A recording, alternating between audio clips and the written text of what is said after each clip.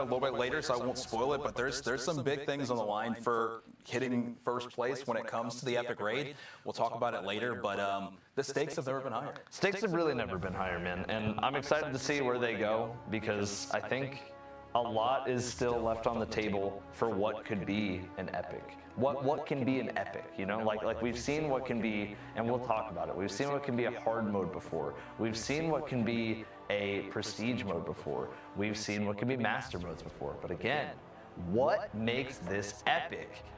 Bring it. Bring it, Bungie. Bring it. Honestly, I'd be curious too, before we even do get to it, guys, between prestige modes, between hard modes, and between master modes, what you guys like the most between the three that you guys have been here for? It's a good question. Like, for those that have been here since the beginning, that have seen the three different formats prior to today, what did you guys enjoy? Yeah, guys, what has been something in, like, actually out of all of them, what has been your favorite? This is a good question, Evan. I would say for me, probably hard mode in Destiny 1. Followed by probably Prestige would be number 2 for me. Master mode's probably being number 3. Okay. I think the thing for me was, especially when it came to, like, when I think about, and we're gonna talk about it later, so I don't want to spoil it, but like when it came to especially like hard mode Wrath and hard mode, even like hard mode Kingsfall, hard mode Crota, like some of the layers they added on, I really did enjoy. But that's not to say I didn't enjoy Prestige. Yeah, of course. Especially Leviathan. Yes. What about you? What was your favorite of them? I'd probably say some of the hard modes just because mechanically things changed a decent amount. Yeah.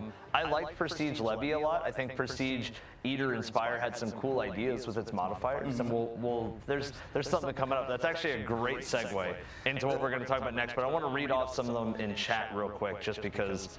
Obviously, we asked everybody in chat. Let's see. 390 hard modes. What are you seeing? I'm seeing Prestige. I see Osiris easily. Prestige 100%. I see a hard mode. I see another Prestige, and I see hard mode Wrath was different. Yeah, I'm seeing a lot of like hard modes. I'm seeing a lot of Prestige. I just saw a master. Okay, somebody. I was waiting on somebody to put it in master mode. Somebody's holding down master mode right now. Shout out to Swift on that one. But okay, CB, that actually segues perfectly into what I want to talk about next. And this is a little bit of trivia for everybody at home. You know how we like to do it on Raid Zone? We like to have a little fun, a little trivia, get everybody involved in a little question. Now, I'm going to ask you guys, I'm going to beg you guys, plead, don't look up anything beforehand. Don't spoil your own trivia questions. All right, so here's my first question for everybody at home. And we're going to have polls going up on the YouTube and on the Twitch side. Guys, don't let me down. Please feel free to answer in the polls, guys. Please answer in the polls. So the first question I have is, what was the closest raid race finish of all time?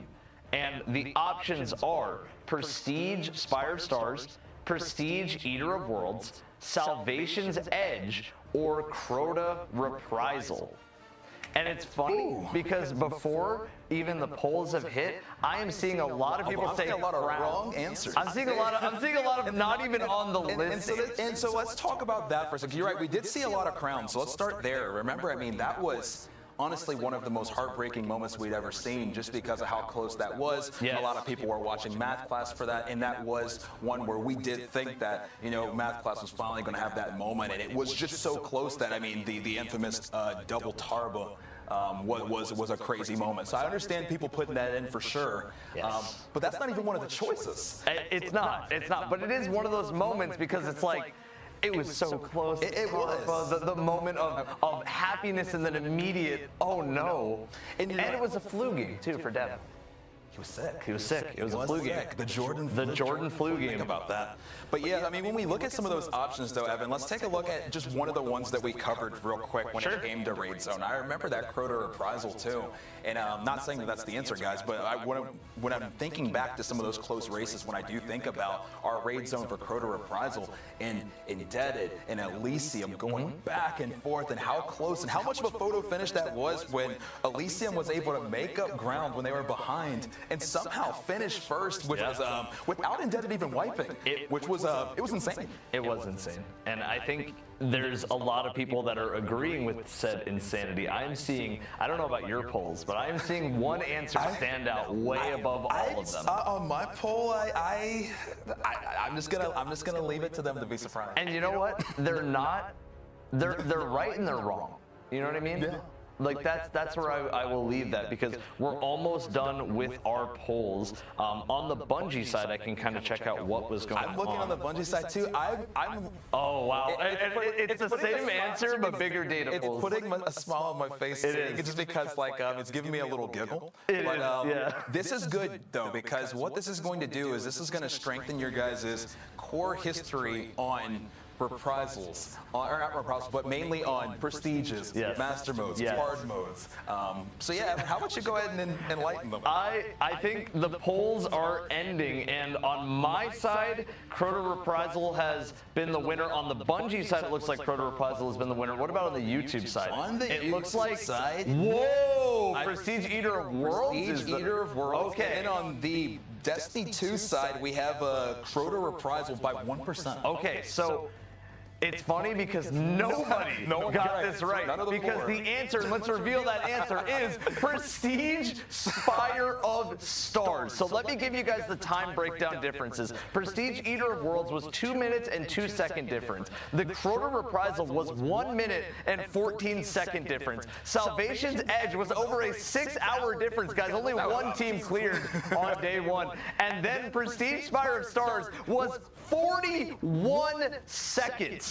And Evan, before we even go any further on that, look at some of those names there. Break down some of those names for people who might not be familiar with history. So if you guys don't know, Bala is actually a part of Clan Redeem. At this point, I feel like everybody should know Redeem. And Soda Solace was a part of Luminous's clear of Deepstone Crypt, World's First. Yeah, so a little history there. Little history there. And guys, maybe a core theme of how this trivia is going to go. Like I said, we want to strengthen your core knowledge when it comes to prestige raids, when it comes to master raids, when it comes to hard mode raids. So maybe that was a little bit of a hint there that maybe you should have been leaning towards the non-normal raids that came out.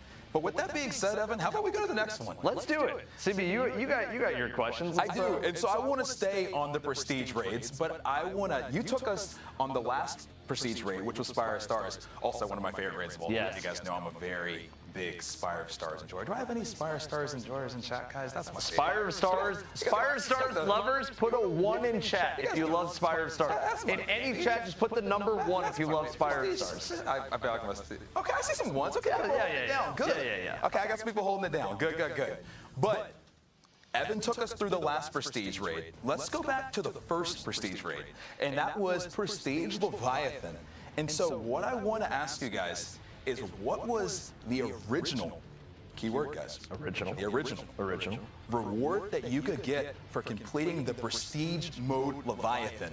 I have 4 different answers for you guys. I got the Legend of Acreus Catalyst, the Leviathan Ghost Shell, the Legend of Acreus Ornament, and the Callous Treasure Shader. All right, let's get the polls running on this question. So the question again, CB, was what was the original reward you got for completing Prestige Levy? The original reward. For completing, and you're not talking about, I see. So Prestige. Looks like your brain's sitting there firing. I know. You're not through your process. Looks like Evan's mind is firing. I don't know where it's firing. Well, my thought process is like, it's been a decent amount of time since this was the reward. It's been a long time. It's been a long time. Really. It's been a hot minute. Any of these, and obviously, guys, I think a lot of people at home remember the idea of prestiges, but I don't think, I think half of chat might have been a part of it. The other half of chat might not have ever participated in prestiges. Yeah, there's some people that might have missed this, and this is why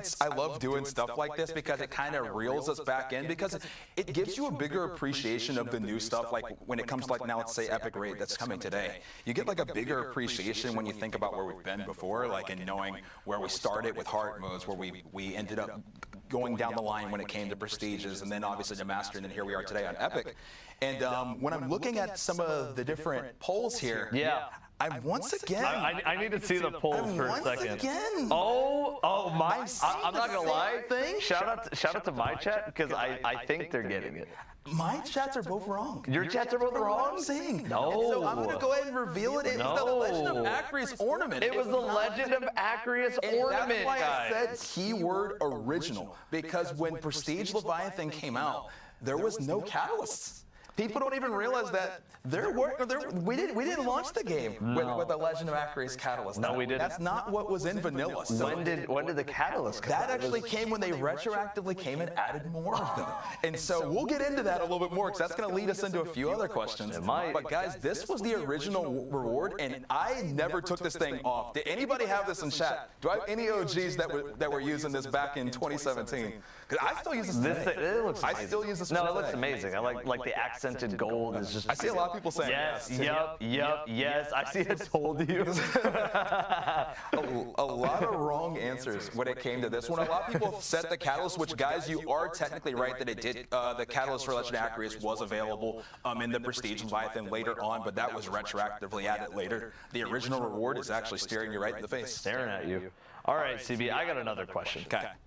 And this one obviously relates to Prestige mode again. Okay. We're going to stay on the topic of I Prestige. see a theme here, Evan. I see a theme. There is a theme. It seems like if you guys haven't picked up on the theme, I think you're going to pick up on the theme right now. Because my question is, and let's get those polls ready to go, what modifier in Prestige Spire of Stars and Prestige Eater of Worlds made it so you had to swap a weapon to the next one when you ran out of ammo in the current gun?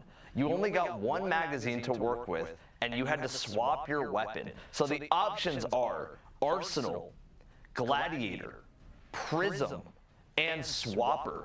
So let me talk about this one for a second, Evan, because what immediately comes to mind, I remember, and I'm not going to obviously in terms of the names of the modifier, but let's talk about the modifier itself. So I remember one week in Prestige Spire of Stars where the Rotac, I can't remember what both of the primary weapons were, but the heavy weapon was grenade launcher. And everybody was toggling both of their primaries, emptying the clips, and just spamming colony. Yes. It was 6 all-out colony. It was just colony. If you got rid of your primary, then you had a full clip of heavy again. Yes. And we destroyed Valkyr, just Yes. colony. All colony, nothing else. And this is what I mean when I say that all of these modifiers were at least like cool, fun, kind of party game ideas. I like them on the surface level. I think, again, for it to be epic, maybe take a modifier and just dig, and be like, okay, how can we make this even more epic? Let me take a look at some of the answers here, because I'm very curious to see if people lean correct. So I do, okay. All right, so one, Bungie YouTube, I see. Okay, my YouTube, I see. Okay, so looks like people. I am seeing on how's it looking on your on mine. I'm seeing a lot of. Okay, YouTube side. I think it's probably a good idea that I'll go ahead and reveal it. So the answer to what modifier in Prestige Spire and Prestige Eater made it so you had to swap a weapon to the next one when you ran out of ammo in the current gun was actually named Arsenal. Arsenal. So Arsenal had made it so weapons have no reserve ammo, but emptying the mag loads your next weapon. Gladiator made it so melee damage and melee kills buff your weapon damage, and vice versa. And Prism was the elemental damage one that every 30 seconds you rotated a new element. And then what about Swapper? Swapper didn't even exist. So everybody on Twitch, you put Swapper, your head was in the right place. And majority of you guys got it wrong on my Twitch side. Double YouTube was Arsenal both, so W YouTube, and to those that guess Swapper, you know, my chat is usually really reliant on history of reading. Now the YouTube side, and the YouTube side was cooking on this. There's a little bit of a competition going on right now. A little bit of a competition. I like this. A little bit of a competition. Okay, let's go back. Yeah. Guys, the next question that I set up was on purpose because I knew you were, and I was hoping I'd be wrong, but unfortunately I was right. I knew you guys were going to get my first question wrong in terms of guessing the Legend of Acraeus Catalyst. I knew because a lot of you remember getting it from Prestige Leviathan, but obviously it wasn't the original reward. But now, let's talk about the Catalyst, and let's talk about Prestige raids again one more time. Let's bring it back. One more time. Yeah. One more question on Prestige. Here we go. As you know, Telesto. I do know Telesto. Everybody knows Telesto. Yeah. One of the most broken weapons in the game. Yeah. No arguments there. It's broke the game a lot. You have a video talking about a lot of the ways it broke the game. I do, yeah. Good video. Yeah, thank you. Can anybody tell me the original way of getting the Telesto Catalyst? Ooh. The original way. Random drop from Leviathan. Okay. Prestige Eater of Worlds chest. Okay. Prestige Spire of Stars chest. Okay. And Prestige Leviathan chest. So you guys should already be able to rule out Prestige Leviathan because of the Acreus Catalyst. So this should be a layup for you guys. I should be setting you up for a layup, but we'll see. This one should be a layup, We'll see. but we're going to see in the polls what kind of oh, dude, my chat is on it. My chat, let's go chat, let's go. I set everybody up for a layup. This is just on my part. This is the comeback that we needed, though. On the Twitch side, this is the comeback that we needed. I'm trying to be reasonable. Oh, we're back. Also, Shadow, thank you for 5 years. I appreciate you. But yeah, I feel like this one is one that if we got wrong after this, guys, I'd be a little sad. But I'm trying to set you guys up here for success. Let me just quickly check on the YouTube side real quick. Twitch side is representing big time. Yeah, we're looking pretty good here. We'll go ahead and just reveal the answer. Yeah, let's go ahead and reveal that. Prestige Eater of Worlds. That chest. Look at that through the rings. Through the rings. Believe it or not, the Telestio Catalyst, the original way of getting it was from the Prestige Eater of Worlds chest. It could randomly drop. Did anybody get it from dropping down those rings and getting it from that chest? Because I did. Yes, and then dropping down from the ring. You'd always miss one of the rings, so you'd wipe, and then you go right all the way back to the top, and then you redo it. I always kind of felt like I was being shot through like a James Bond. That was a really, really cool thing. Was anybody there for it? Was anybody there for this moment? Because this was a moment. Like, I know people have their thoughts about like Eater of Worlds, but dropping through the rings and getting shot out was sick. It was sick. I thought it was sick. No, it was a big moment. CB, I am going to actually stay on Prestige one more time. We just are Prestige. I know, we are Prestige lovers. So my next question, and the question that we will have ready in the polls is, what was the main difference in the Leviathan Prestige armor versus the normal set of armor? So if you remember, Prestige armor used to be a little bit different. In Leviathan, things were a little bit different. So the options that you have are gold plus a purple glow, red plus black, all gold, and all purple. So we are going to need to see. I feel like my chat is really on this one. I think people should be on this. This is one that I was using all the time. I still wear this sometimes. Yeah. This, in my opinion, still to this day is an all-timer. It's an all-timer. Like, by far. Yeah. Let's take a look. I'm hoping not to be disappointed on the YouTube side as well. Let me see what Twitch. I think everybody's on. I love the YouTube side, but Twitch side, like you guys are holding it down because I'm seeing a 99% correct on one of them. Okay, and I'm a double 99%. I see 70 and 80. 70 and 80. Yeah. People are on it though. They're on it for this. I'm really happy with this. Oh, well, you know what? You guys mostly got it already, so why don't we go ahead and reveal the answer? The answer is purple glows on the gold armor, and we'll have that up in just 1 second, guys. But that is it. Is purple glows on the gold armor. Gold armor with some nice purple glows. Yeah, when you guys see that, it'll be a burst of nostalgia when that comes up on the screen. But man, that was my baby. I mean, between the gold and purple armor, between the Prestige Leviathan ornament, and honestly everything else that came from Prestige. Prestige just had a bunch of bangers. There were Prestige did have a bunch of bangers that came out of it as well. Okay, well, there it is. There it is. The gold with the purple glows. Look at the sheen on that. Yeah, dude. I mean, look at that too. Is that an inaugural address that's there too? That is an inaugural.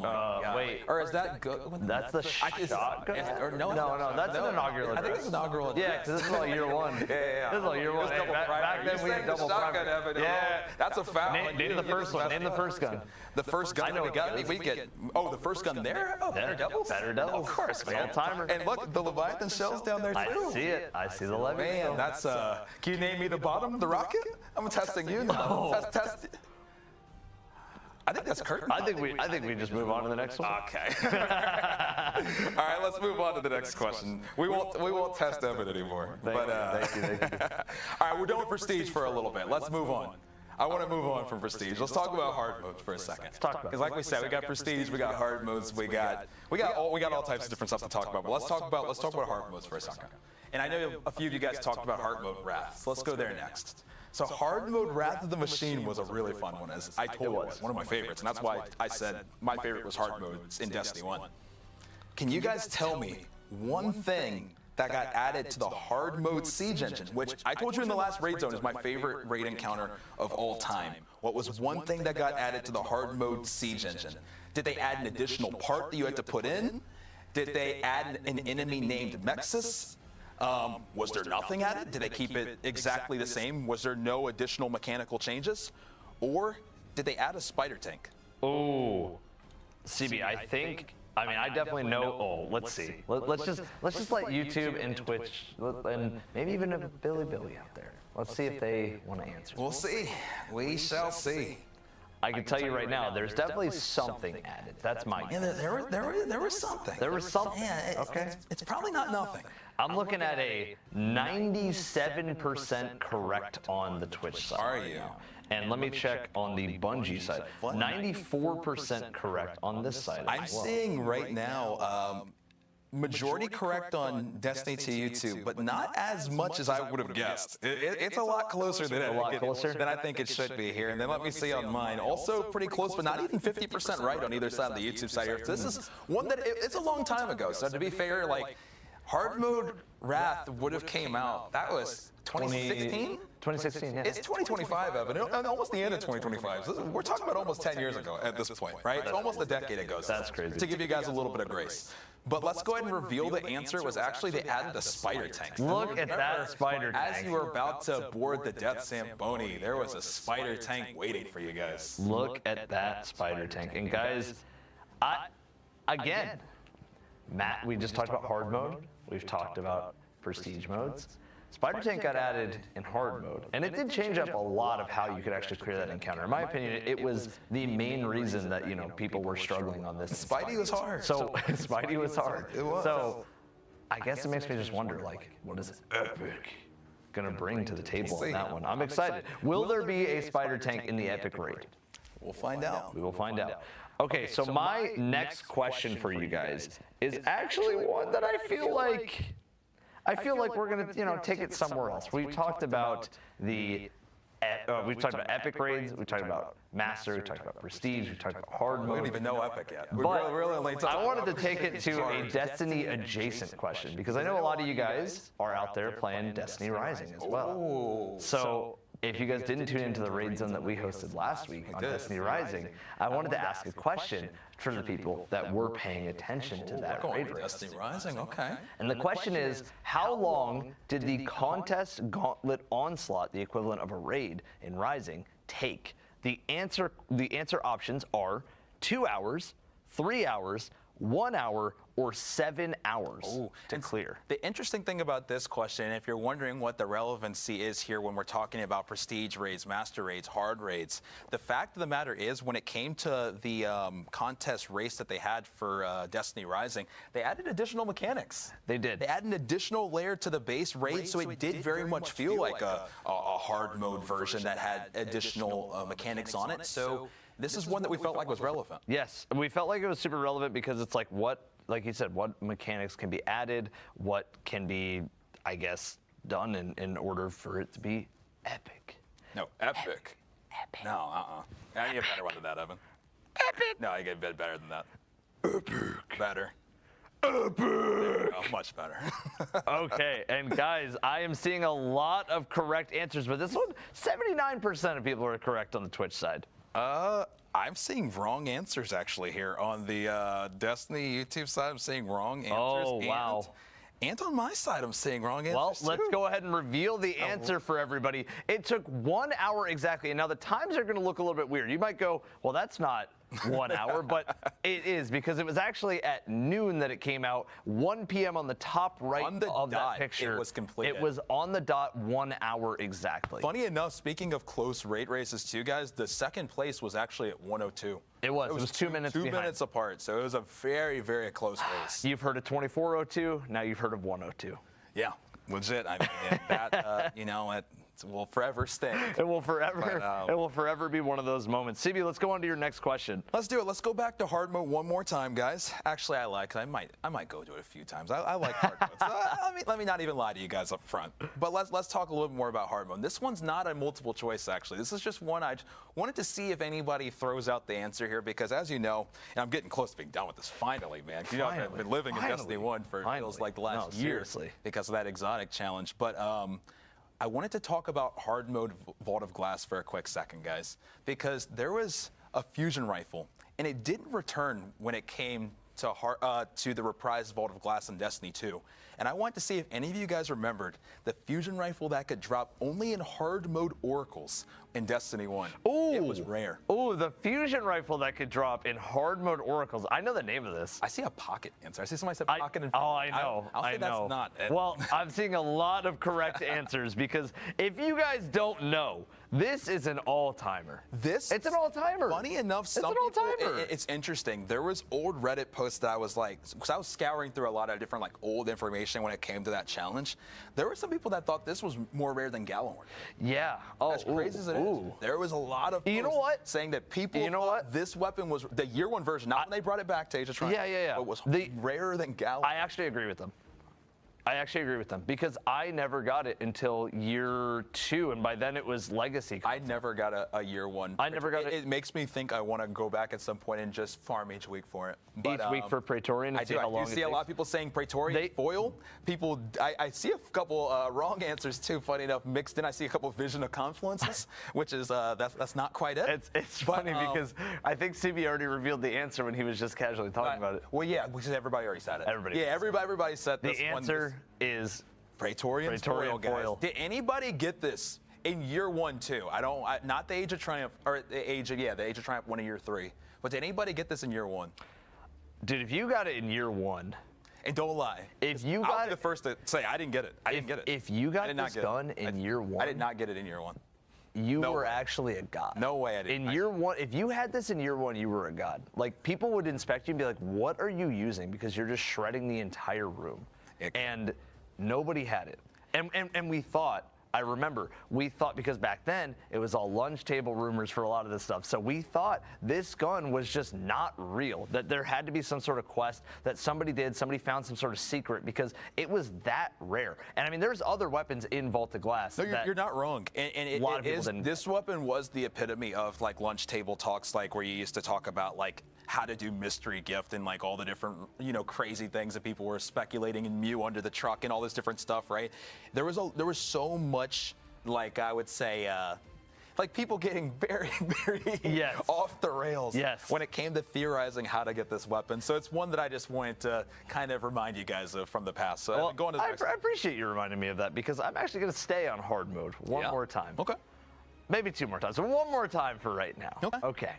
So my next question is, obviously we talked about the spider tank coming back to Wrath of the Machine in the hard mode version. I remember it. So after that, there's Axis Phase 1, there's Axis Phase 2. Yes. So what was the main change on hard mode Axis Phase 1? And your options are turrets, more Siva, sliding under the doors instead of walking into them, or Axis jumps in the fight.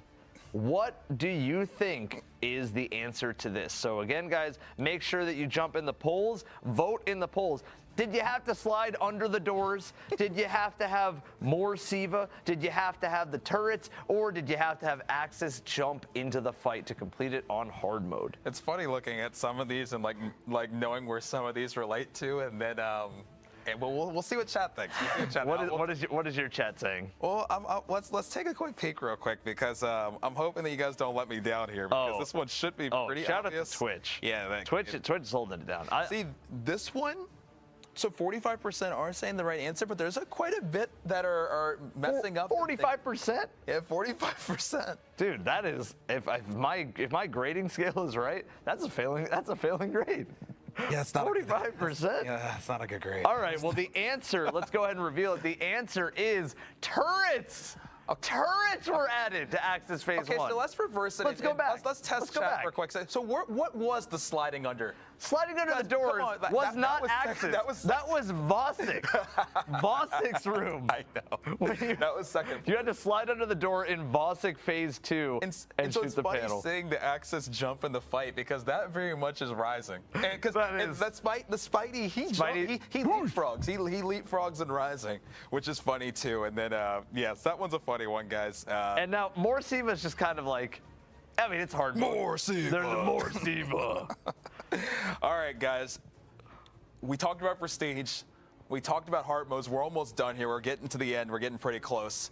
Let's talk about master modes for a quick second, guys. This one should, I think, be an easy one. Don't let me down here, guys, okay?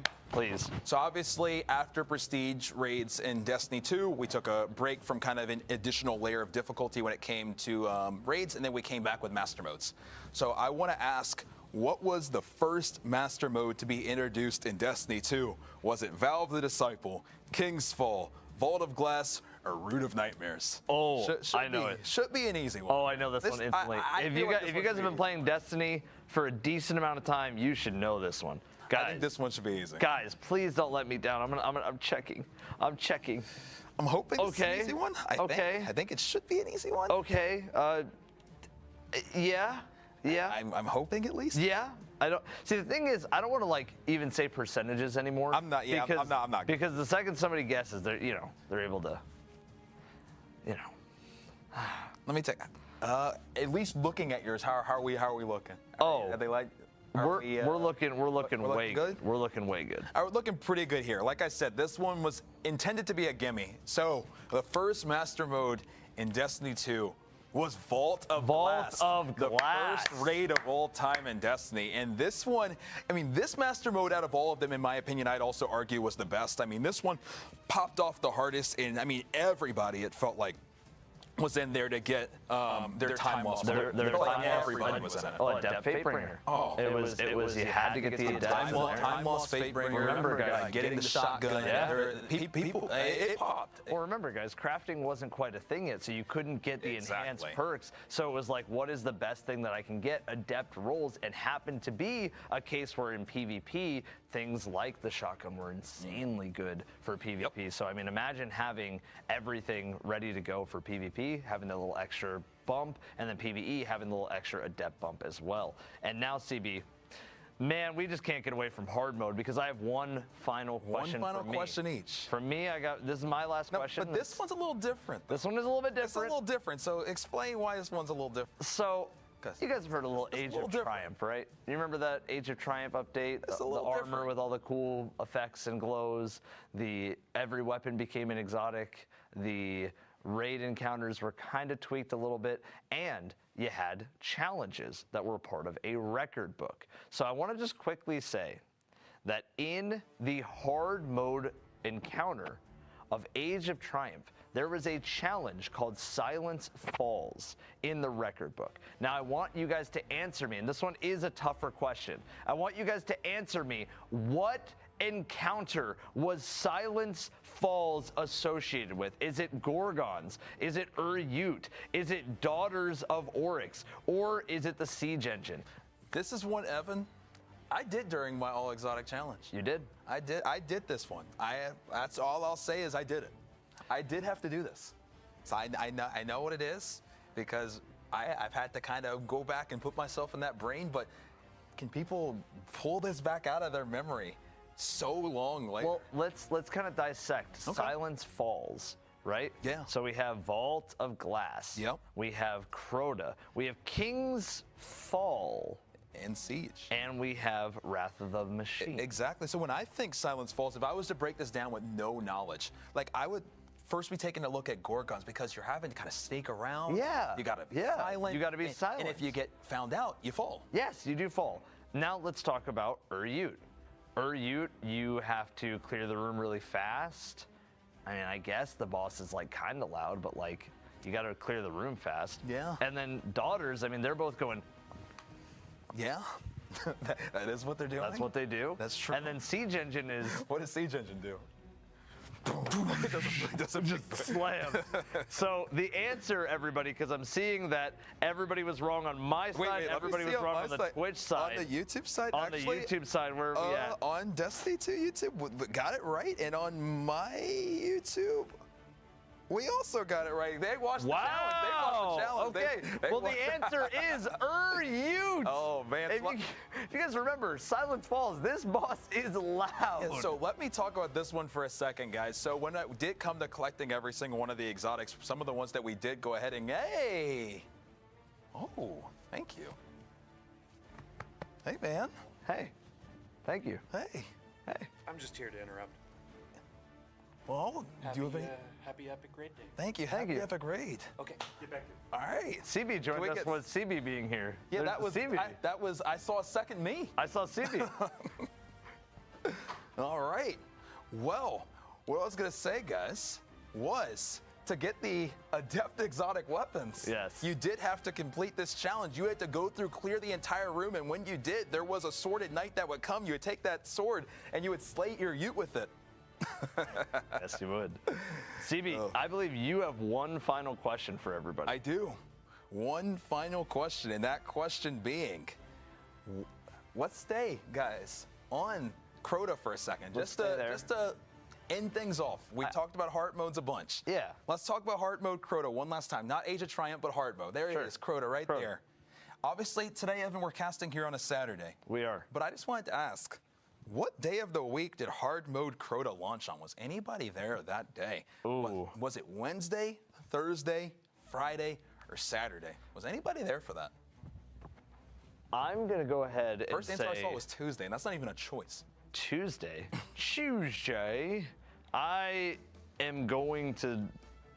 I'm thinking outside the box here a little bit, CB, because like if I know Crota's anything but traditional in terms of almost everything about the Crota story, right? Every moment of Crota is all over the place, right? To see. Crota went from being a raid that is actually the least cleared in 24 hours in Destiny 1. Least cleared in Destiny 1. Crota went to becoming the meme that everybody could solo and unplug their Ethernet, or in my case, take out the disc.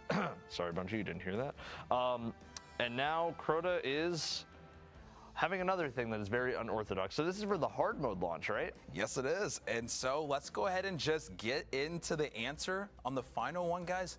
It wasn't Thursday. Oh my God. Friday. It wasn't Saturday. It was Wednesday. It was Wednesday. Believe it or not, hard. You guys see that Wednesday? The joke made itself. Hard Wednesday. mode came out on Wednesday. On a Wednesday. So it doesn't. A lot of people. I don't think any chat got that right, Evan. Funny enough. Really? Every chat got that wrong. Wow. So, with that being said, guys, we do want to go ahead and segue. That's going to end us on the trivia. Good job, I think. Good Overall, job, everybody. Did well. So let's get some claps in chat for everybody. But it's time that we transition, guys, to something that we're really excited to show you guys. Yeah. Evan, obviously, when it comes to world's first races, Yeah. everybody's trying to get world's first. Yeah. Everybody wants the belt. Yeah. Everybody wants the prestige. Yeah. Everybody wants, everything that comes with Everything, it. yeah. Everything. But what about when you don't win? And let's say specifically, maybe when you there's a saying sometimes, Evan, like if you're not first, You're last. then you're last. You're last. And so what we wanted to do was bring you guys an interview of the official world's last, Yes. Mr. Raffle Waffles. And a big shout out to Milo for joining Shout us. out to Milo as he sat down with us and talked to us and gave us, let's just say, a deep dive into his experience with his first contest raid. So we're going to show you guys that right now. Yeah, enjoy the deep dive, guys.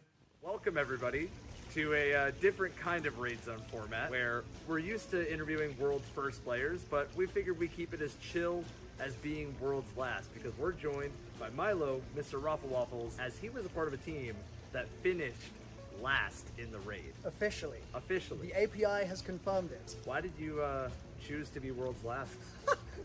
Why do you suck so much, dude? Honestly, it started out with us hopefully going for a top 100. That was my goal. My sort of mental goal was like, I would just love for that to be the case. It was my first contest raid experience ever.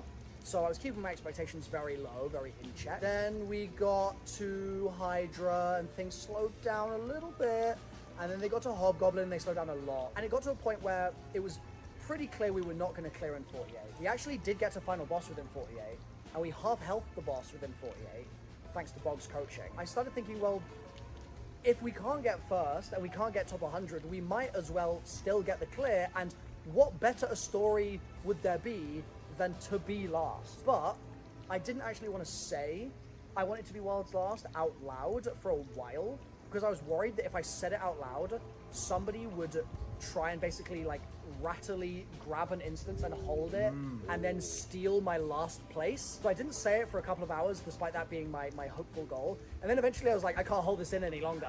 I need to be last. So what I want to ask on top of that too, it was your first contest ever. Yep. So let's take it a quick step back. Even before you had started, what did you think prior to going into contest in terms of where that difficulty was going to be? And then when you did finally pass through the finish line, how did you feel about that difficulty? Did you enjoy it? Did you like how contest felt? Let's talk about that contest experience as a whole now that you have passed the finish line and you've had a little bit of time to reflect on it. So I did Sundered Doctrine contest, and that was my initial goal for joining the Destiny community. I was like, I'm going to do a 5-day marathon just to do Sundered contest, and then I'm going to bounce. And then we can talk about this if we want to, but the community was just like so welcoming at that time that I was like, this is great, I should do some more stuff here. Sundered contest is not the same as raids and contest. Very different experience. I was going into this just thinking, oh, it'll be like a slightly longer Sundered. It was a little bit more intense than that, but in an amazing way. Genuinely, I think that experience of doing the world's last run of Desert Perpetual is my favorite gaming memory of all time. Of all time. Wow, Yeah. that's Wow. cool. Yes. Wow. It was just so enjoyable. It felt like the community rallied together to help jump in and fill spots when we needed. We were pulling people from chat. We were pulling people from math class. Like we were getting all sorts of different folks to just jump in, and it felt like the natural conclusion of my blind raids journey that I've been going on as well. Right. But thankfully, I've done a lot of blind raids in Destiny this year.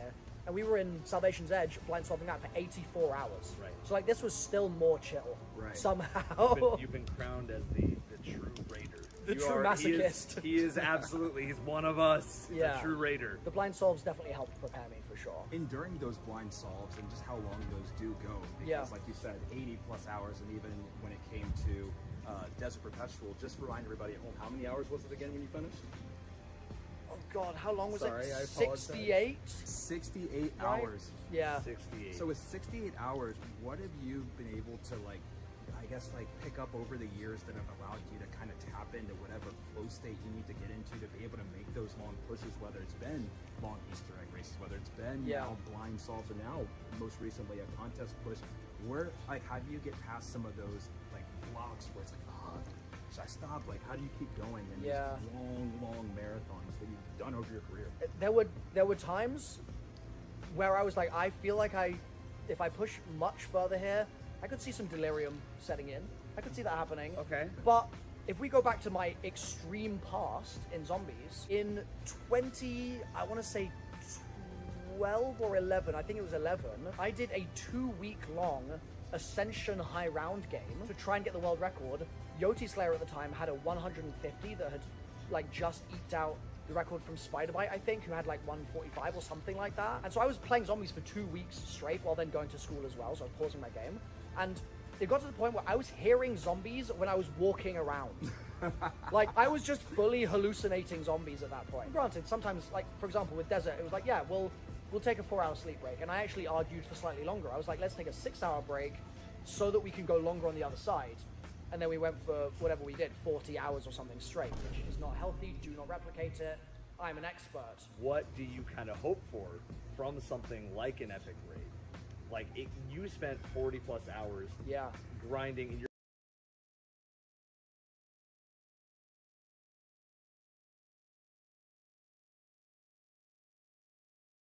specifically here, and more what I think Bungie needs to be comfortable with going forwards is I think that they need to be confident in the Desert Perpetual difficulty and damage checks being okay. I think that there's been a lot of commentary saying things were too hard. I jumped into contest, I bounced off it straight away because I couldn't clear first encounter. And respectfully, I think that should be the point. I think if they were to see the Desert Perpetual experience and see commentary that's been around since then and discourse since then, and sort of defer to the maybe majority voice saying, let's make it easier, let's make sure that more people get contest clears, etc. I just don't think that that's raids that I will be motivated to endlessly participate in. Whereas, if it's a scenario where I know that it's going to be absolutely grueling, but if I lock in and I'm incredible at the game and I do my job in my team and fill my role appropriately, like, that's then something that I want to aspire to. But without the aspiration, I don't know why I would bother. You guys know that we love our raids, and and we appreciate you guys watching. And congrats again on getting World's Last. Thank you. We'll be work on getting you a trophy. Yes, I need my last belt, Bungie. Where is it? Well, there you go. Thank you so much, Milo. We're super excited to see what you do in the future, and we'll go ahead and send it back to us in suits. In suits. Hell yeah. Well, Evan, after, spending all this time in the desert, a nice little deep dive, a nice little, refreshing pool jump. I feel a lot better. I feel refreshed. I feel like a little dip. Honestly, dip in the tub. some people might, wake up and go for a walk before their raids. Some people might make a sandwich, and then, us, we take a quick dip in the pool. So you're saying that we're hot tub streamers now? I don't know. Maybe.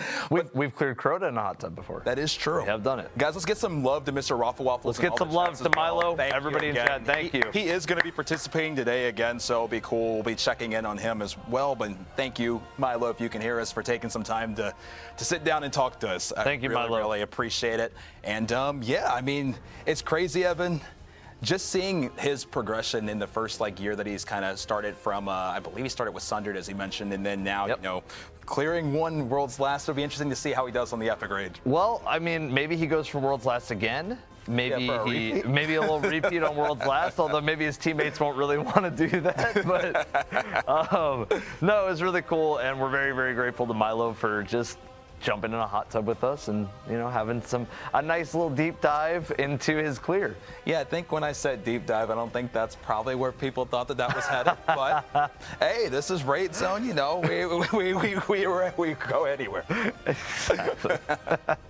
But with that being said, guys, before we do move too deep into our, now I'm saying deep dive and deep. Oh my gosh, I actually can't. A little deep dive. But before we go into our next segment, I did want to take a quick second. Remember I said I was going to talk a little bit more about those disc plates that were everything behind us. We have the Last Wish one, we have the Desert one, we have Tanix, your favorite, Witness, Crota.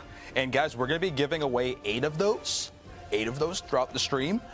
So we'll explain how those go as we continue to go. We're also going to, and I'll mention this a little bit later, but the viewership drop emblem that's also on the Twitch side will be dispersing on the YouTube side as well. So stay tuned and we'll kind of just explain that. But just know that we want to give 8 of those disc plates to you guys. Yes, we do. And I believe there's also another sale going on too. Evan, what else is going on? Well, there's the. Are you talking about the display? Right? I'm talking about the display. Because there's a lot of sales, but the display one. You can get up to 35% off your display order. The Destiny 2 Raid Collection is also available, like CB had said before, including the Last Wish original art by Bungie's own Lyndon Willoughby over here with the Riven Tower.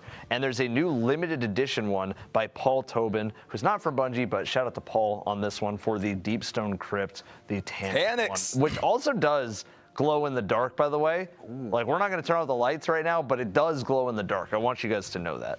Yeah, but so before we go any further, I'm not going to say deep dive, I promise, but we're going to take just a look at some of the other disc plates that they have cooking, and then we're going to come back and we'll get into our next segment here in a second. So I'll see you guys in just a little bit. I'll see you guys in a little bit.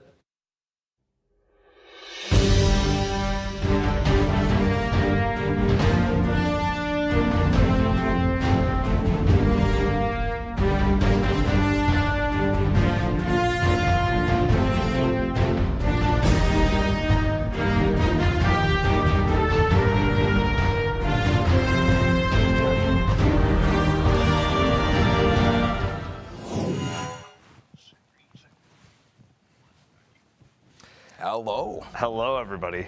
Yeah, so those are sick looking, guys, and we're excited to be giving those away. So remember, we got 8 going on. What we're going to do is we're going to do it very similarly to the way we did it before. We'll tell you guys words to type in, and then when you do, we'll go ahead and select winners, and we will go from there. Yes, we will, CB. I mean, I have a bunch of displays at home. Yeah, you do. By the way, I have a bunch on the wall from various games, but also some Destiny displays up on the wall. And I mean, they look good, man. Like, especially if you have some space where you're trying to be like, all right, well, maybe you live in an apartment. Maybe you can't necessarily mess with your walls fully, but you can slap a display on the wall. And I mean, they're nice. You don't necessarily need like a big frame. They just stick on the wall nicely. So, I mean, again, big shout out to Displate for coming through. For real. And guys, with that being said, we did cross the less than 2 hour mark until it is time for the race, which I'm really, really excited for. I mean, Evan, we got a lot to talk about. And in terms of our next segment too, guys, really excited because we tested your guys' knowledge. We're going to be testing, really not even testing you guys at this point, but we really just want to take I would say a closer look into your guys' minds on what you guys are kind of going to be expecting for today.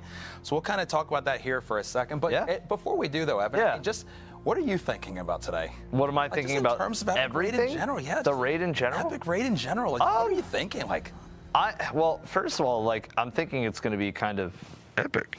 Okay. Kind of epic. Epic. Epic. Epic. Epic. Epic.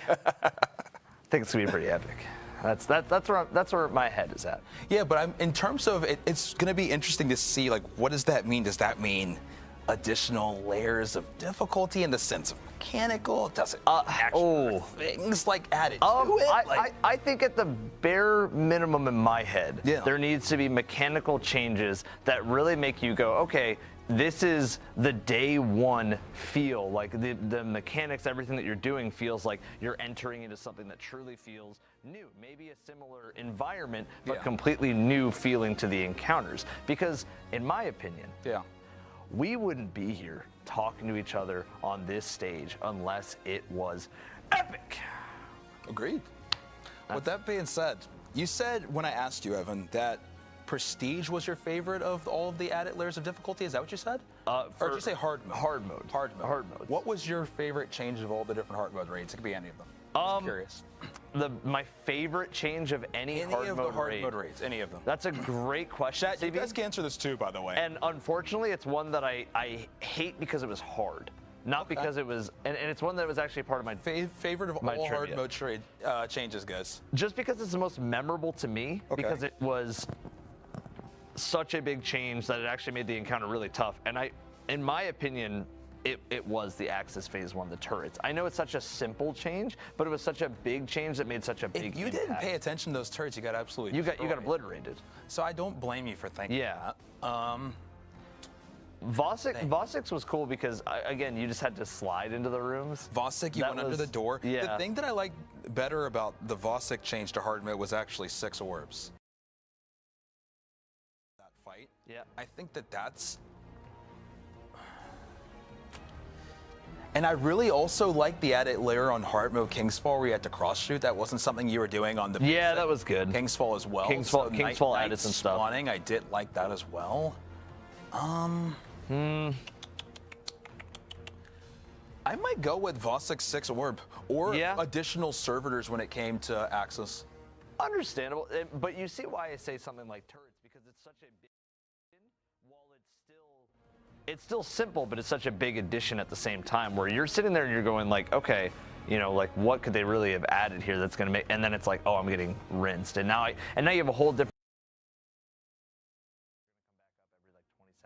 So, like I got to make sure that they're down, and so you're managing all of the things around you on top of the turrets themselves. And then CB, the change for Axis Phase 2, remind me of what that was. The biggest one, if you remember, the servitors just were nonstop. They're requiring more orbs.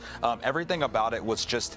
Essentially, it was like enhanced. Yeah. So sometimes when you think about layers of difficulty that can be added, especially even when it comes to today with Epic, sometimes it can be things that are completely different. Sometimes it might be things where they just add additional enemies. Yeah. Or sometimes they just make you do more of what you're already doing. So one thing that I wanted to say with Axis Phase 2 it's actually not the hard mode that I'm thinking of for the cool change. You're thinking about Supercharge. I am. All right. I am thinking about Supercharge. Let's talk about it for a quick second. So Supercharge, you know, I know you loved your Kobe era. little triangle offense, right? Okay, I'm trying to figure out where you're going with this. Think of the Okay. room like a big triangle, and Okay. everybody kind of had to be positioned and ready to go to get supercharged in the triangle. Yep. Because there were different spots that almost formed a triangle in the room. So you kind of had to have somebody on standby going, okay, I got access. No, I'm supercharging. You had to have people ready to go. And Okay. because people were randomly selected for that role, one of you had to use your empowered to get supercharged. The other one had to use it to go and get access. So you had to communicate, and you had to have people spaced out like a triangle offense. So we were just running the triangle. You were just running the time. triangle. Interesting. Yeah. All right, so that's hard mode. Let's talk about prestige. I know what my favorite prestige mode change was. I do see a lot of people saying too that supercharge was cool, empowerment was cool. Yep. I see. Also, I see a war priest, interesting enough as well. War Priest was cool. Let's talk about prestige. Yeah. My favorite change by far was teleporting with Callus. Teleporting with Callus. By far. What about you guys? You guys remember prestige changes? That was mine. Now, if I remember, I did like that one a lot. That was Obviously, mine. you punch, you go in, you punch, you By go far. out. Yeah. I like that. I want to say the bats did the bats have it so whenever you killed the bathers, Oh my. they would drop the little purple duty. Dude, ground. just the bathers in general on prestige mode were absolute menaces. They were menaces. That was by far, I think, out of everything we struggled with, because with dogs, they added additional dogs. Yeah, So yeah. dogs it was kind of additional got dogs. a It was little just- bit. it was just kind of more of you needed what to really was already know your working. routing. Yeah, build better routing. Yeah, a little bit better routing. You kind of needed to be on top of your dog. Everybody kind of had to be doing something. for Gauntlet, that. what was the main change in Gauntlet? See, I don't remember the Gauntlet's main change. man. I think that maybe I everybody think had to run. everybody had to. Everybody had to run? didn't let anybody skip out on it. Right. when it came to So Gauntlet. you had to because everybody runs at the end no matter what, but it's like how many entries Right. to make that one completed. You're right. I think Callus had the most changes, but I think, man, like the bats, like the stuff dropping on the ground after you Yeah. kill the bathers, that would just ruin your entire rotation. Like that was actually pretty deadly.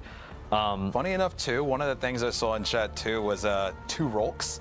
And so they jumped all the way to Pantheon. That was a pretty cool change. Double Rolk was insane. Listen, I think we actually should probably really quickly talk about the Pantheon in regards to what Epic could be like, Yeah, because let's I talk about it guess quick. that's the most recent of the situations. Oh my. Thank you, by the way, Abby. And Holy. thank you to Valorant for matching some gifted subs. If you guys don't know, on the Twitch side, this month, because it's the end of September, when every 5 gifted subs, Valorant will actually match a random amount of gifted subs with whatever amount of subs. So if you get 5 subs, they could throw 10. Yes, they can. If you get 10, they could throw 20, et never cetera, know. et cetera. So appreciate you guys. Thank you. But yeah, really quickly, for Pantheon, I mean, Rolk was a huge one. Having Shadow Rolk was one of the coolest changes of all time. And you know, I have to say this, CB. Yeah. It was so good that it's hard for me to go back and play regular Vow of the Disciple the same way, because I sit there and I'm like, where's Shadow Rolk? Shadow Rolk was really, watch. really cool. And honestly, with that, Evan, I think this is a good time to now segue. And let's take it to you guys, yo. I want to know what you guys think about some of the changes that might be able to maybe be implemented when it comes to the Epic Raid that you think either make sense or that are on your wish list. And so with that, let's start off with Agrios, the Hobgoblin here, Evan. Let's talk So, about Agrios. In terms of what we think that they can change with this one, Evan and I kind of had a chat about this. We kind of want to know from your guys' perspective what you think might be able to be added when it comes to this encounter. What I'm thinking, and now I want to hear what you're thinking too, Yeah. Evan. This one's super mechanical already. So it makes it hard to think about what they can add more so than maybe just like what I'm leaning towards is maybe something when it comes to spiking up the ads, or maybe something additional you need to do at DPS. But there's already kind of a lot going on this one. So- in terms of mechanics, out of the 4. Yeah, so what I'm thinking is that ultimately when you go to the Hobgoblin, right, everybody knows our boy Agrios just chilling out there on the different platforms, 3 of them actually, Yeah. just chilling out there on the different platforms. Obviously you have 3 people on plate duty, 3 people are on Chronon duty. Like you said, it is already very mechanically heavy. Out of at least the 4, out right? of the 4, it's more mechanically heavy. I do like your idea about buffing up the ads, because the ads were kind of In general, I don't think they ever were. They- really, in any no encounter- teams really were struggling with. No, them. no. But I guess the way that I think about it, CB, is just that there was already Wyverns and Hydras in that encounter. So it's like, I'm not sure what they could do ad-wise, but I do think because Agrios basically is shooting a laser and has that timer tick tick tick tick ticking you, maybe Right. they cut the timer down by a lot. Maybe there's a fourth Agrios out there because we know that there's 3 different buffs that you have to go and deposit. So maybe a fourth one. Interesting. All right, Maybe- let's see what's said too.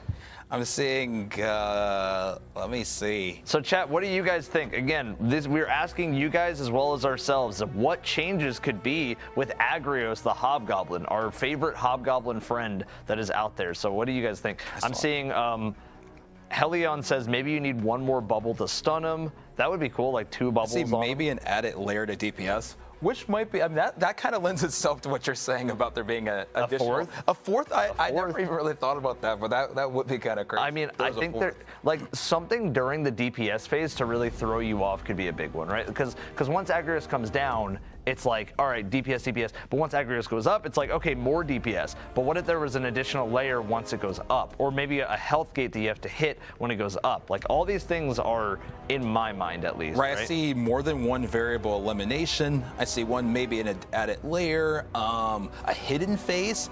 Hidden phase, Spectre, okay. maybe elaborate on that. What do you mean by like in a hidden phase? In what way? And I see like a witness test like phase maybe. A witness test phase? That would be so funny. Throwing in a test. Having to draw squares, triangles, and circles. That would definitely be something. I'm trying to see if there's Drop pods? Cabal drop Drop pods? in the middle. It's just yeah, imagine giant Cabal drop pods coming down and smashing you while you're mid DPS. Sorry, so they're adding Tanix some way. And Adding Tanix probably will well, not- Tanix is chilling with us today. Yeah, he is. Tanix, He is Tanix with is us. hanging out with us. So I see one that says a final stand, which honestly it would be interesting if they added an additional like to because the thing is about the bosses that we had pre getting obviously to the end. Yeah. They were. Like a lot of people, this is the first time where a lot of people named the bosses by their type and not by their name. For instance, it's not like they call War Priest Knight. Yeah. They call War Priest War Priest. But the overwhelming majority of players in the community are normally just saying Hobgoblin, Yeah. just saying Wyvern, just saying Hydra. So I do wonder if they do add an additional almost layer, like you're mentioning with Final Stand, that could make it where they do feel almost more like I would say maybe name boss like. Like I Yeah. don't even know what the exact term I'm looking for is, but Shadow that's roll. interesting. Or they could just add Shadow Shadow roll. Hobgoblins. Why not? Shadow roll, walk around the room. Why not? Okay, so the next thing that we're going to ask you guys, because obviously we've talked about the Hobgoblin at this point, let's go to the Wyvern, Iatros. Let's talk about Iatros here. If you guys remember, everybody picks up some Chronons, you jump through a big hoop together, you power that on, you know where to go based on the color of the hoop, you jump up a tower, one person jumps up the tower, has to activate the different things, kill the swarms, everybody else is 3-2-1ing with timing. It's a rhythm, it's a metronome. You gotta hit the timing. If the timing is off, then it's really punishing. But my question to everybody is what could be added? Because this is, I would say, the least mechanically Yes. complex encounter that we have in the entire raid. This is the one where I'd expect more additional layers of mechanics to be added. Like when I think about what already exists, one of the things that I do think about too is when everybody kind of 3-2-1s and times it so that they can spawn the platforms. Like I kind of think about this as already kind of very centered around platforming. So I wonder, could they make it where the platforming is harder, where like maybe the pathing for it is different? That's one thing. Do they make it more punishing? Right now, I would say the normal rate's pretty forgiving. You can mess it up a few times. I know we've been guilty of that before, where our timing's Yeah. wrong. And next thing you know, our jumper's mad at us because we've messed up the platforms. So they could maybe make it more punishing, where there's not as much room for error. That's like another thing too. But let's see what people are saying. I see 2 players have to climb is one thing that I see. 2 players have to climb baby wyverns. Baby wyverns. What, like Screeb, only wyvern edition? Just like small, like imagine a wyvern, but it like pounces, but it's like way faster because it's really tiny. That sounds So it's awful. like jumping. Do they explode? Like, Well, like they the hurt. Screeb? I don't know if they explode, but they hurt. I see a 4th column on Wyvern or more Vex boxes to collect. I saw another 2 people needing to Baby wyvern, jump. like does the baby wyvern like grow up and like does it just like how does a baby wyvern like turn into a full-grown wyvern? Do they have to add parts to it? Is it how does? You tell me, Evan. You tell me. I bet the growing pains for a baby wyvern to a full-grown wyvern are miserable. there's also 2 sets of platforms at a time. See, that's where I'm at, guys. I really think that the biggest thing that they could add a layer to would be platforming, or at least it feels like that's the most obvious. Is there anything else do you think that we're missing? I'm saying once you hit a box, pillar players have to rotate to the next box. That actually could be really interesting, and that's a really good one. Thank you, Demonic, for saying that. Imagine 3, 2, 1, shoot, and then it's like, okay, guys, everybody rotate the room. Right. Yeah. And now, because now. Like Obviously, activators, almost like maybe having a debuff that just stops you from like in some way that forces that rotate. a timer. Yeah, exactly. Yeah, so then the people who are maybe on Iatros duty, keeping the boss at bay, have to swap with people that are doing pillar duty. Interesting. And then you you kind of have to have the person who's climbing shoot one of the boxes to lift themselves up. Ooh. Like, so then it's a full rotation. Everybody's kind of like doing the full circle. I think that's very interesting. Yeah, that actually is like a really good theory. I'm also seeing maybe adding something like teams having to split up. Portal only allows set amount inside for a set amount of time. It's another one I'm seeing as well. Let me go to the other. Gabriel says, "Stop giving them things to make the game even harder, guys. It's epic. This needs to be this one needs to be epic. So in my opinion, they need to make substantial changes to each of these bosses. Yes, like substantial. Yes. So we're excited. So like we'll see. I mean, so I honestly, I feel like we got some really good theories for that one. That was actually really good, guys. I like the theories that you guys are cooking up here. And so with that being said, let's go ahead and move on to our third boss, pre-final boss. Let's talk about the Apoptes, the Hydra. So what do you think they could add there, Evan? So if I remember Apoptes, and I love my boy Apoptes. Yep. So whenever I enter that room, it's you jump in, you clear some ads, and then you're calling out for each other across the different rooms, and you're telling each other on each side which eye to shoot, top left, bottom right, all this kind of stuff. And then the people in the middle are then going to stand on a plate, and then you shoot the ones that are not the one that they see, so the other two correlating. So if I say bottom right, it's top and bottom left, and then blah, blah, blah, it drops the shield, drops the Hydras, and then everybody comes together once all the Hydras on the sides are dead, and then it's timing on damage. It's a lot of mechanics. It is a lot of mechanics, but there is one mechanic that is just like strangely missing. And what would you say? Wait, the thing about raids, and especially just in general, but even very much so in this raid as well, one thing that we're seeing from almost start to finish, even though it's not technically linear, we see a lot of Chronons. We do see a lot of Chronons. All the time. But then we just don't. That's a good point. There is no Chronons that I know of in here, and maybe the plate is a big Chronon. Maybe whenever you stand on the plate, it's just a giant Chronon, but you're right, there is no Chronons. Maybe you need to power the plates in order to get said buff to then do the mechanics, but maybe during damage there's something with Chronons as well. I'm with you on the Chronon theory. Yeah, I mean, because that's one layer that I think. I mean, another one is they could, like, we kind of talked about Heart Mode Wrath. I remember I said it was kind of more servitors at it, like just enhancing what you're already doing, just more of it, essentially. Yeah. They could do more rounds of eyes, too. I think that's another way they could go about it, too. More eyes, just, whether it comes to the DPS phase of eyes or the getting the DPS of eyes. I actually think, now that you mention it, because I know Chronons are a big part that's missing, and I know we say more eyes, but let's bring us back to Iatros for a moment, and we talked about rotations. Okay. We talked about room rotations. Mm-hmm. I wonder if it's every time you break an eye, somebody else has to break the next eye. I wonder if there's something to do with rotating. A rotation with eyes. And I'm also wondering, now that I think about it, I'm also wondering on what do we think about. Not only do you break some eyes, but the call-outs are different, like the ordering. So, like, I'm not calling out for you, you're not calling out for me. Maybe somebody in the middle has to call out for both of us so that we can see. I guess we'll see. Let's see what everybody's saying here. So, Chronon spawning around the map during the damage to be able to pop the shield and shoot the eyes is one that I'm seeing. What are you saying? That could... I'm seeing the color of the Chronon determines what mechanics you do. I'm seeing swap sides halfway through.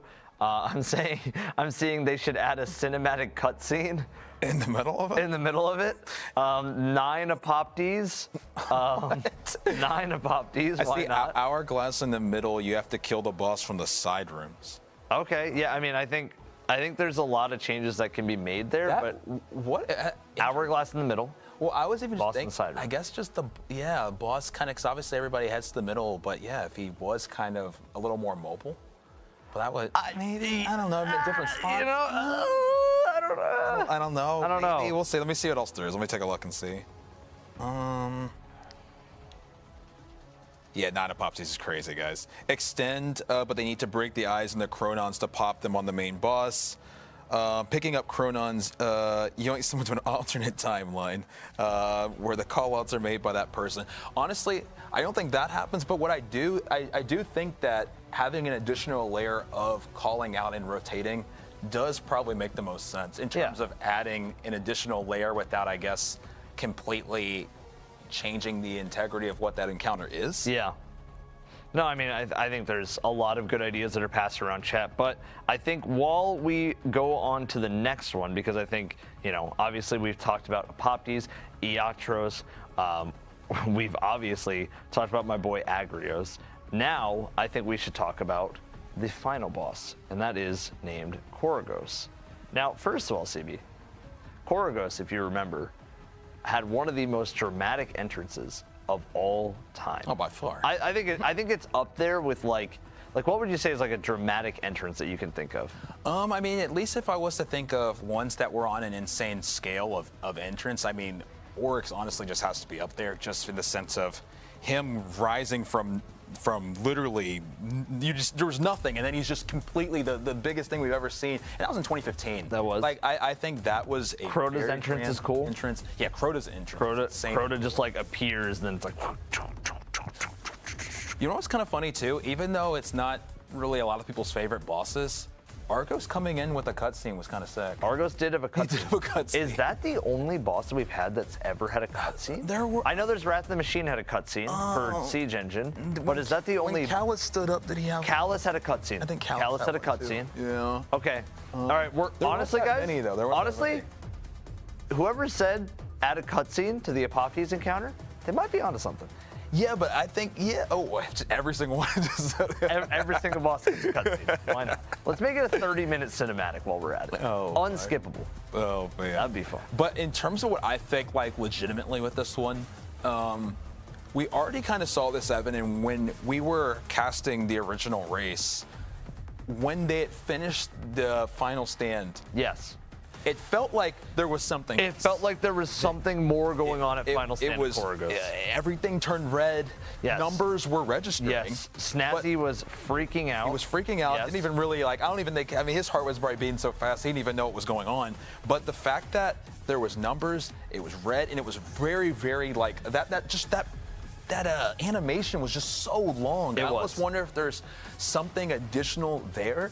Like once you clear final stand, maybe? I just don't know. Like, where's your guys' heads at? Where's everybody's heads at? Yeah, what does everybody think the final boss of, I guess, normal Desert Perpetual, the contest Desert Perpetual, what do you guys think that boss, what do you think they could change with Korogos? Korogos. I thought that Korogos was probably, it was a great way to tie everything together. I mean, you're stunning the boss consistently, you're getting different buffs, everybody has a different role while the mines are floating around. You have true ones and false ones. I think I agree with you that Final Stand is definitely the easiest thing to say, like, okay, is that even a tease? Is that like a tease for Epic? Was that something that I could even wipe? Because Snazzy was standing right in front of Right there. and he didn't die. Yeah, and that's the biggest thing too. Is like that one is outside of, obviously we talked about Hobgoblin as well.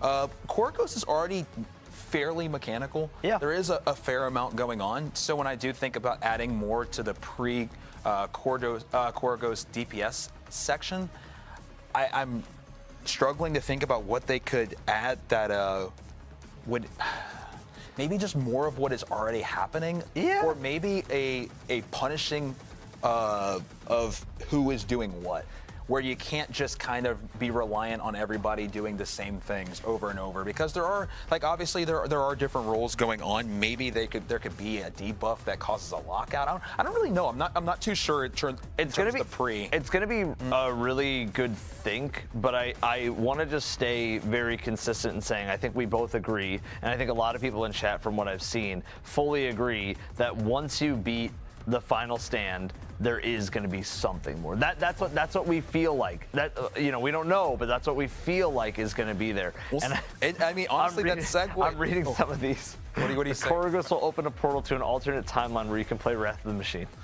Oh boy. I'm seeing champions. I'm seeing boss spawns and mini bosses. Imagine Koragos is like, you're not done. Go fight Apoptes. Go fight Iatros. Well, Go honestly, fight it Agrios. does segue us, like, because one option, which is our theory, is something on top of Final Stand, which would just be like Final Stand Part 2.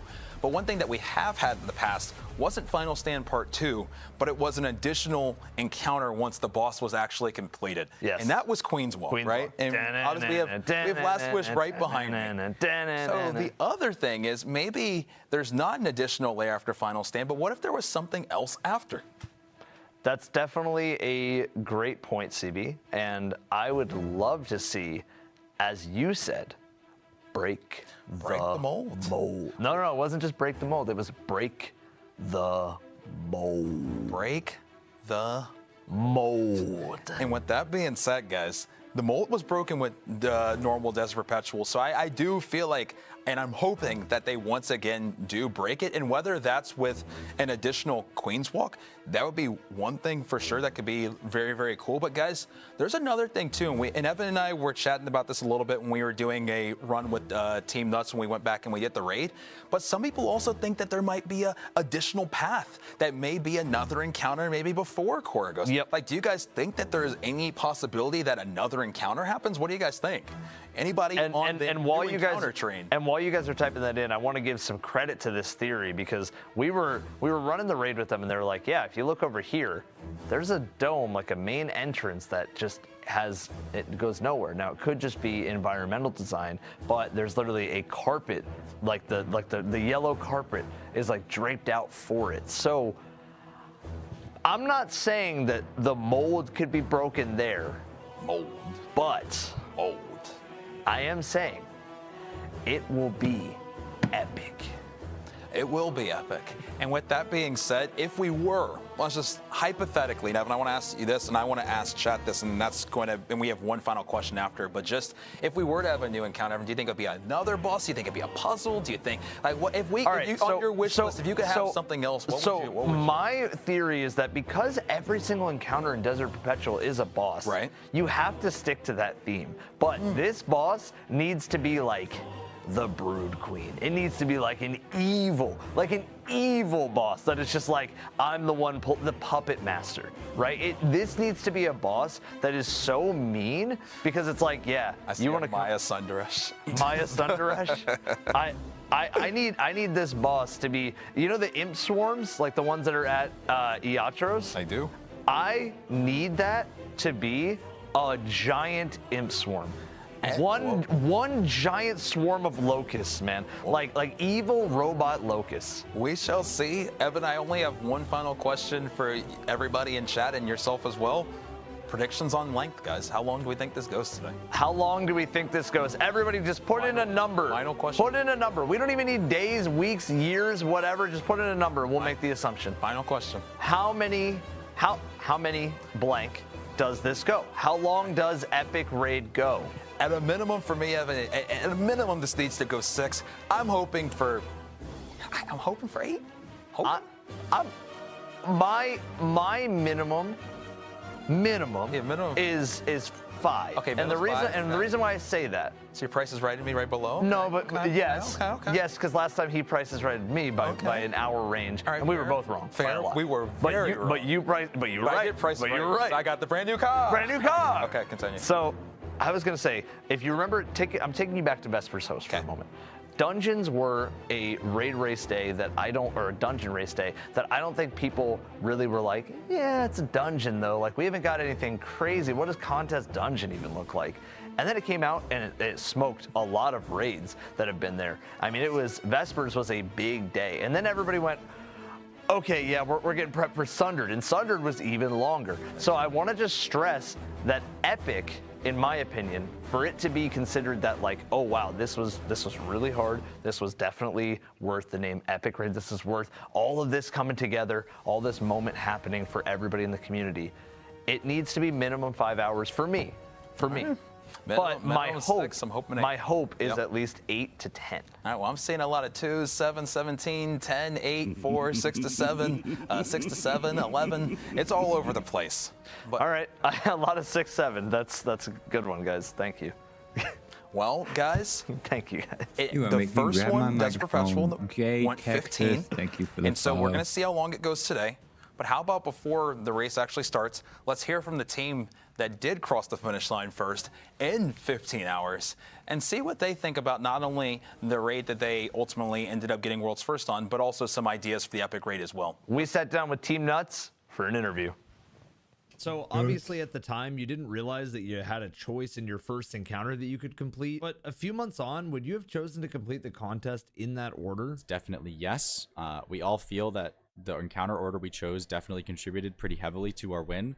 Hobgoblin being first was perfect for us. We got to learn a pretty mechanically complex encounter while everyone else was learning theirs.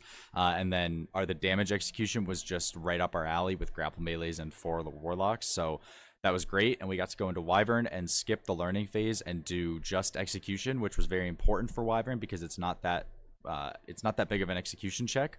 So there was big time save in that encounter, and then the same thing goes for Hydra, where it still is a bigger execution check, but not having to figure it out is a huge time save in that encounter. So made a big difference for us. Do you think that when it comes to the epic raid that teams are going to follow the same order, or do you think that things are going to be switched up? Like, what do you think? I think teams are going to follow whatever order they're comfortable with. I don't think it makes too big of a difference now that we know all the encounters.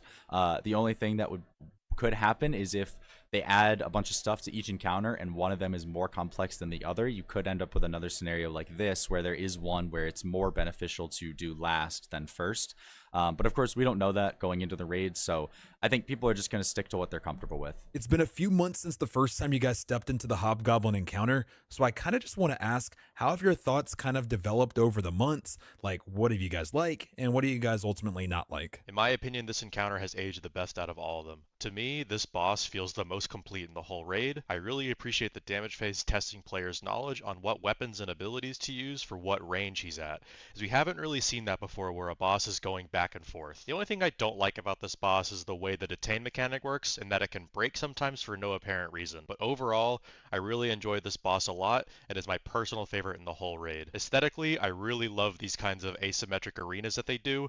The music is great, and the atmosphere is awesome. So how do you guys think the fight will change, and where might the added difficulty come from in the epic raid? I think in the epic raid, this encounter might see the least amount of changes due to it feeling pretty complete already. When thinking about changes Bungie could add to encounters, I feel like it's appropriate to think about where the most physical empty space is currently, because that could be where they maybe add another coil to turn on, or maybe they add another platform for the boss to stand on, giving a different line of sight to worry about rather than players just standing on one side of the inner mohawk. They could also do an inversion of the current fight where instead of one of the hobgoblins becoming activated, now 2 of them become activated, and the one that is turned off is the one that you need to align to. Let's take a quick second to talk about the Wyvern encounter. With this being your second boss in the world's first run, how well prepared were you guys when it came to info when you reached this encounter, and how quickly did it take you guys to get it down? So we essentially rocked up to Wyvern with a whole dado guide thanks to our scouts, which gave us a very good head start before starting the encounter, and gave us a quick understanding of what to look out for in terms of mechanics, which sped up the entire process of solving and getting the processes down. What are your general feelings about this encounter compared to some of the others? What would you change about this encounter, and what did you like about it? So overall, this encounter is a bit of a weird one. At first, looks extremely simplistic in terms of mechanics, but when you really take a look at what you're doing, you see that there's quite a few moving parts to it. In my opinion, I think that this encounter takes the most coordination between your teammates, even more than something like Hydra. This encounter is all about timing, and messing up slowly chips away at your timer. And my favorite thing about this encounter is the boot mechanic. It's such a small thing that's just a nuisance at first, but really screws you over when it needs to. However, one thing I would change is probably the leniency of the wipe timer, because when the wipe timer hits 0, it doesn't actually wipe you immediately. It doesn't kill you, but instead it gives you a bit of a grace period where you can still dunk Chronons to extend that timer. And in my opinion, I think wipe timers should be definite. Like, if it hits 0, it needs to wipe the team. It needs to end it. End the run right then and there. How do you think Bungie could or should change the Wyvern for the epic raid? So I've thought about this a little bit, and one way I've thought is changing that there needs to be like 3 jumpers instead of the 1, because there are 3 platforms in total, or 3 plates where you can start jumping from. So having 3 people simultaneously jumping up and doing that mechanic might be a little bit more interesting. And it would remove more people from the main area, so there'd be less people to kind of rely on throughout the encounter. And branching off of that one, you know, there might be some buffs similar to Core Ghosts where you need to stand on the individual plates to get 3 different buffs.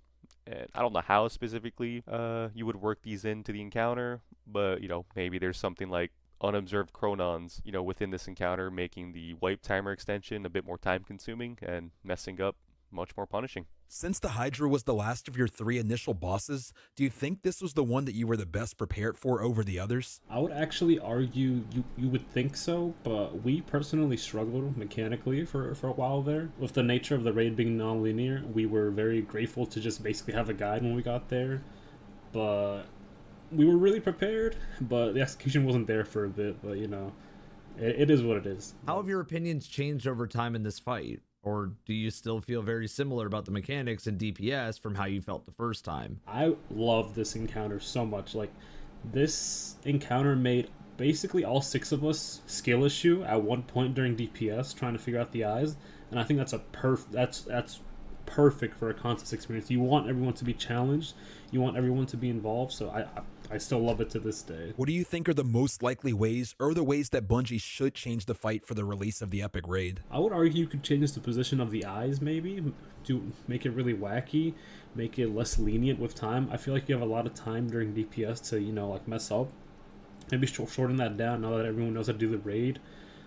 Get more people involved, because honestly, truth be told, this game is best played when everyone has to do something at a very high level, and you can see that with the 5 feats, you know, getting everyone involved during mechanics and final boss and this boss. It's a lot of fun. So that's those are like 2 aspects in which I would change this boss fight. Now, Snazzy, your boss reaction was amazing during Raid Zone. How do you rank this boss in Destiny history in terms of presence, entrance, aura, whatever you want to call it? I think Korgos, in my opinion, ranks to be the best boss in Destiny history. The damage check, along with people doing mechanics mid-fight and dodging lasers, has to be the coolest / toughest a boss could be, I feel. As well as the entrance to the boss fight, Korgos popping out of the ground throughout the sand and being this big harpy is just so cool. This was the DPS check that was the hardest for a lot of teams to overcome in the raid. Do you still think that it's going to be the hardest when it comes to the Epic Raid? I would definitely think this would be the hardest DPS check in the Epic Raid. I think Bungie has a common experience of trying to make their final bosses DPS check the hardest out of the raid, and with them making an Epic Raid, I definitely feel like Korgos will still be the hardest DPS check. What could Bungie do in the Epic Raid to improve this fight overall? They can improve the fight by requiring a bit more from players during the running and damage, as well as increasing the boss health by just a bit. Maybe by adding an extra mini mechanic during the damage phase that another player needs to do, or two players need to take care of, something like that, I feel. With it taking over 15 hours for the original World's First to be completed, how long do you think the Epic Raid's going to take? I think the Epic Raid version will be completed much faster, because most of the challenge in day 1s is figuring out the mechanics for the first time and how they all connect together across encounters. This one, you already have the baseline of what you need to do with a little bit more sprinkled on top, but the core mechanics won't change, so there won't be really much to build off of, and in turn, there won't be as much challenge as normal raid races. If I were to give a time estimate, I would say it's probably completed around 6 to 8 hours, depending on how tough Bungie wants to make the damage checks. If you could go back and experience one moment from your World's First completion that wasn't the boss kill, what would it be? I would love to go back to Hobgoblin and just grapple melee him again. That was so fun, because it was the first time anyone's ever grapple melee'd in a competitive race, and on top of that, we got to show what our team's really good at in a high pressure situation. So that one was really awesome to do. That was Team Nuts, everybody. And that was Ham, Melito, and Scaria. That was Snazzy. That was Mitch. And that was Silken. And they are insanely, insanely good players. And we have some more news coming up for Team Nuts a little bit later. Not to foreshadow anything, but true. I will foreshadow one thing by taking away the shadows on a stream. Ham, love you to death, man. There is no more covers today, guys. Let's go ahead and talk about our next segment, which is the stream rules, Evan. Let's go ahead and talk about it. Let's talk about the stream rules on the screen. Let's see if we can pull those up. So if you guys know, this time around, everybody will have to follow some standard guidelines on streaming their world's first attempts. This is a way for everything to be as transparent as possible in the approval process, as well as just making it a good viewing experience. And on top of that, making it a fair competitive experience for a lot of people. So with the goals of today, with the Epic Raid rapidly approaching, Bungie wanted to make sure that players were aware of updated streaming guidelines required to qualify for World's First. To reiterate, streaming is required, but only one member of the 6-player fire team must stream. The stream must be on YouTube, Twitch, or Billy. Like I said, guys, we are going to be everywhere, tracking people all over the world. Yes, exactly. And the stream must be set to video on demand so that we can obviously pull up a VOD. Game audio must always be on, but players may mute their voice audio. So, again, it's one of those things where we don't need to necessarily be in the huddle. Right. We just want to see the plays as they are happening. The team member who does end up streaming cannot black out or hide their screen or portions of their screen outside of the designated areas showcased in the guidelines. So what are those areas that can be covered up? Let's go ahead and show those areas that can be covered. So there's an idea of webcam and chat in the bottom right. If you would like to put them there, those are optional. But the screen buffs, if you would like to cover your buffs, they are there. Remember, it is optional if you want to cover things. Yes. You don't have to cover anything. But if you're competitively thinking, hey, I don't want people to see all the buffs that are on screen, I don't want people to see these things, Bungie has provided an overlay that will make sure that it is nice and covered up. Yes, so those things are available to you guys. And like Evan said, remember, these are not required. These are things that if you are going to be blurring, they're providing these assets. But obviously, if you're just streaming normally, this isn't something that you need to worry about. Exactly. With that being said, Evan, we talked about the rules. You showed the overlay as well, but there's something that we always do when it comes to when we go ahead and go through Raid Zone. Yes. Before we go live with the race, there's always something that, it doesn't feel like Raid Zone until I hear a certain word from you. And every single time you bring the energy with it, I feel like every time it's always like one bar raised. I got it. So I got the word. I need you to be ready. Yeah. Okay? I know you know what I'm talking about. Yes. So we are going to be going over the Epic. No. Not yet, at least. Epic. No, different word. Not epic. What word? Banned.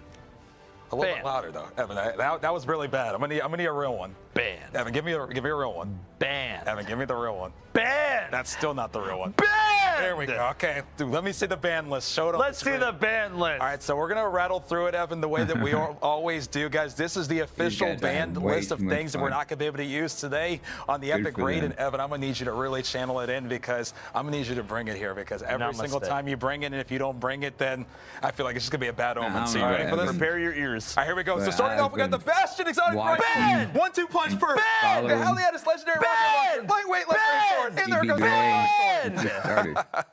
Ben, get him out of here. And it was funny because Ham was talking about, hey, we really like grapple meleeing the boss. A big part of that is 1-2 punch. So we're going to have to see what they're able to adapt to. Also, I saw the Bastion Exotic Fusion Rifle. I wonder why Bastion. I wonder why. There's been some developments with that. There has been some developments, guys. So these are the things that are going to be banned. There it is. So that is our ban list, guys. So if there's any questions on that, this is also available, I believe, on the Bungie page as well. But yeah, these are going to be the 5 things that you guys need to make sure that you're aware of when it comes to planning out what you're going to be using. So with that being said, now let's talk about if you do cross the finish line within the 48 hours, what you can expect. So let's look at that emblem. Look at that thing. Oh my good golly gumdrops. So that is going to be what you can earn for completing the Epic Raid within the first 48 hours while contest is live. Ooh. And CB, I want to point something out. I don't know what this emblem is referencing. Because I can't. Well, maybe eyeballs. Well, yeah, clearly there's eyeballs. Right, because that's where we. What is on the left? On the left, I'm not quite sure. And this is what, because usually emblems they point to encounters. I mean, the last contest emblem was literally Korogos as an emblem, and it looked amazing. And not to say that this one doesn't look amazing, because it clearly does. It's actually rocking, my favorite color is green. Yeah. A little verdant specifically. It's got a little verdant in there. Okay. But I can tell you right now. I mean, the hex code? There's something, yeah, little 0175. Okay. I can tell you right now that this is something that I don't recognize in Desert Perpetual. Yeah, far left. Not sure on. Yeah, obviously right. We can kind of we recognize that. So we'll see if that turns into anything. But with that being said, at the off chance that you're not able to cross the finish line in the first 48 hours, and you do just want to still complete the epic raid on the normal version of it, there is an emblem for you as well. So let's go ahead and see that as well. Let's go ahead and see it. Oh, so here's all right. another. So it looks like to me, okay. if I'm a thinking man, and I'm a man who has thoughts. Okay, let me hear. I'm a man who has thoughts. So I see a triangle that kind of looks like the Vault of Glass a little bit. The color scheme is similar. Color scheme for sure. Yeah. I mean, it's Vexy, right? Yep, very Vexy. And my boy Rahul would be very happy with the bottom of that, because I don't know if you noticed, but it kind of looks like some sort of looted Vexy. Yeah, the interesting thing that I think is, if I once again just to dissect, all we can really do is dissect what we have in front of us. Yeah. But we do have a pentagon-like shape in the middle of the triangle as well, Evan. Yes. And I mean, it's got 5 sides to it. I don't really know. I'm just sitting here trying to cope and think maybe they could be pointing to the different. I don't even know. But I don't know. But 10-full hat on. But I'm gonna stay with you okay, again. Because if we are gonna be sitting there and thinking about the contest day 1 emblem, this is the epic raid emblem. Yes, still representing the epic. So it has to represent something in the epic raid exactly. no matter what. Yes. And do you recognize anything here that really tells you, okay, this is something we've seen before? Maybe some of the environment, because color scheme wise, it kind of looks like Desert Perpetual.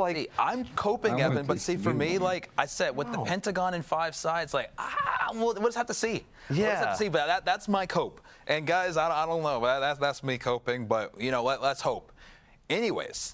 Now let's talk about everybody that's hanging out in chat right now, guys. Yes. So if you're watching any of your favorite streamers across the direct, love you guys. Thank you for watching today. There is an emblem that you can get for watching as well. So let's take a look at that as well. Oh, for watching. The Gnarled Tendrils. Yeah, for watching the stream for minimum 1 hour, make sure that your Bungie account is linked to your Twitch account. And then on the YouTube side, I believe we also are giving away some emblems on top of this. So we'll be doing some giveaways today, guys. Don't you worry. But this emblem is for watching the stream. So minimum 1 hour, just watch the stream. Make sure your account is linked. And I mean, it looks cool. Now, where are these tendrils coming from? Is that Koragos on the middle? Is this a new thing? Color scheme wise, I like the greens. The color scheme's very cool. It's very hard to even chat. What do you think about this one in terms of what this could even be representing? I don't really know. This one's hard to say. To be honest, I'm not sure. It but could be what was it? 3? Could be 3 from no, maybe the cosmic being of the 9. It could be okay. Yeah. See, Shiro is in chat. Hit me with the 3 of the 9. See, 3 could be 3. It could be. And with that being said, Evan, we do have one more emblem that wasn't one that was even announced. This is something that nobody knew. This is a brand new certified reveal, a Raid Zone exclusive reveal. Yeah, so this was one that Bungie didn't even say in the TWAB, but the Golden Hour is back, guys. The Golden Hour emblem is available. And so you guys can earn this once again in any of your favorite Destiny streamers all across the directory. Golden Relief. Yes. And so the Golden Relief can be earned by gifting 1 sub, non-prime, non-anonymous, to any of your favorite streamers in the Destiny 2 directory. Yes, so any streamer that is on Twitch, just make sure that it is a Tier 1 or a gifted sub that is Tier 1 equivalent. Again, make sure your Bungie account is linked to your Twitch account. But yes, if you gift a sub or if you Tier 1 sub, you do get an emblem today. And it is also September, so subs are discounted on top of that. Yes, they are. But CB. Yes. We've talked about the in-game rewards. Yes, we have. We've talked about the potential bans. We have. The bans! Yes. And we've also talked about the new streaming requirements. Yes, we have. But you know what's required to look good on Raid Zone and also look good? Suits? Suits definitely help, but CB, I was thinking about taking it a step further. Yeah? What are you thinking about? We've lived together for a long time. Yeah? Let's bring up the full cam for a second. Let's bring up the full cam. Oh. CB, we've lived together for a long time. Yeah, we have. And CB, it's with great honor that yep. You're a great housemate, and I wanted to honor said housemate rules and requirements. Will you accept my ring? Is it an epic ring? It's an epic ring. Then yes. I will accept your Let's epic go! ring. Let's go! Okay. These guys are All having so much seriousness, if you guys complete the epic raid, let's show there it. is a Let's show ring. it. There is a ring. Let's go ahead and show this thing. He said yes. He said yes. There it is. There it is. The epic ring. Let's do it. We got to do a little ring ring. Yeah. Little. All right, right to the camera. Is it? And then I thought we got a bump. And then we got a bump. Boom. This thing is nice too. So guys, you can earn this if you complete the epic raid. Any of you guys can get your hands on an epic ring and then go give it to somebody special. Yes. go give it to that special housemate, okay? Give it to that special casting mate that you do in Raid Zone with. That special casting mate that you do Raid Zone with. Guys, we're rocking this for the whole Yeah. Why not? Yeah. And so now, this is for anybody that completes the epic raid if they want to get their hands on the epic ring. Remember, this isn't a ring, this is an epic ring. This is an epic Because ring. if there would have been a normal ring, I would have said no. Well, I wouldn't get you a normal ring. I'd get you an epic ring. It was an epic ring is the only reason I said yes. I'm not gonna not get him an epic ring, guys. Well, It has to be an epic ring. Well, I'm glad, and now we'll have an epic wedding. For life. But with that being said, guys, if you do cross the finish line first, obviously there is the highest tier reward for that. And so we're going to talk about in a second, but not yet, we're going to talk about in a second what you're going to get if you cross the finish line first for the epic raid. But first, we want to reveal to you guys what the winning team of the Desert Perpetual World's First Race Team Nuts, what they got for winning theirs. So Let's show Team Nuts gold belts. Look at the gold. Look at Koragos on the side. Yes. It's going to say Team Nuts on the belt. Look at that thing. Again, I want to say a big shout out and a much love to Team Nuts. These guys are amazing. Absolutely. Go show them some love. Yes. Ham, Inscaria, Melito, Mitch, Silken, and Dabs, aka Snazzy Rock. Yes, sir. They absolutely popped off, and this is their belt that they are going to be receiving. Etched themselves in history, and I mean, what a, like we said, and I know we're going to be talking about breaking the mold all day, but I mean, breaking the mold in that raid and ushering us into the new era of raiding when it comes to the Fate Saga and crossing the finish line first, 15 hours in, non-linear raid, one of the, if not the craziest high-octane back and forth finale and we've ever had when it comes to 6 or 7 teams all having a chance to be world's first, all just barely missing it and getting slivered. I fell to the ground like 6 different times. I poured like 7 different cups from this pitcher. I mean, it was a crazy, like it was the craziest back and forth that we've ever seen. If anybody was there for Raid Zone last time, you guys know. I mean, I only hit the floor like 10 times minimum. And so, big shout out to them for winning. Big shout out to Team Nuts. Again, let's get one more round of applause for Team Nuts. Let's show them some love, guys. Yes. Come on. So big. Come on, man. Come on. Big love to them. And so now, let's also take a look now at what you will receive if you win the epic raid race. And CB, I want to point out a key difference, and I'm going to ask. I'm going to ask so our production crew to do a little flip flop with me. Let's go back to the last belt. Okay. All right. Now show me the new belt. Now the last belt. Okay. Now the new belt. Okay. And do you notice a difference? Other than silver. That's silver. Other than silver. Is it? Let's go back one more time. Let me see one more time. All right. One more time. Now go back to the new one. I think, Evan, it might be something on the left there. What's going on? Do you see underneath our good old Fire Team Finders on the top right and the top left? Do you see a different logo underneath that? They do. I want to stress again. We've talked about the contest emblem and the normal emblem for completing the epic raid. We've talked about the differences there, and we've said, okay, we don't really recognize some of this stuff. I do not recognize that logo. Now, it could be the symbol for epic. It could always just be the symbol for epic. Right. But that logo, I mean, the last one, can we go back one more time? One more time. That logo, that's Koragos. Yes, it is. Well, now let's go to the new one. Clearly. That is clearly something else. Yeah, I don't know what that is. And I don't know. And so with that, guys, we wanted to turn this to you all for a second. What are you guys thinking after seeing this? Because this isn't something that was really talked about, even after everything was revealed. Probably because a lot of people weren't doing side-by-sides of the 2 belts. But, you know, we're trying to, and this is what, you know, the purpose of Raid Zone is. We're trying to take all the information and context clues that we have and try to come to you guys with as much information to come to our own predictions. But what are you guys thinking? Yeah, let's hear what you guys think. We're saying it's Maya. Maya's Echo. Maya's Echo. So Maya's Echo. So why would that be there? What do you guys think? Like, Echo cook up outside. something, guys. Like, what do we think? It's Maya's control ring thing. Also, it's the Raid launch symbol. Maya's Echo around her neck. So you guys think Maya? Do you guys think for the epic raid they would throw Maya Thresh fully into the fight? that would be epic. That would be epic. That would be epic. Okay. What do you guys think? I mean, I'm seeing a lot of like raids resetting. It's going to be new boss. Like, there's going to be some sort of difference there.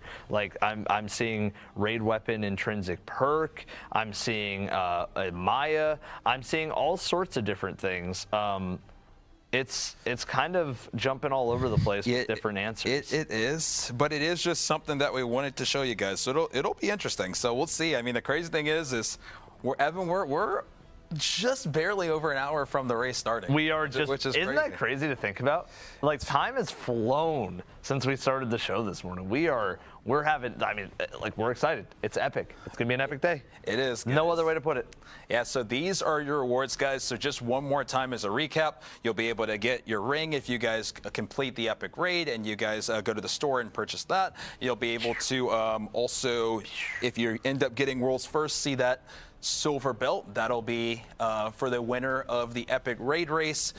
There's the emblems to earn, the viewership one, as well as the sub one as well. We have the contest clear emblem, and then also if you complete the epic raid once contest is over, there will also be an emblem for you. And then remember, Evan put that jacket on me earlier. That will be available as well to those who clear the epic raid. So a lot of different things to earn.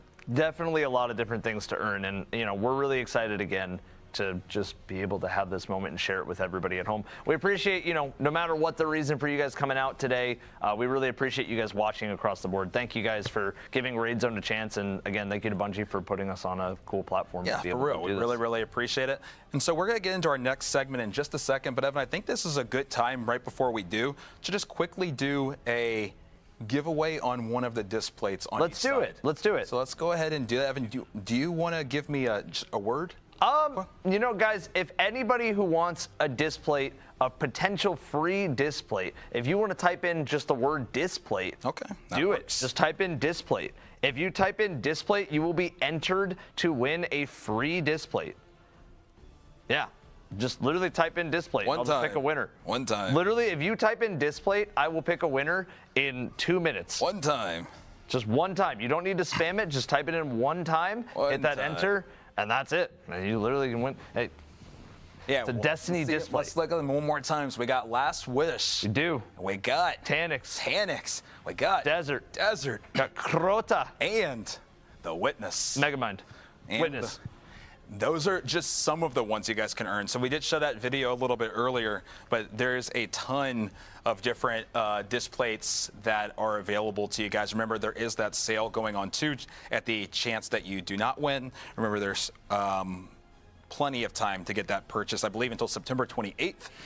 They have 35% off of their entire raid collection. So just remember that, guys. Yep. And guys, I mean, at the end of the day, like some of these disc plates, well, one of them more specifically was made by Bungie's very own in-house Lyndon Willoughby. Thank you again, Lyndon, for, insane. And then Paul Tobin on Deepstone Crypt. Paul Tobin made the Deepstone Crypt one, aka the good old Tanix one, which also, again, glows in the dark, which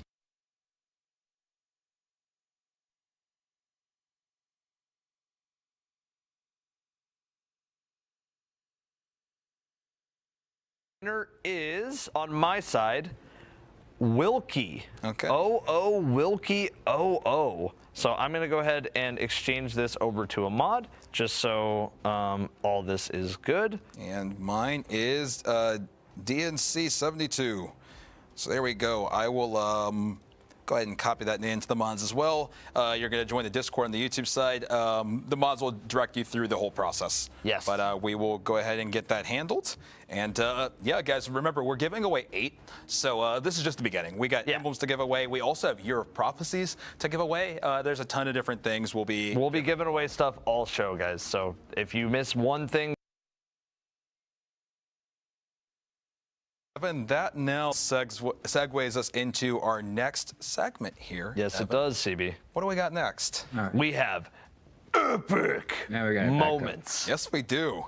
And so, before we can go into the raid race, guys, which now is less than an hour away. It is less than an hour. Less than an hour away. Like I said before, and I mentioned this with trivia, and I really meant it. Like, before we dive into the epic raid, it's important that we think back to prestige raids, to master raids, to the even Age of Triumph the way that we did, hard mode raids. We even talked a little bit about Pantheon as well. It all adds this layer of context and history that kind of enriches everything. We also wanted to do that just in general with raid racing. Like, with this being an epic raid, we wanted to talk about some epic moments. Yes, we did. Well, I want to go ahead and start it off. Evan, you asked me a little bit earlier about some of the most, like, I guess, epic entrances, right? Yeah. And remember what I told you? You said King's Fall immediately. I did, because back in 2015, I mean, not to say that Atheon and Crota didn't have insanely cool entrances, but it was the scale that was a little bit different than the scale we ended up getting with King's Fall. And I would say a lot different, to be honest, in terms of the size. And so the reaction to seeing Oryx for the first time is something that I know I'll never forget, and I'm sure a lot of you guys will never forget either. So let's take a look at it. No. He's immune. The nope. The good old nope. The nope. From Oryx, the very first time. What I remember about that was right before I still raid raced, because the first one I ever raced was Wrath of the Machine. I was stuck in my computer science class, and I remember my laptop was just the raid race the whole time. I was so locked in. Yeah. And seeing Oryx for the first time, I will never forget. Nope. Ever. Nope. Nope. We'll never forget. Well, I mean, CB, I think that's a great transition into my first epic moment as well. Okay? And I want to just quickly start by saying I think this is a moment that Oryx was a moment that I think everybody who was playing Destiny was like, oh yeah, this is an iconic clip, an iconic moment. I want to bring you to one where I think not as many people got to see it. Okay. Raid racing had not quite, like it had really kicked off with King's Fall, right? Because obviously Vogue was that first one. Crota was like establishing ground. King's Fall was the first like big punch of raid racing, right? And I think that Last Wish, obviously, you know, it was the first like sanctioned raid race that had a belt, and it had day one emblems, and it had proper rewards for that.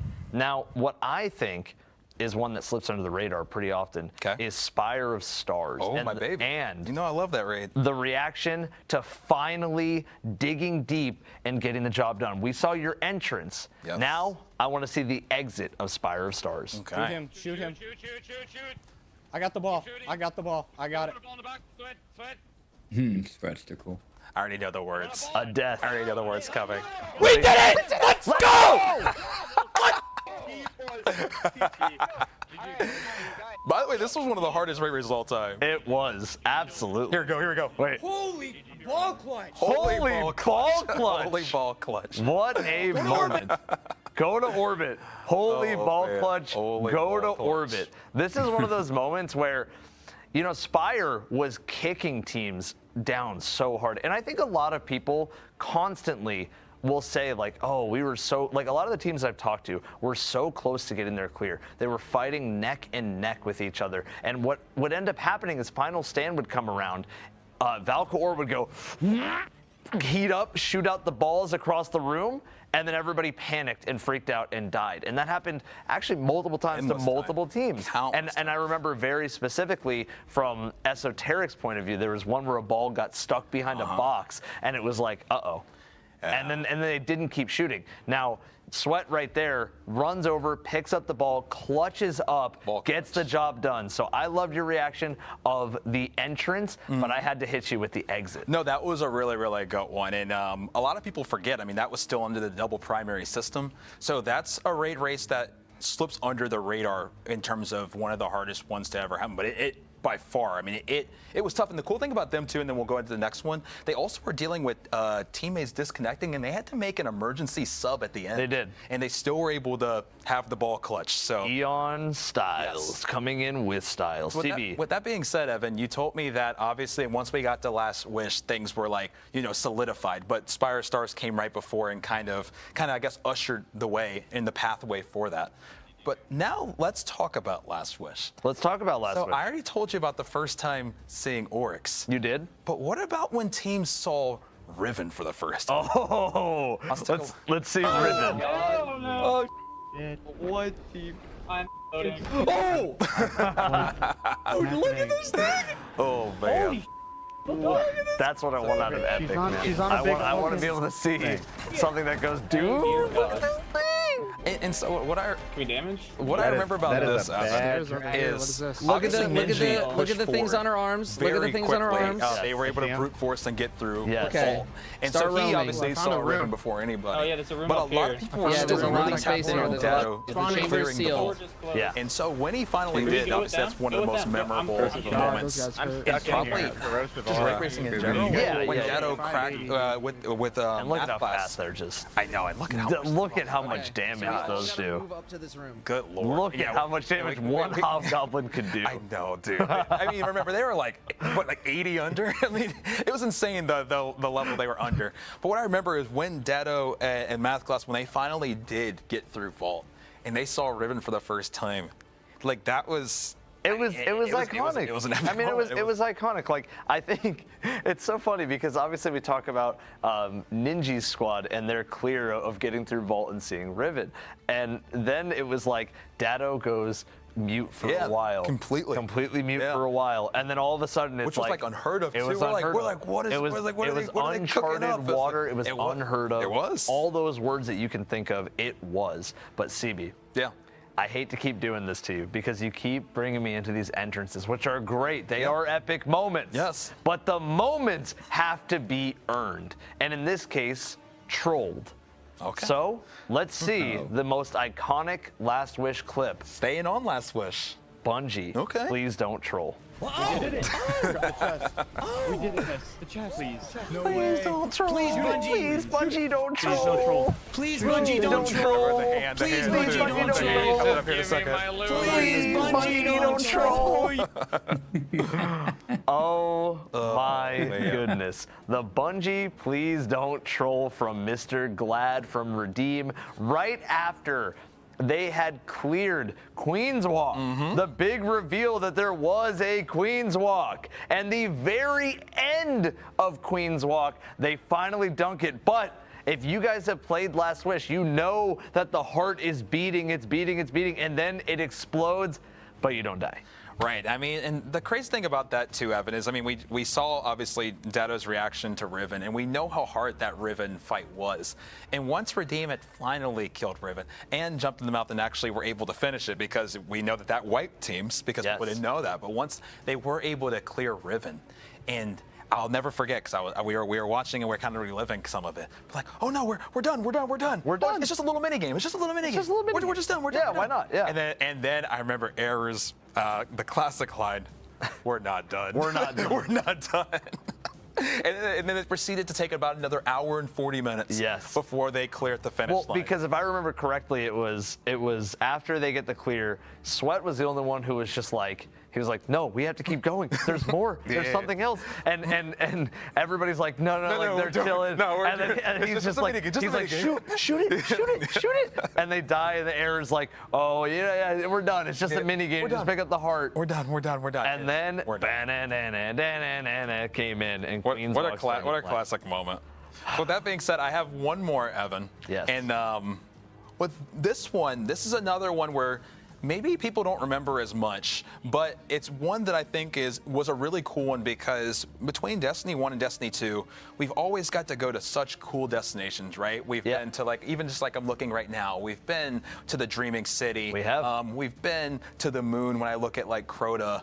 We've been to the Dreadnought, right? We've been to so many cool places. But at this point in time, even though we had like traveled to all these different destinations across the solar system, we had never just launched into space.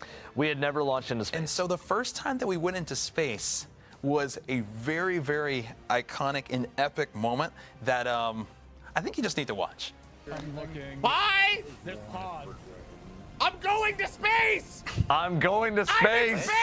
I'm in space! I'm in space! I'm following you, T. He's also I can't wait for this. I'm in space! I'm in space! Wait, where are you? I'm in space! Where I told you I'm in space! How is this not clear? I told you I'm in space! Why are you Why are you in space? So where are you? I already told you! I'm in space! Wait, what? Why? Why? Yeah, why are you in space? Wait, no way. Everybody's freaking out. It's one of those moments that is really breaking the mold at the time. That was breaking the mold of Destiny. Being able to go from the normal environment on Europa, going into this evil lab, and then being shot up into space was something that genuinely is unforgettable in almost every single way that I can think of.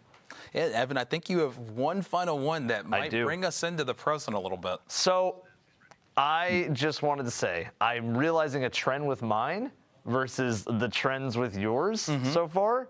And my final moment that I have chosen that is an epic moment is one that's a little bit more sentimental.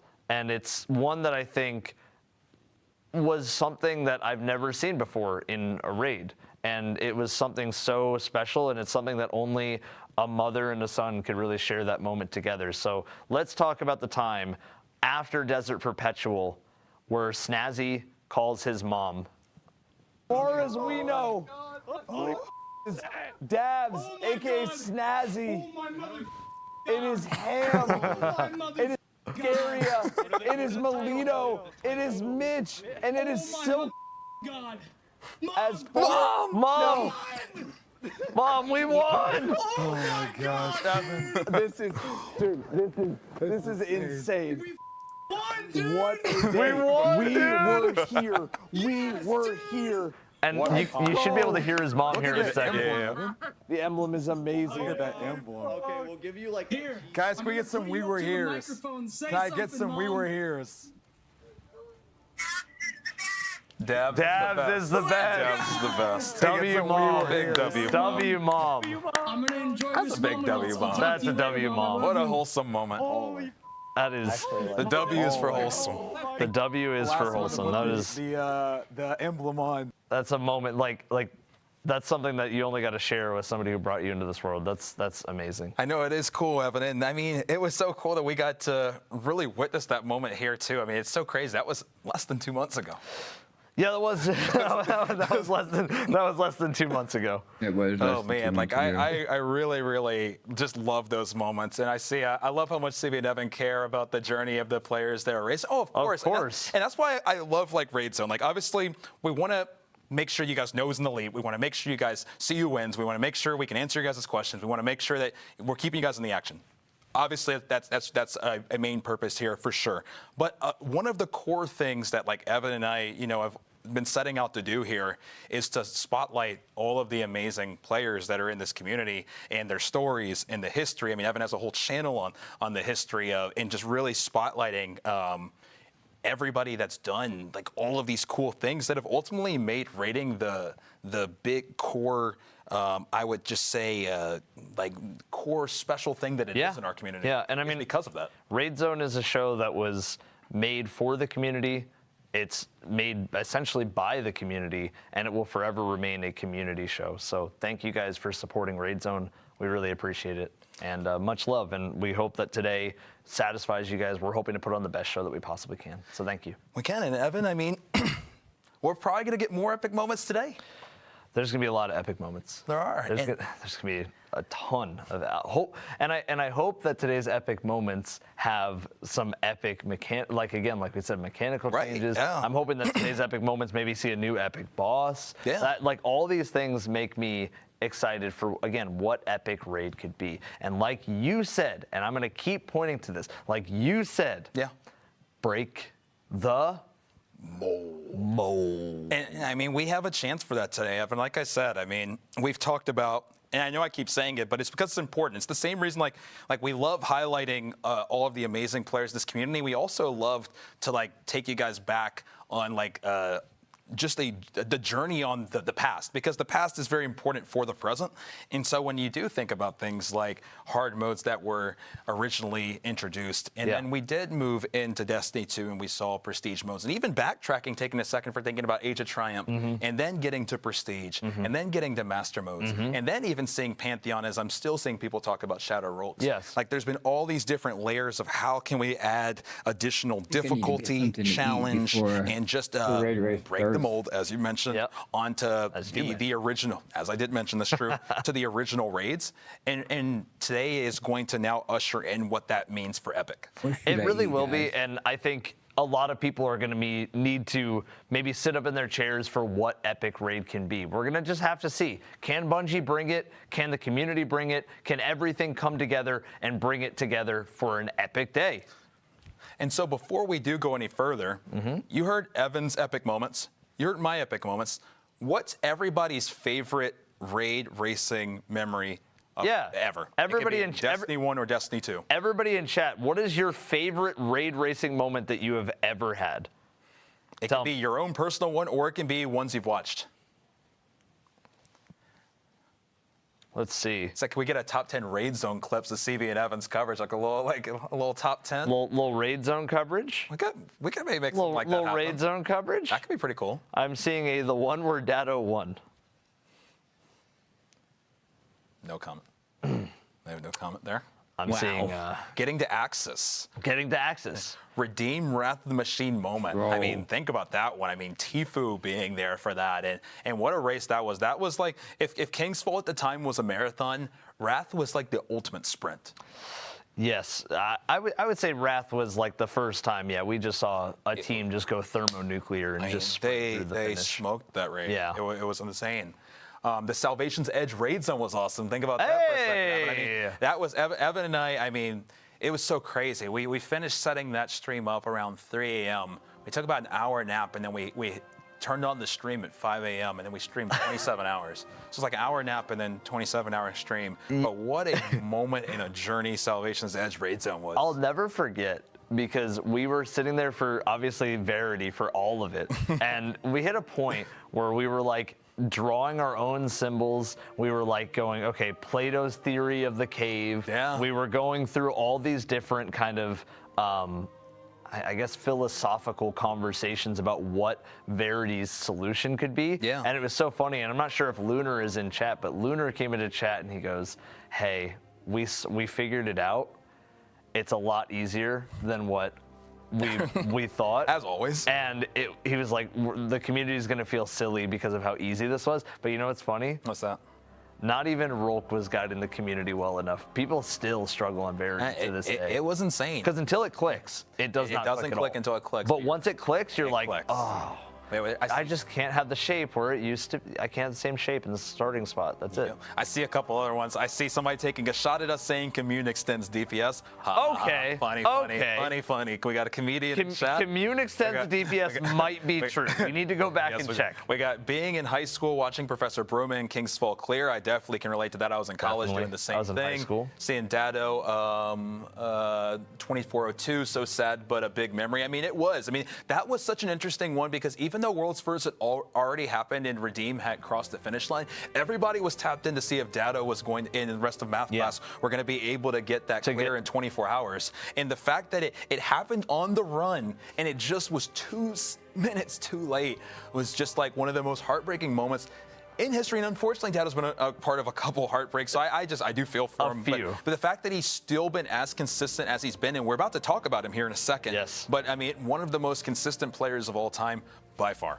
By far. I mean, math class in general. Math class in general has been one of the most consistent teams of all time. And I think, CB, you just brought up a great way to segue into our next segment. So before we show some visuals and everything, I want to give a quick shout out to A-Tides for providing us with a power rankings that we will be talking about of the different teams. And if you remember, last time Team Nuts was on this power rankings as well. So there is some credit, there's some proof in the put into these power rankings. And one day, hopefully we see your teams out on these power rankings. And hopefully one day we see some new champions out there that nobody's really heard of. I think it'd be really cool. We'll get we'll get A-Tides' link in both chats too. But Evan, let us know what do we have to talk about. So the first thing I want to talk about before anything is that I want to just throw in a quick honorable mention.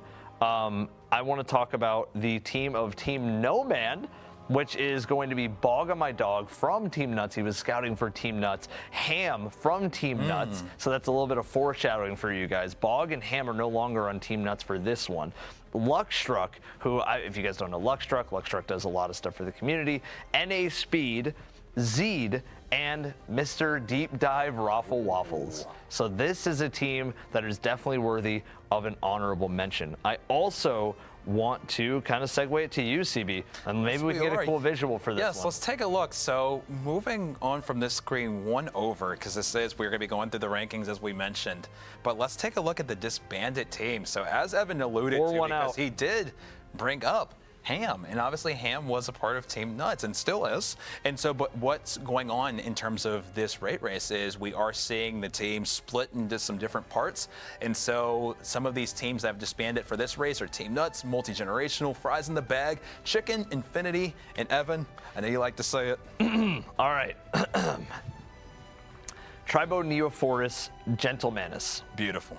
And so these are some of the teams that are going to be disbanded for this, as well as one other one too. We'll go ahead and go to the next scene here, and you'll see that Harden the Paint, also a team that absolutely destroyed Root of Nightmares. Originally it had Rowan as well. They are not going to be racing this one either. So another team that we are very accustomed to covering. Yeah. So it's really going to be anybody's race today. I mean, at the very least, you will see a new world's first team no matter what. You will. Team Nuts is not racing together on this one. But I want to quickly segue it into our first team, the one that we just talking about. And that is Math Class. Math Class looks just a little bit different this time, and by that I mean the exact same.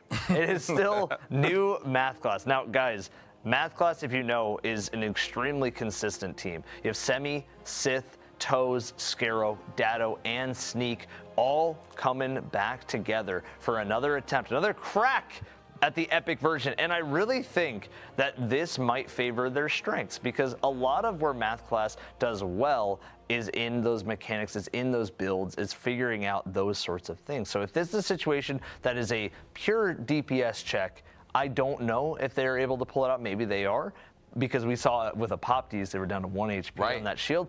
If it's a DPS check, I'm not sure.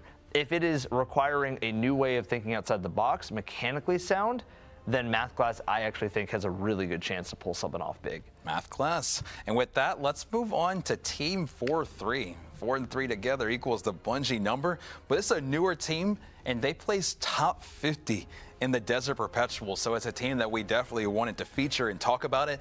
They're going to be running it back with a very similar squad.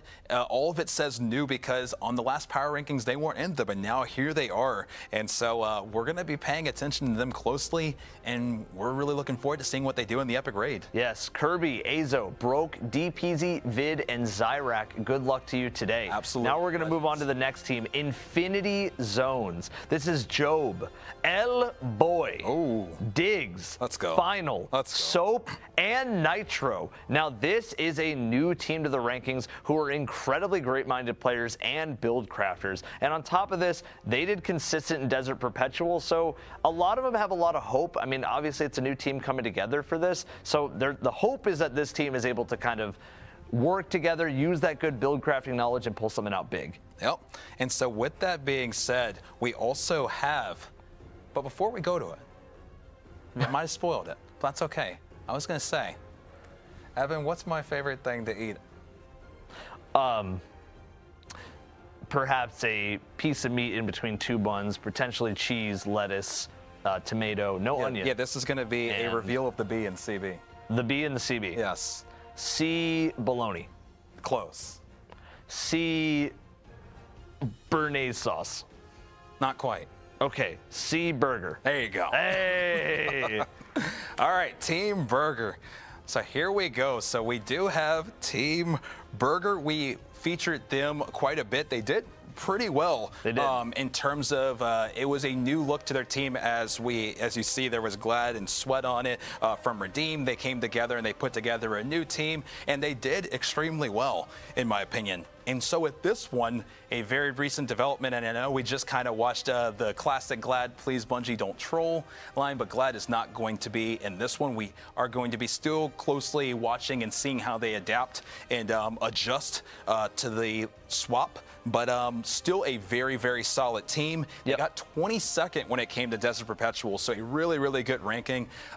Sweat's still in there. That provides a lot of world's first experience. And what I will say is Sweat has a prestige when it comes to prestige Spire of Stars, so he knows a little bit about added layers of difficulty when it comes to racing. So very interesting to see. And prestige Levy.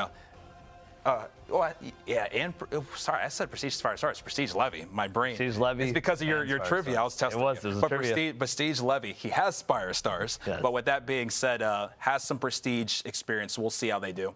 All right, and moving on to the next team. This is Team Crux, and this team actually is a little bit different from the original Team Crux you see on the left side of your screen. On the right side, the new version of Team Crux is on PAM. If you don't know, LFG Bingo, some solo challenges, Husk, Dagger, Prey, Curly Fry, what's up Curly, and Snow. So this is a team that has placed 26th in Crota Reprise, 18th in Salvation's Edge, 28th in Vespers Host, 13th in Sundered, and 21st in Desert Perpetual, just eclipsing Team Burger. Wow. This is a consistent team, but obviously they're coming together as kind of a newer version of this squad together, so we're going to have to see how they perform today. Is the chemistry going to be just right? Or are they going to figure it all out? We'll see. And with that, Evan, going back to my childhood, one of my favorite things to do was have LAN parties with the boys. LAN parties and play are a great. little bit of Halo 3. So let's go ahead and talk about Halo 3 LAN party. So we got Zero, we got Iced, we got Ryu, we got Mad, we got Allham, and we got Spark. So this is a great team. They are full of speedrunners that are absolutely insane gamers. They got number 2 on Ron, which remember, Ron was an absolute sprint too. I mean, it was just like the level of like high octane gameplay, and Ron was actually insane. For them to get second is extremely impressive. And then it's very funny, the coincidental stat for this next one. They got 17th on Crota and Salvation's Edge. That is weird. So something about the number 17, which is who knows? We'll see. But they didn't do the best when it came to Desert Perpetual this time, but still a team we're going to be looking out for because they could easily turn it around when it comes to the Epic Raid. And they got a ton of mechanical skill. And like I said, they're a team of speedrunners, so we're going to be watching them pretty closely. And as you can see here, too, different flags from across the world. That's going to be something you're going to be noticing as we continue to go through Worldwide our event. rankings. We are featuring people worldwide, which is really cool. So it's awesome to see just how many places around the world people are competing. And CB was foreshadowing a little bit more worldwide because the next team, Team Twice, is actually a newer team made up of Clan Bliss. They also have some great pieces, but again, we need to see how they are together because if you see the old team was Team Void, the new team has Yunjin, Noah, Nick, Soupy, and again, worldwide, Ballista and Void. K-pop fans. K-pop fans on Team Twice. All right, CB, hit me with the next team. Team Flow. So with Team Flow, we have Gamer Connor, we have Noel, we have Sammy, we have Bodie, we have Sacrifice, and we have Quicks as well. So this is a team that's been very consistent. They've been playing for a long, long time, but they're new to the race this year. They didn't compete when it came to Desert Perpetual, but they have some really great pieces. And this is a team that just is full of gamers. They have a lot of mechanical skill, and it's just one that anytime they do compete, they're always a team you need to look out for. So we are going to be watching them very closely. And now, CB. Yes. Worldwide event, you said. Okay. We said that we said that it's a worldwide event. Okay. And let's head over to Team Redemption. Oh, this okay. is a team that I really feel like we were watching very closely. They were making really good progress, but this is a team full of cracked runners and a lot of French representation. I really think that the Epic Raid has a chance to favor them a lot more just because they are a speed running team. They are also very, very good at build crafting, and they feel like they didn't play as well as they should have in Desert Perpetual, so they're really trying to have a little bit of redemption. So you have Milax, Axis, Limzo, Hayes, Silly, who is replacing Xanaris, and if you remember, Xanaris was a part of the Oh my God, Onslaught, the solo legend Onslaught, and also which was insane. Too. It was insane. That was insane. And Feox. So this is a team of very good players, and I know they're 15th on here, but I feel like they could be 1 today. Well, Evan, you talked about France. How about we go over to China next? Whoa! Team from China. Team from China. This is a team that we are very, very much going to be watching closely. As we mentioned, guys, we have Bilibili, which is another platform that we are going to be watching. And there are 2 names here specifically. Also, admittedly, the 2 that I'm able to read here. ZCP and Han are 2 gamers that, like, Han is top 10 almost every time. Yeah. Like, if you guys don't know, Han is almost always top 10. Han's a gamer. Han is an absolute gamer. And same with ZCP. And ZCP is also a gamer. And if anybody knows how to say some of these other names in plain English, that would be great. This team is insane. You guys, if you don't know, you guys need to start paying attention because this is an insanely good team. Han always places very, very well. ZCP is an absolute gamer. So we're really excited to feature this team today as well, too. Yeah, and I think, again, it just goes to show that Raid Zone is a worldwide event. We're here for the community across the entire world. So very excited. And speaking of being very excited, CB, what is something that we live in Texas, so what is something that we always want to go to, but we just haven't gone to yet? To get some barbecue? Yeah, well, we do get barbecue. You can get barbecue here. Okay. But, a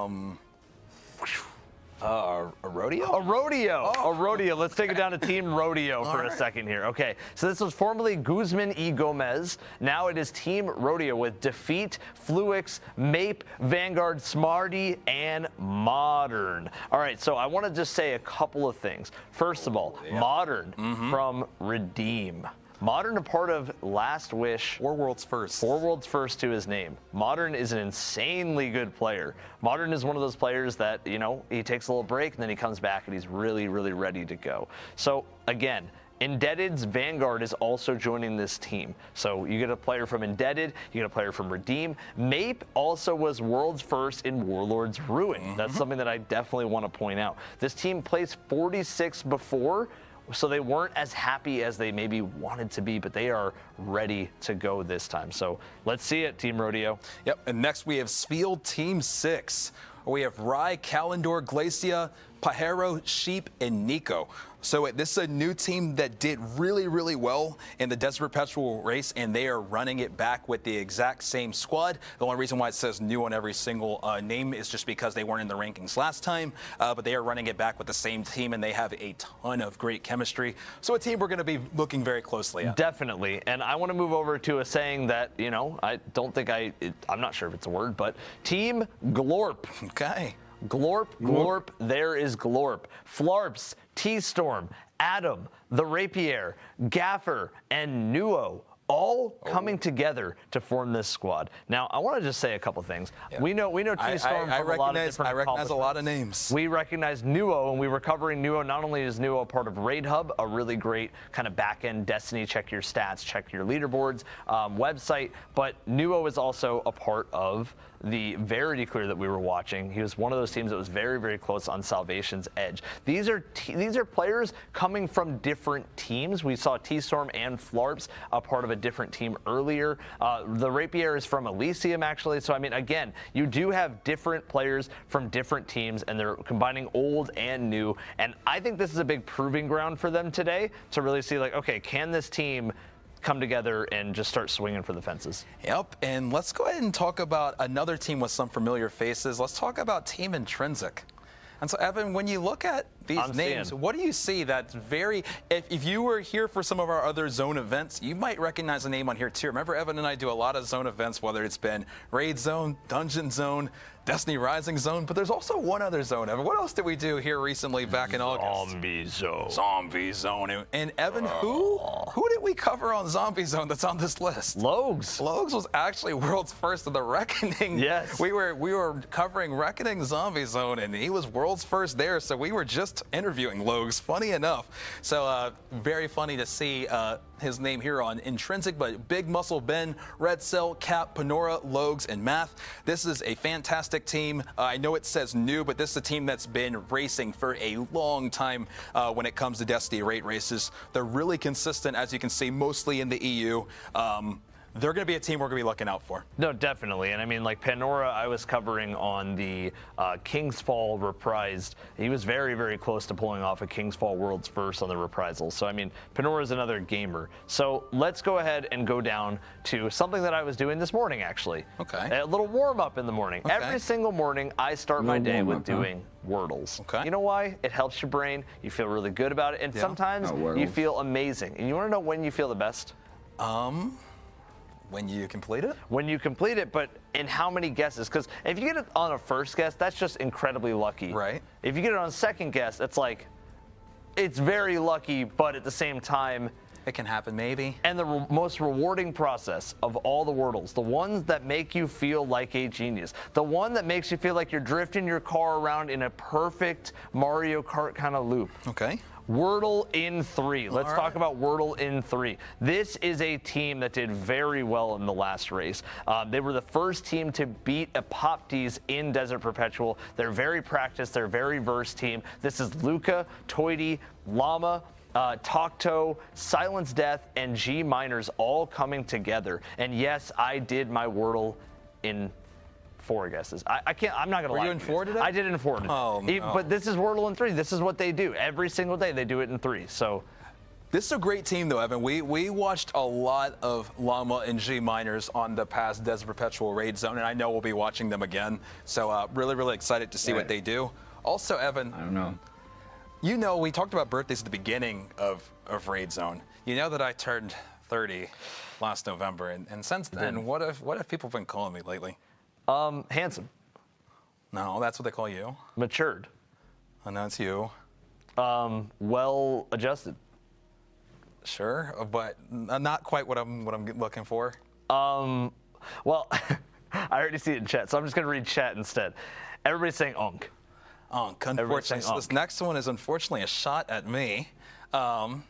With anti-Unk coalition here. And so the funny thing is, I remember a memory here. You're going to see a very notable name that's not on this team list anymore. And it's funny, it's relevant. I don't know if this is why they named it, but me and Vendetta at GCX, when we were celebrating his birthday, because we're very similar age, and we were saying we're the Destiny Unks is what we were saying. And now seeing here the anti-Unk coalition and Vendetta not on this list, which is a huge hit, by the way, too, as he was world's first when it came to Scourge of the Past. He had the world's first solo caretaker.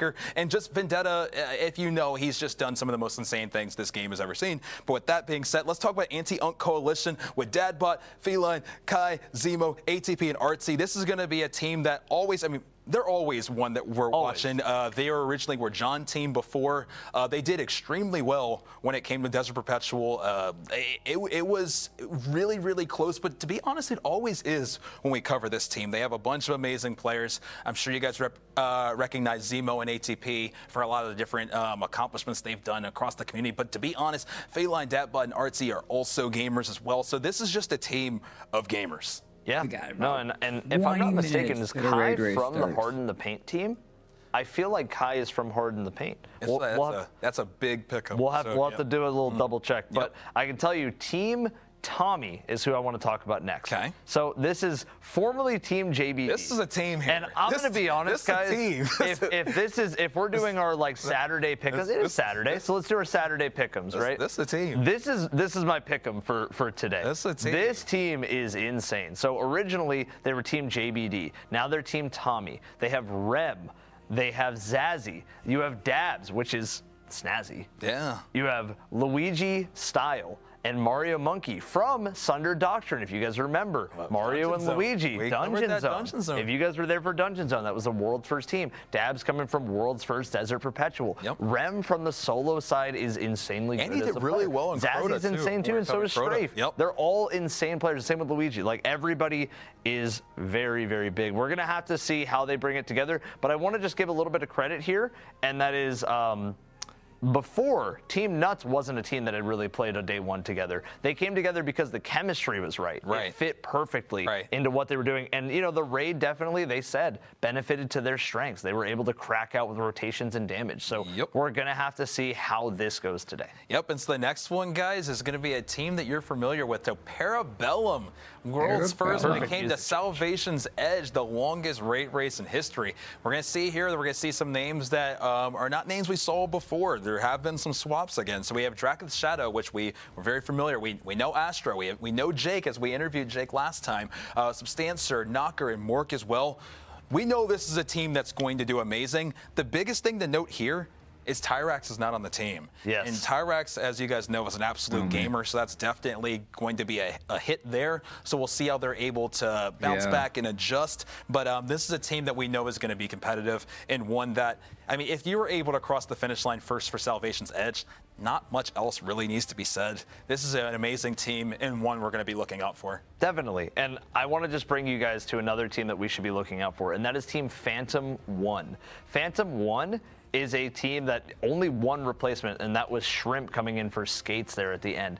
This team is consistent. They practice as a six-man team all the time. And this is a team with 2 top 10 finishes to their names. So I think it's important to say that Phantom 1 is one that a lot of people aren't looking out for, but they will be today. And you talked about Dungeon Zone, Evan, with Mario and Luigi. Is there another name I'm seeing there that might have been there for that team? Biggs. Biggs was there from that team as well. So, I mean, we all these names I feel like we've either covered in Dungeon Zones, Raid Zones, speedrunning tournaments, or solo tournaments. We've seen all these names. Yes. A lot. So these are very, very great players here. So let's move on to Viva La Low Man. Viva La Low Man. We know pretty much everybody on this team, too. So we got Dragon, Bree, Soto, Spike, Grum, and Hobo. Another amazing team that are insanely good at low manning, as it's in the name. So they got number 3 in Vespers Hosts, and they have a lot of really, really good skill. They have a top 5 finish in a raid, and they're running it back with the exact same team. This is a team that can do really, really well. Because the thing is, too, when you do low mans and do them at such a high level, it means that you're just able to hold your own. And with the Epic Raid, if the difficulty is maxed up, you know, from 10 and now raised to, let's say, an 11, they're going to be able to hold their own. So really looking forward to seeing what they do. And now I want to bring you to a team that has so much prestige. They're all decked out in belts all the time. You guys know them. It is Elysium. Let's talk about Elysium. And there are some additions on this team. This is going to be a scary team. Now, they're already scary. I want to start by saying that Elysium has to prove themselves from one of their worst performances, which was 11th in Desert Perpetual. That was their worst. That was their worst performance, was 11th in Desert Perpetual. They are now joined by Jiffy, isn't that insane? I know. And by Vendetta, who also has a world's first belt to his name. So you have a team that is absolutely ready to crack out Jiffy, Vendetta, Salt, Obama Gaming, Vile, and Quaz. And Evan, I want to mention something too. They actually have something on the line here that a lot of people wouldn't even realize. That's true. The silver belt line. Silver belt. They have every silver belt. They have Crota, they have King's Fall, and they also have Vault of Glass, the 3 silver belts that came before with the reprisals. And now we have a silver belt today with the Epic Raid, and this would be for the 4th. Yes, definitely. And now, CB, I want you to talk about the next team. I will. There is some huge I will. on here. Team Rutek. Let's talk about Team Rutek. Jackery, Tyrax, as we see. Tyrax. There he is. You're like, oh, is he not racing? Oh, no, he's racing. He's all racing. Right. And then Uzi, another absolute gamer. T, Barbucks, and Shade as well. This is another team. This is like, oh my gosh, this is the Boundless Clan team, and they've had a lot of really good performances, and they were top 3 in Desert Perpetual. And guys, we know how hard Desert Perpetual was. So the fact that top 3 and then adding Tyrax, it's insane. They do a lot of practice. They have a lot of chemistry, and they're very, very, very scary. I mean, and you're adding somebody who was world's first from Salvation's Edge. I saw Jacob say 73-9 Warriors, 2018 LeBron, 2012 Miami Heat. This is another team. So, this is an insane team. This is number 2 on our list. Okay, and let's talk about the team that is ranked 1 on the power rankings. Let's talk about Team Indebted. This is a very consistent team. They have the win in Vespers Host, number 2 in Crota Reprise, number 2 in Desert Perpetual, and a shared win in Zombie Zone. This team also has some new looks. Sutek is coming in, Carson's coming in, Splits is coming in. And again, this is a high-stress situation, but I think Indebted is proven to be at least number 2 a lot of the time. They've gotten a win in a couple of things. Now can they pull off number 1? Right, they were so close with Crota. They were so close with Desert Perpetual. As you just mentioned again, we were talking to them on Zombie Zone. And then we were even covering them as they cleared first encounter when it came to Destiny Rising. There's all over the place. They're a super, super skilled team, and we're really, really excited to see how they do today, as they were so. I want to quickly correct something as well. There is no association with Boundless. When we said Boundless, it is actually Passion. That was the clan for Uzi. Fair. Yes. And thank you for that, too. That's a good call. Guys, with that being said, those are your power rankings. And what an amazing pre-show today. And can we say get some big love to A-Tides again, for putting that together. He scoured the entire, basically, world, as you guys saw there, to put that together. So, W-A-Tides, thank you again. Let's get his link in on both the streams if we can. Definitely get some links going. He also has a YouTube video that he does for those as well that covers that whole process of going through the projections, and something that we appreciate him sharing with us is, like we said, we want to be able to cover all the different teams that are out there and really just feature all of the amazing gamers that are in this community. But with that being said, Evan, that will do it for our pre-show. That's our pre-show, CB. We're less than 15 minutes away. Hey, Evan, it's insane that, I mean, we're going to be casting the first Epic Raid and seeing what that ultimately means. Like, I'm just so excited. Guys, if you're on the Bungie Twitch, if you're on the Destiny YouTube, you're going to be now redirected or rated into the main stream. So you're going to be teleported if you're sitting in your chair. So just sit tight as we're going to go ahead and segue into our transition that's going to bring us into the main show, as we have a race to cast. So we'll see you guys very soon. Thank you for hanging out with us in the pre-show, and we'll see you very soon for the main show. Thank you guys for joining us. Yes! Yes! Let's go! Nice. Good shine. Good job, boys. Let's go! That was so short. So glad. Oh! Wait! No! No way. No. Is this final? Oh my God! I am going to mute my mic. I am going to eat. We're going to watch the raid and talk about it. Ladies and gentlemen.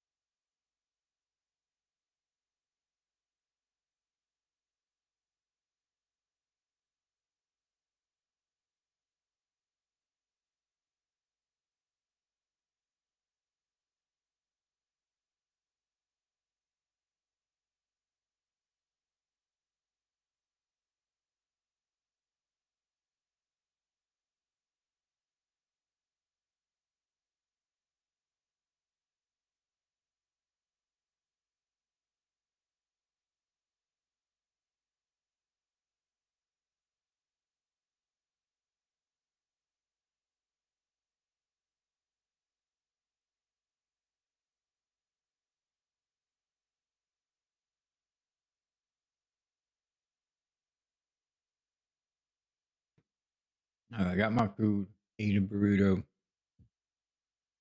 I tell you, the salted caramel toffee coffee from Sonic, fucking fire.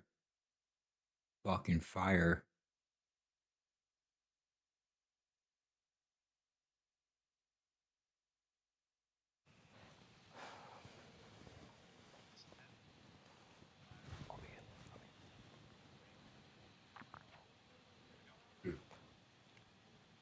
Welcome back to Raid Zone! But once again,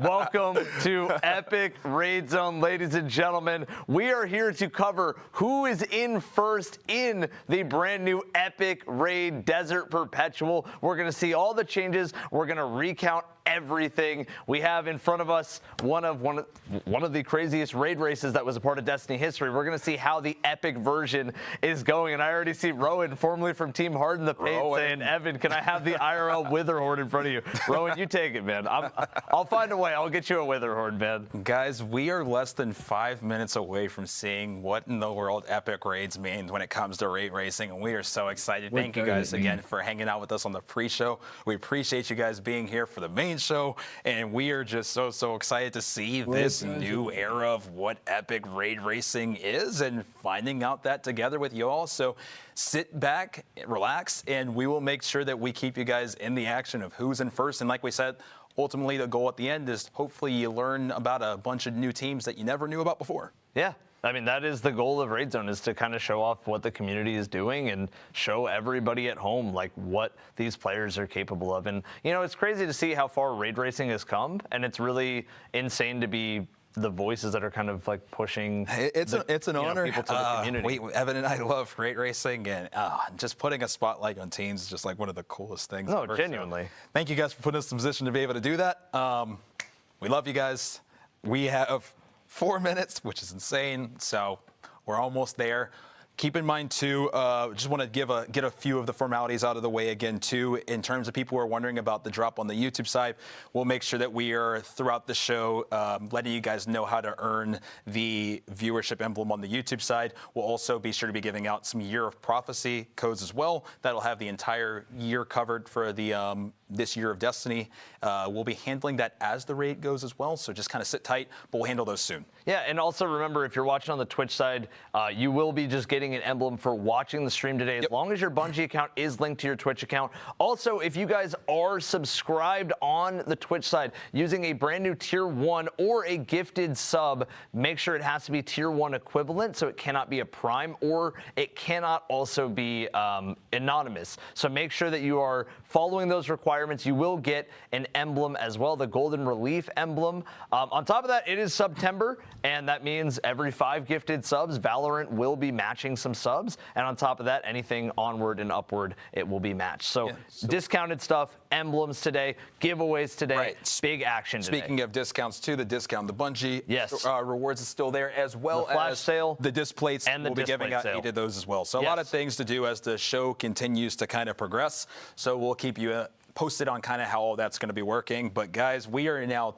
2 minutes away. Yes, we are. From the epic raid race, man. And as soon as we have all the different POVs that we're going to start with, we'll put them up on the screen for everybody at home. Again, we see you in chat. We love you guys. Thank you for being a part of Raid Thank you Zone. guys. And too, I know Evan mentioned how the sub emblem worked. Just know that all the support you guys have continued to show to all the different zone streams, we just put back into more zones. Like Evan and I want to keep doing this as much as we can. This might be the year we've done the most like zone, I guess, related activities ever. Yes. For us, and we want to keep doing more.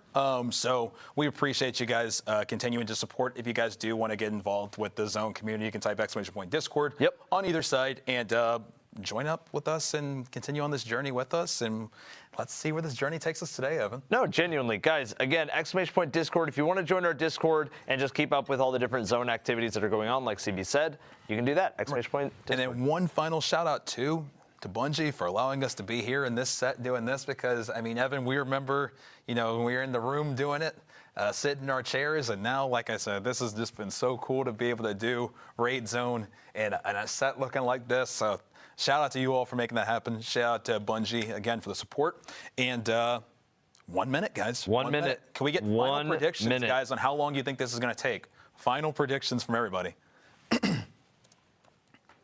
Final predictions. Again, my final prediction, my range is my hopeful range is a 6 to 8 hours, but my prediction is about 5 hours. Yeah, my minimum it needs to be 6. I'm hoping it goes 8. I also see a CB with that little water bottle is not going to be enough for 8 hours. How about this? How about a pitcher? How about this? How about a pitcher? How about CB? this? I can use some you already know. If anybody was here for the last raid zone, there's a chance for a very good bit if CB just kept pouring, but we do have cords over here. All right, it is 10 a.m. Pacific. Let's show the different POVs that we are starting with up on the screen. Let's get those streams going. Let's get it rolling. Welcome to Raid Zone, and welcome to the epic version of Raid Zone. Epic Raid Zone. So once we have that, we'll throw it up on the screen for you guys, and we'll get it rolling. We will get all these different POVs activated, and we will get the action brought to you guys. It will be insane. It's just like when I think back to how crazy that last race was, I'm just so hyped for what today could mean. I really hope that Bungie brings it today. Dude, oh my gosh. I have to say, again, I'll stress, I am hoping that a decent amount of people are like, hey, I'll eat some humble pie as long as if this raid does exceed what they kind of were thinking. Those are your starting POVs. So we got Tides, we got Salt, we got Snazzy, Sweat, Dado, ATP, Vendetta, Llama, and Scarab. Look at that non-box. We got 9. The Nocto box. We used to do the Octo box. Now we got 9. Yeah, no, we're excited, guys. So again, I think we also the audio isn't on right now, but maybe once they jump into the raid, we can go down to. Let's go down to Snazzy's audio here. Okay, yeah. Just because let's keep it with the world's Oh, first. He has the belt. I think it's of tradition to see what this is going to be, and you guys can see already the different sections of the screen that are blurred out. Remember, you just have to follow the parameters. It doesn't have to be exact. You just have to follow the parameters of what Bungie has laid out. Exactly. And if you don't want to block anything at all, you don't have to. Yeah, you don't have to mute, you don't have to do any of these things, but these are the options if that is just something you desire. So we'll see how this goes, guys. Team should be flying in here soon. I do see Eli now flying in, our housemate. It looks like he might be. Well, it looks like they're running. If you remember on the last one, they had to go pick up a quest before they could jump in. True. It doesn't look like they did this time. So let's go ahead and get the music turned off now. And, let's turn off the music and let's throw it down. He might be first, so maybe either Tides or maybe you want to go Tides or let's go Sweat to start. Okay, let's let's start the audio there. Full screen some Sweat and let's turn off the music and let's get that rolling. Oh yeah, he's playing math class. All right, let's see it. It's like we were just here a couple months ago. Desert Perpetual. Yeah. Oh, we're farther back. It's funny seeing the lost sector. Whoa, it's more epic. You see on the bottom? Yeah, the bottom of it has changed. The bottom is different. Wait. We're already seeing our first change, CB. I know. And look at it. It says Desert Perpetual. Epic. The arena is different. Wait. That's different. Wait, what is so before obviously Koragos Okay, guys, clear ads. was Big in the console, go ground, the but tower. Skeleton? Whoa. I went into the pit, it kills you. Don't go in there. Hold on, this is more of a sequel. Possibly here. This is feeling like more of a sequel encounter already. Yeah, Okay, let's so we're doing Wyvern first. I'm looking. see the where they balls go are here. So aligning. Go for I'm the wondering if it's still same non-linear or if there's going to be a little bit more of an order this time. We'll see. There's only one path. There's only There's one path. Oh no, I see that. No. Wait. I can't even choose though. Oh, we can now. Oh, now I can. Okay, I got it. Okay, so already activated a path. Maybe just it's in way case we need to. So Everybody else maybe go a ads little while bit he more tries to linear force. when it comes to Epic. Maybe. Possibly. We'll see. Possibly. I'm cheating. Dude, Apple, how'd you do that? Okay. Latros modified. I'm seeing a wide people use their blurring their screens. They're supposed to be using the given layout. They can use any layout they want can as use long the as they use the parts that Bungie those cleared to Yes. Those were in the rules, yes. In the rules. Yeah, All right, let's focus up here, guys. I'll start as soon as I get there. All right, so we're gonna see already a potential cadence. So And so what I cadence. Yes, we do see cadence. I almost want to unfull screen for a second too to see if people are going in some more direction. Let's go back to let's go back to the 9 box for a second just to see where everybody's going. The chambers, okay. I mean, Iatros So inward we're seeing turn. Iatros. Iatros is still there. So let's go 9, guys, if we can here. Make sure you have the right logo. Perfect. All right. And let's see where everybody ultimately ends up here. A lot of teams are at Iatros, but I wonder if everybody's kind of taking that path. Like, I wonder if, and you're seeing like Sweat's already in the encounter. What do you mean the ring is spinning? We're seeing the ring is spinning in Iatros. That's already a small change. Right, because the big thing we want to sit here and at least discover at the beginning here is it still non-linear or is it linear? That's like step one. We've already seen now that, I mean, there's some environmental changes. Yeah. So that's a good sign to start. And I think you're seeing Llama on the, like, I want to see if another team goes to a different encounter, but so far it looks about the same. Oh, wait, I see Tides is at a Popties. Oh, so no, it's still so maybe non-linear. Yeah, it's definitely still a non-linear. So you do not have to follow one strict path. Right, so I think if we end up having somebody that ends up on Hobgoblin, maybe it'll be good to see if we can get multiple POVs of every single raid happening at once. We can start to dissect some of the changes. Yeah, we're gonna have to see what ends up kind of happening here. I think what we're gonna look for is maybe a couple of teams that are on Iatros, so maybe Salt and Sweat with. It looks like Vendetta's on something different. Yeah. So maybe let's keep Salt and Sweat. And then let's also keep Vendetta and Tides. Because Tides and they're already kind of going as well too. There's two on deck. I need no. Yeah, let's do Tide, Sweat, Salt, and Vendetta. Perfect. There we go. So now we're seeing kind of a mix of encounter rooms. I mean, okay, so what just died? We might have to step on the plates on each side before we're able to go. I wonder if anybody's at Hobgoblin because it looks like Salt. Hoping to. So it looks like Salt and Vendetta are. On left. They're obviously on Iatros, and then Tides is the only one on a Popties. So I wonder if we can find somebody who's on a Popties as well. Right, and I almost wonder, Evan, too, if we're going to see a little bit more of I would say, a universal order. And maybe it's on purpose that people aren't Hobgoblin. Yeah. Because last time, obviously, was by accident. Yeah. When we think the Team Nuts, who were, or like Team Elysium, because I believe both of them were on the Hobgoblin first. Yeah. That was by accident. It was. So this is going to be a lot more intentional. So I wonder if maybe it's being avoided on purpose. We'll have to see. We're definitely going to have to see. I really feel like a lot of teams maybe wanted to just get their Iatros clear, a little confidence bump, because Iatros was the easiest to a lot of teams. Right. But we're just going to have to see some of the changes as we continue. I wonder if we could put the audio on Tides for a second. As well. Let's see if we can throw the audio on Tides. And I mean, I don't think they're going to be talking, but what do we already see? Do you see that in the corner when he was looking up? There's like some sort of beam up there. I'm not sure if that's in the normal one. There is. You can also. Yeah, did you see that? Yeah. What is? Oh, it's the laser from Koragos. Oh wait. So they're being beamed. You can tell he's struggling to stay alive already. Laser. Okay. What in the? Okay. So right off the bat, way harder to stay alive while doing your rotations, callbacks back and forth with your teammate. Definitely. Okay, so that is going to be a little bit tougher to stay alive, and I'm wondering if maybe, I remember before some of the teams were kind of electing to be in there alone.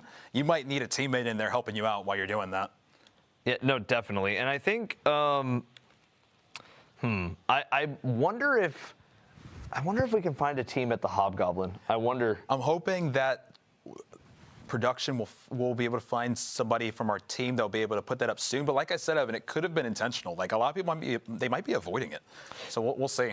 Definitely a big ask just to see like what these teams are going to be doing. But I can just tell you that a lot of let's toggle the audio to Elysium now too, because let's go to Salta Greppo on that audio. So that should switch over in just a second. And once we take a listen into Salt's POV, we'll see kind of what they're cooking up. Maybe. Still checking out here, Evan. Look at here real quick again on Indebted real quick. Yeah. While that's going on. Because we might be able to see that Koragos laser again. Yes. As production's trying to get Salt's audio up, we'll stay on Indebted here for a moment. Okay, so we're seeing I don't know what spawned in the laser. Maybe breaking one of the shield points spawned in, because it was up in the corner just kind of chilling. So I wonder if, and if you notice, there's 2 points that he saw. look, really quickly. He'll maybe flash it again, but there's two. There's two that are on there. So there's already some sort of a difference there. Maybe 2 points that you have to break at the same time. Maybe some sort of 1 out of 2, but how do you know it's the one? Maybe some process of elimination. I'm not really sure. Possibly, and that's why I'm hoping we also get one more POV of Hydra as well to kind of hear maybe just a little bit of those comms on what's happening here. I believe that production's right now working to get the audio shifted, guys. So just give just a quick moment on that. Yeah, we'll get Salt's audio up here in a second, guys. But I can just tell you right now that each of these teams is kind of figuring out just a little bit of a difference here. And if you notice with the Iatros, did you see that? There's like giant tubes in the middle of the room. Like we said, mechanical upgrades. There's some sort of tubes that you have to fill, it looks like, in the middle of the room. Yeah, I'm wondering if it's like not only even just that, but I'm still wondering about your theory too. And look, he's stuck, Evan, too. Kind of like reminiscent of Vault of Glass. Yeah. Is that maybe from shooting the wrong one? Like there's so many questions. It's very hard to dissect here at the beginning. Yeah, and I think a lot of things are going to be up for debate here on what these teams are going to kind of be back and forth on. It's hard to get a full grasp of what is going on because there's obviously different encounters at play here. There's obviously different stuff just going on in general, but you see the different chronon colors. Yeah. So you're seeing the blue, the red. I think it's either white or yellow. It's hard to tell, but the blue and the red I for sure just saw. And one of the things that I want to just point out again is that, like chat was saying, at Koragos, different chronons had different functionalities. Right. So I think it's important to stress again for Iatros that can be the case. So we're going to have to see what Salt ends up cooking. We're going to see what Sweat ends up cooking, what Vendetta's cooking. And, of course, with the pop teas for Tides, we're going to see what he is cooking as well. And then hopefully we're going to also find somebody on Hobgoblin. Yeah, we're gonna find some. Yeah. If I believe I was told that Snazzy is on Hobgoblin, so maybe we can add Snazzy to this, or maybe replace either Salt or Vendetta since they're already still there. Yeah, if we already have double Wyvern, we should be fine on Wyvern. Also, it does seem like Elysium is muted on comms as well. Yes. So it might be better to maybe go back to Sweat audio just for a little bit. Yeah, we can keep Sweat's audio up while we are watching the different POVs. And then we'll try to get you guys Hobgoblin up.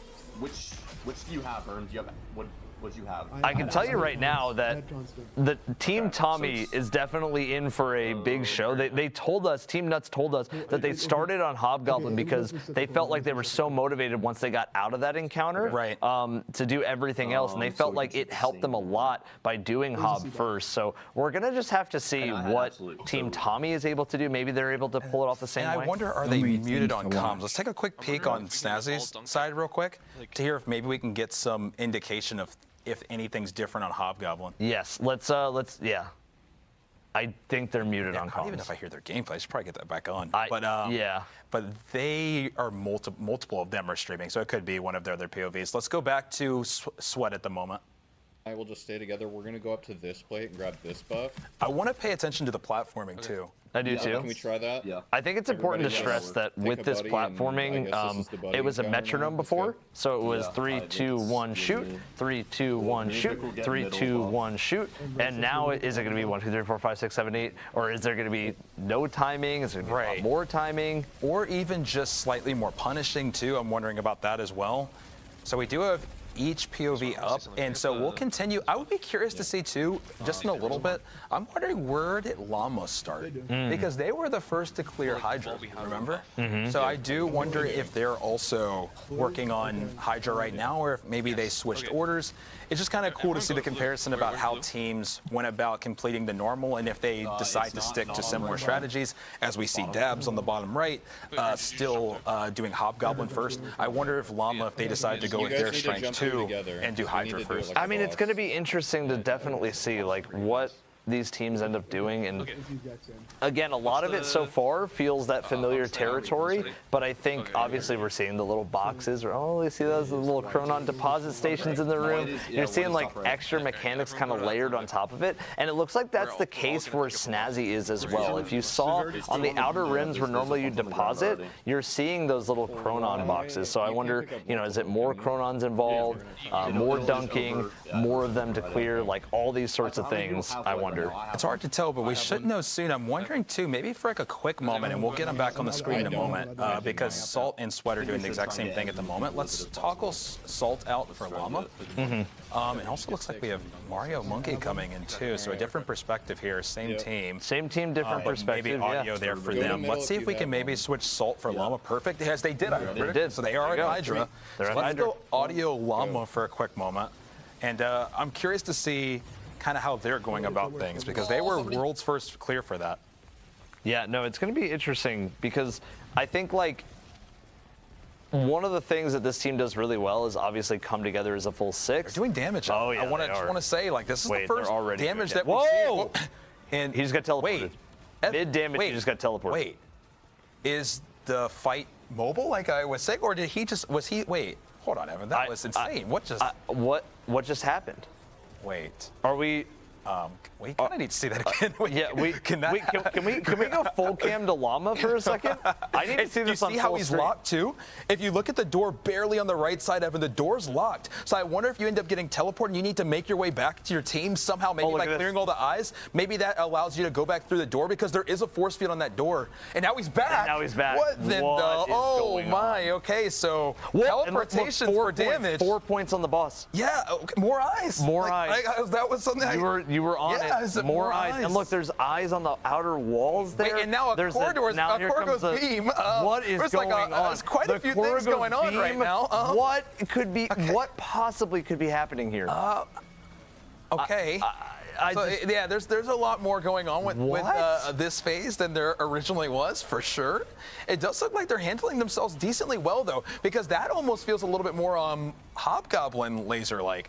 Also, damage-wise, they are still doing fine. They are holding their We're own, gonna have to see. But remember, it was never about doing the mechanics with this raid. No, it was about getting the DPS. So but now that it is could not be the other way. Yeah, but they're. I mean, they're doing fine. Yeah, but it's hard to tell if this is like an insane day. Like, I don't know. It's our first time really seeing it, so it's kind of hard to say. Yeah. It's going to be really interesting because, again, you see the Corgo's beam. We've seen players get teleported in, but they were quick to adapt to this. I mean, clearly they've figured something out. They're doing well here. I mean, this damage phase is like a Corgo. This is like a Corgo So level what I'm damage wondering phase. is it this long because everybody's getting a phase where they're teleported? Like, I'm wondering if they're able to extend it by each time a teammate's getting teleported, they're able to extend the phase, because this is good enough for a 3-phase here.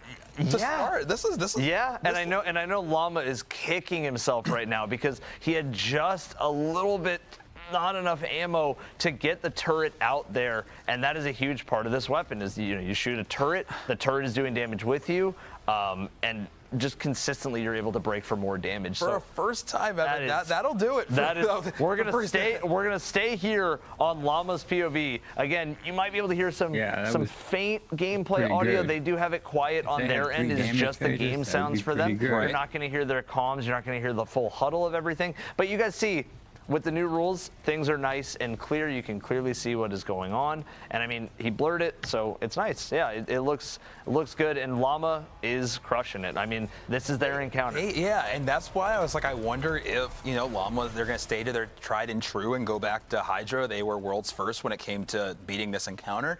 And as we see again, I mean, they are just extremely skilled when it comes to this encounter. Yep. I'm really wondering if that's what it was, where every single person got a chance there to be teleported, because normally, it calls, and then once it calls you, then it's like, okay, I'm going to go around, you stay here, we'll both shoot our thing, and then we kind of get back to damage. And now it's like, maybe it calls 2 people to each side again, but only to the other sides of the room. And so maybe there's 3 phases of teleports, essentially, into the 2 sides of the room. You said 3 phases of teleports. But man, it felt like 4 long, though. or It did 5. feel long, though. I agree. It did feel very long. It felt maybe like everybody gets their own teleport phase. So you're by yourself, and so it's 6 phases of teleports. Right, but the only reason I was, guessing 3 was phases was only because it would call 2 people before, and there are 2 different sides. So I was wondering if it was like simultaneously happening. One thing, because so much happened so quickly. Yeah. One thing I want to point out, because I saw a couple of comments, so there's no new encounter, but I want to say one small environmental detail, pretty large actually, is that when you enter the middle of the arena, Koragos' tendrils are just sticking out, but it's like Koragos is gone. Yeah, or like fossilized or something. I don't know Fossilized, what that gone, was. something. It felt almost more like bone. So like. I would have to say, just my guess, this is not me speaking on for sure facts, just my guess is that there's something else there. We're gonna, Evan. You know where we're gonna find out. We're gonna find out right here. We're gonna find out on Raid Zone. We appreciate you guys being here. We're gonna keep you guys in this right now. As far as we know, this is the best we've seen it on Hydra so far. Definitely. We'll take a look at some of the other teams to see if they're also we're keeping up. But right now we're just gonna pay attention. We're gonna stay. Actually, let's go back to the 4. Let's go back to the 4 POVs that we had before, just to see if there's any other damage. It doesn't look like any other team is on damage. It looks like Team Tommy's kind of learning, okay, what are the differences here? Yeah. Redeem is obvious, or Team Burger is obviously looking at, okay, like what can we see that's different? But Tides, maybe loadout swapping, a little like meta swapping. Right now, I mean, it really just does seem like when it comes to Hydra, Llamas, they have it on lock. They really so do. far, I don't want to jinx it. So far. And it looks like they're prepping for another damage phase. So let's go ahead and go full screen here, full audio. Let's do this. Here we go. All right, let's see it. Come on. Come on. Here we go. And I think Llama's going to be a little bit more confident on the 100%. damage as well. Remember, guys, this is Team Wordle in 3. Wordle in 3 going for, again, a potential double up. Look on the bottom and see if it's right around the teleport. It did just happen. Did you notice that, Evan? 2 just got teleported. So, You're that's right. what I thought. And so if you didn't notice, both of the walls that, or the doors that open up there, they had force fields on it, Vex force fields. Yes, so you're they not did. able to go back until you finish. No. And there goes the Koragos laser beam. Yes. But Thunder Crash says, I don't really care. Oh, man. I'm going to go right through you. Yeah, they're doing, Evan, they're doing Rally really barricade well here so far. Bouncing I a got that laser Popties, beam on making top. a Popties look like lunch out there. Oh my gosh, look at that damage. That's so far, I mean, this is going to be one of the teams to beat. This is definitely one of the So teams far. to beat, CB. And I think it's important to stress again that Apoptes was a boss that came down to the wire. And if they have 3 damage phases, CB, I feel like I think this is a clear watch. Oh, we're on clear watch. I said watch. No, he said we think. That's good. I think it's a clear watch. He said we think. We don't know. We think. All right, we're not caster curse. We don't caster curse anymore. We gave that up. They're doing really well, though, to start. Though. This is a really good first go. To say they just learned about the teleporting, and they're already real. And this DPS feels just so long. It feels so long. This DPS definitely feels long. It feels so long. I mean, I think Koragos my and laser beam is there, so you have to do a Koragos level DPS phase. Right, but it feels like they're. And there goes here we Llama's go. teleport. And they still have another. But I feel like this is very fragile because I feel like if Llama does die here, then I think it's a wipe. Oh, so you think if they don't actually? I think it is. I think it is like. So you don't think brutal. it's they just get less damage? You think it's I mean, maybe. Well, that looked pretty confident. Yeah. I mean, maybe it's just a. This is a long. Because look, there goes the shield break. Of damage. Oh. There goes the shield break. Yeah, Evan. I mean, looking for another one. This is if they continue on this pace, Evan. Break and shield again. I think this could no, be I a mean clear this is insane, CB. Like this could be. You know what'd be crazy though? I see why they said watch it only be 2 phases that you get only. Can you imagine that? That would be a crazy one that Brodot just put in chat. Imagine he enrages and just wipes. That'd be crazy. Bro. This is Evan. This is still going on. There it goes. Let's see if it says enrage near. I'm just gonna look out. It's got to say enrage near. Surely. So? Surely it says enrage near.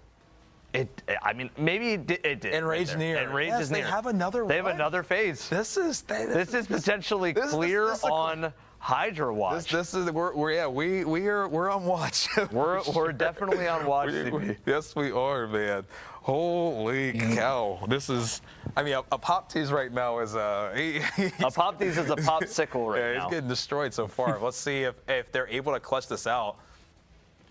Oh man, this is. I want to stress again that this room and kind of just the layout of how these players are going about it, like you can tell that they've definitely done their practice. They're helping each other with finishers. They're clearing out all the different ads. Like there's so many different things going on here. And like we said before, a new team will be crowned champions. So I want to just stress, Team Nuts is not playing as a full 6. You have players from different parts of Team Nuts on different teams, but at any point there is a brand new world's first team out here right now. So it's going to be exciting to see how this goes down. It is, Evan, and so what I'm curious on now, at least for Wordle and 3, because I feel like I'm getting a little deja vu here, because they broke out ahead on Hydra last time too, as I mentioned, and then it kind of was a little bit of a struggle to kind of make up ground, and ultimately they still were very competitive and did give themselves a chance to and ultimately get Worlds first.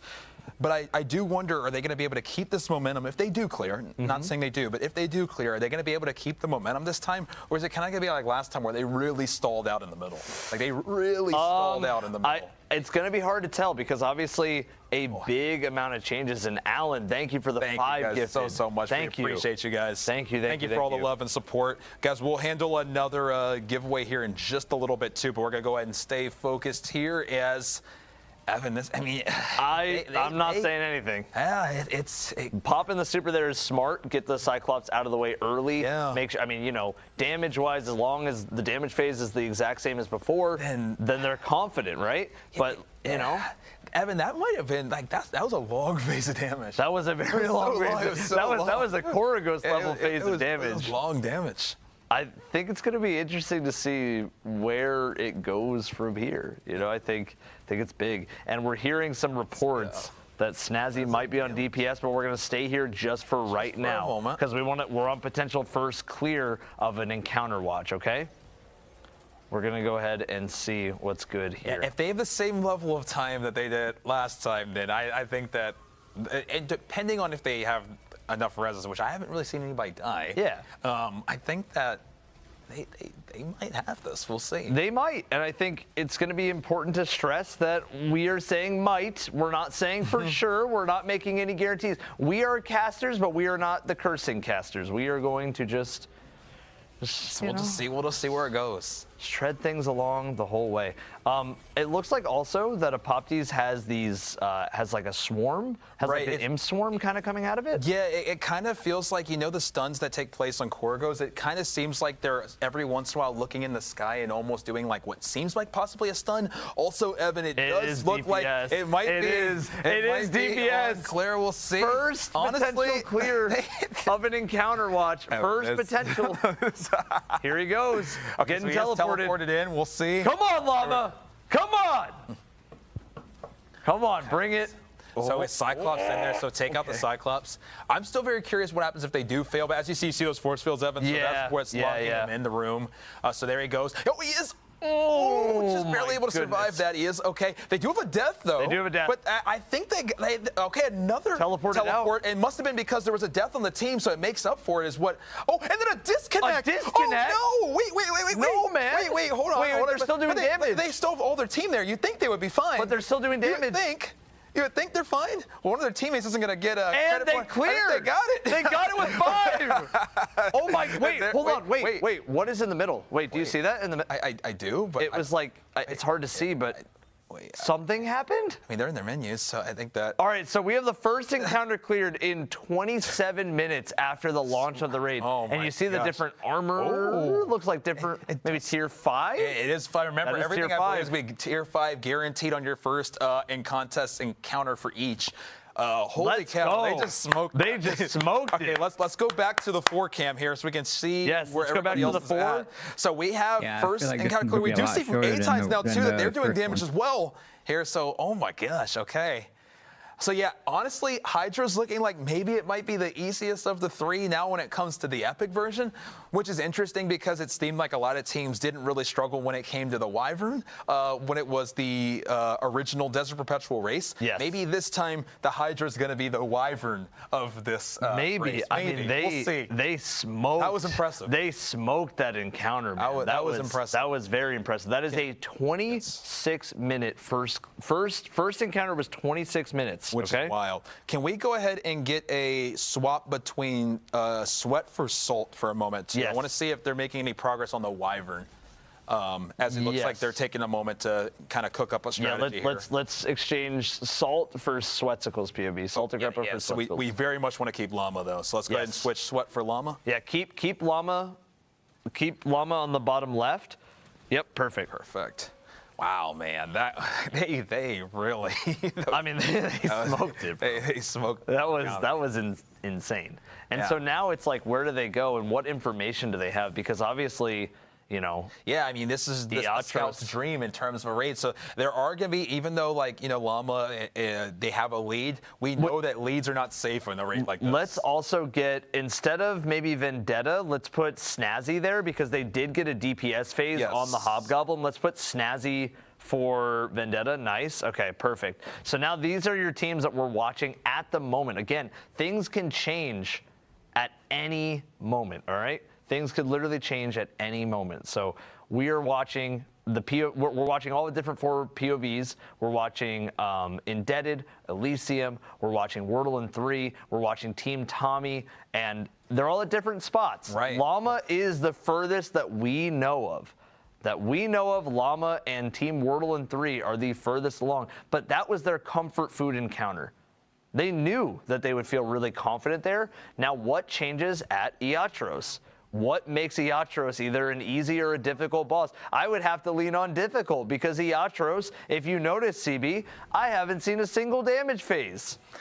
Honestly, Evan, like I said, I really do think that potentially, not sure yet, but potentially the Hydra might end up being the Wyvern of this. We'll see, though. We'll see. It's a little too early to say, but there is a chance. So we'll go ahead and see here. Definitely interested in. I wonder if we can get. Like, does anybody have their audio up? Wait, let's get full screen of Snazzy. He's doing DPS right now. Let's get full screen of Snazzy. Okay, so here we go. So we are seeing DPS phase. Let's see if anything changes here on this, Evan. I am definitely interested to see it. I know your guess was, do we get an extra? Do we get an extra DPS phase? I mean, get an extra maybe. Hobgoblin. Maybe. Why not? Because I'm kind of thinking in my head now, like, Koragos came back for the long DPS phase at Apoptes. Somebody died in the bubble, which is kind of random.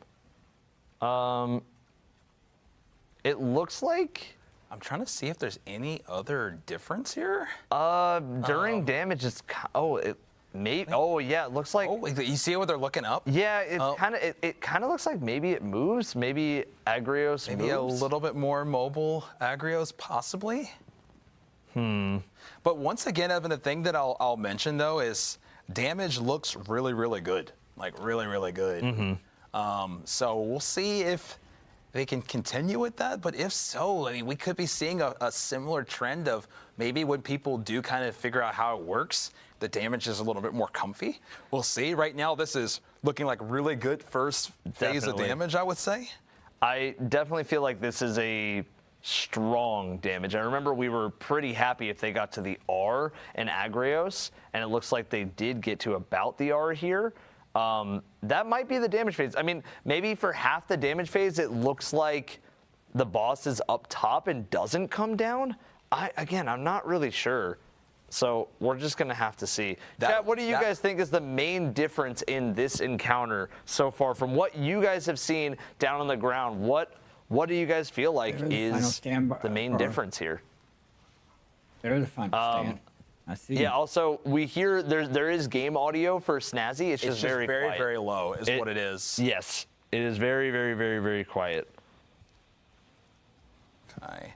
And so let's take a look here, Evan. So look at, the only thing I'm trying to analyze right now is just differences is all. And obviously it's going to be a little hard when we can't hear what they're saying here, but just on this part right here when it comes to rotations, chronons, and running through the different portals, I'm trying to see if there's any main changes here. Let's go back to the 4-cam too until they are on damage again, just to see if there's anybody on Wyvern yet. It's ironic that, what if Wyvern ends up becoming the hardest? That would actually be kind of funny. I think Wyvern absolutely can become the hardest because it was the one that kind of made some progress. Final stand bar? There is a final stand bar. Wait, chat. You guys are cooking. There is a final stand bar. Go back. Let's go full screen to Snazzy. On that Let's go full again. screen to Snazzy. Wait, you guys. There is a final stand bar. What does that even mean? What it means is maybe. Wait, was I? Wait, did I not predict there'd be a final stand on all? No, that was what somebody said actually in chat. That is somebody in chat said, "What if there's final stands?" That was what you had said is, "What if there's a fourth Agrios?" But somebody might have cooked in chat. We'll see. I mean, we'll see when we get there. For now, let's go back 4 cam just until they're doing damage. But yeah, we'll be watching that closely. God, and then in terms of so long. Wyvern, actually, can we get a quick full screen on Salt as well? Yeah, let's. I mean, they're not. They're not on damage. There's no. I was gonna see if there's a ticker there on that one. So there's not. So it just was confirming. So now go back. You can unfull screen that. So it's really just Hob. It's really Hob's just the one Hob. we're So seeing it. maybe for now, let's just stay full screen on Snazzy. See what they're doing. See some of the differences here. Again, it looks like just so far. It kind of looks like the Koragos beam is evil. You still have Agrios trying to shoot its own beam, which is evil. Here's the Chronons on the corners. So you see like the red box, obviously, something to do there. That was also apparent in Iatros, the Wyvern. So we're going to have to see maybe the small change there. But I mean, they already did a damage phase. It looks somewhat similar, but it's just so hard to tell when we can't hear, because they could be totally swapping things up. But the big thing here might just be the final stand, might be the biggest change. Yes. And God knows what that's going to be. We'll see. Yeah, we're definitely going to have to see what that change So they looks are like. getting ready, Evan, for second phase of damage here. Let's go ahead and see. Yeah, let's see. They did take a death here.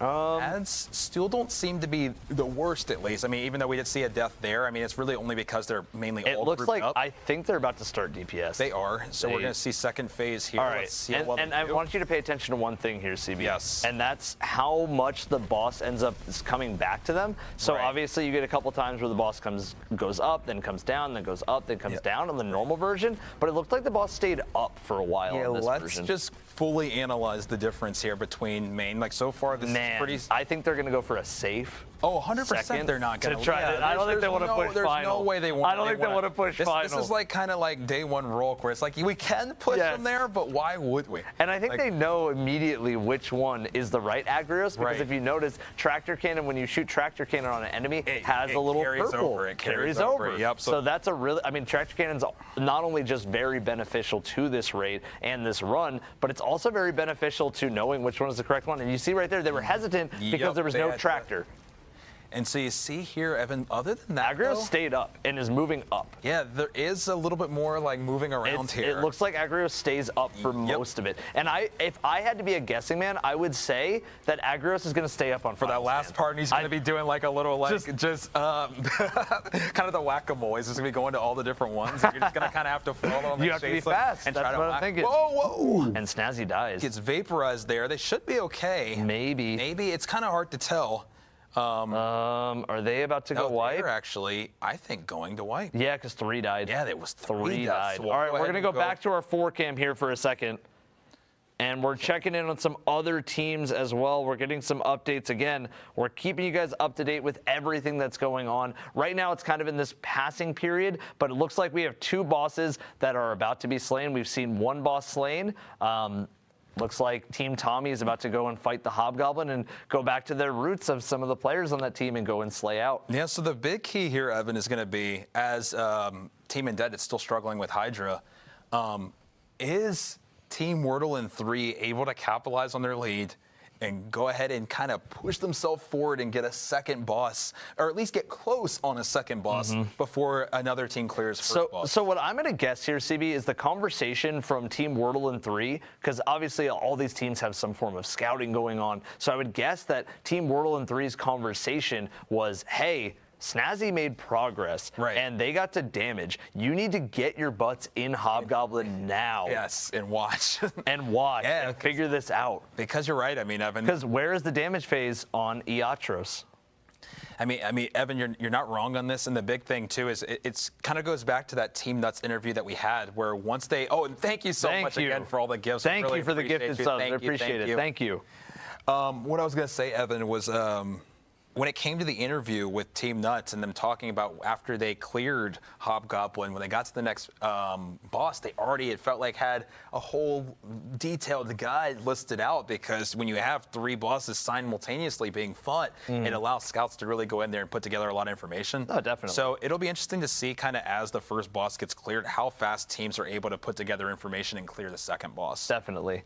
I personally think that with just how good scouts are now, I personally think that the Hobgoblin is a ticking time bomb. Agreed. And I think Apoptes is definitely a ticking time bomb. But I do think execution-wise, we're seeing Indebted struggle a little bit on we definitely are. They've done damage too. You are right. I mean, they almost got him to half on that one run. But the interesting thing about what Team Wordle, their choice to go to Hobgoblin, and why I think that's really smart, is we really haven't seen anybody do damage on the Wyvern yet, which is odd. And so it seems like instead of Team Wordle and 3 wasting time trying to also figure that out, they're like, Snazzy's already made progress. Let's go into Hobgoblin. Let's build off of what they're already doing. And maybe by the time we finish Hobgoblin, people already kind of know what the Wyvern encounter is about. Definitely. I mean, I think that, like Snazzy said before, Hobgoblin was a huge part of their success, was clearing that first, and then everything else kind of fell into place. Yeah.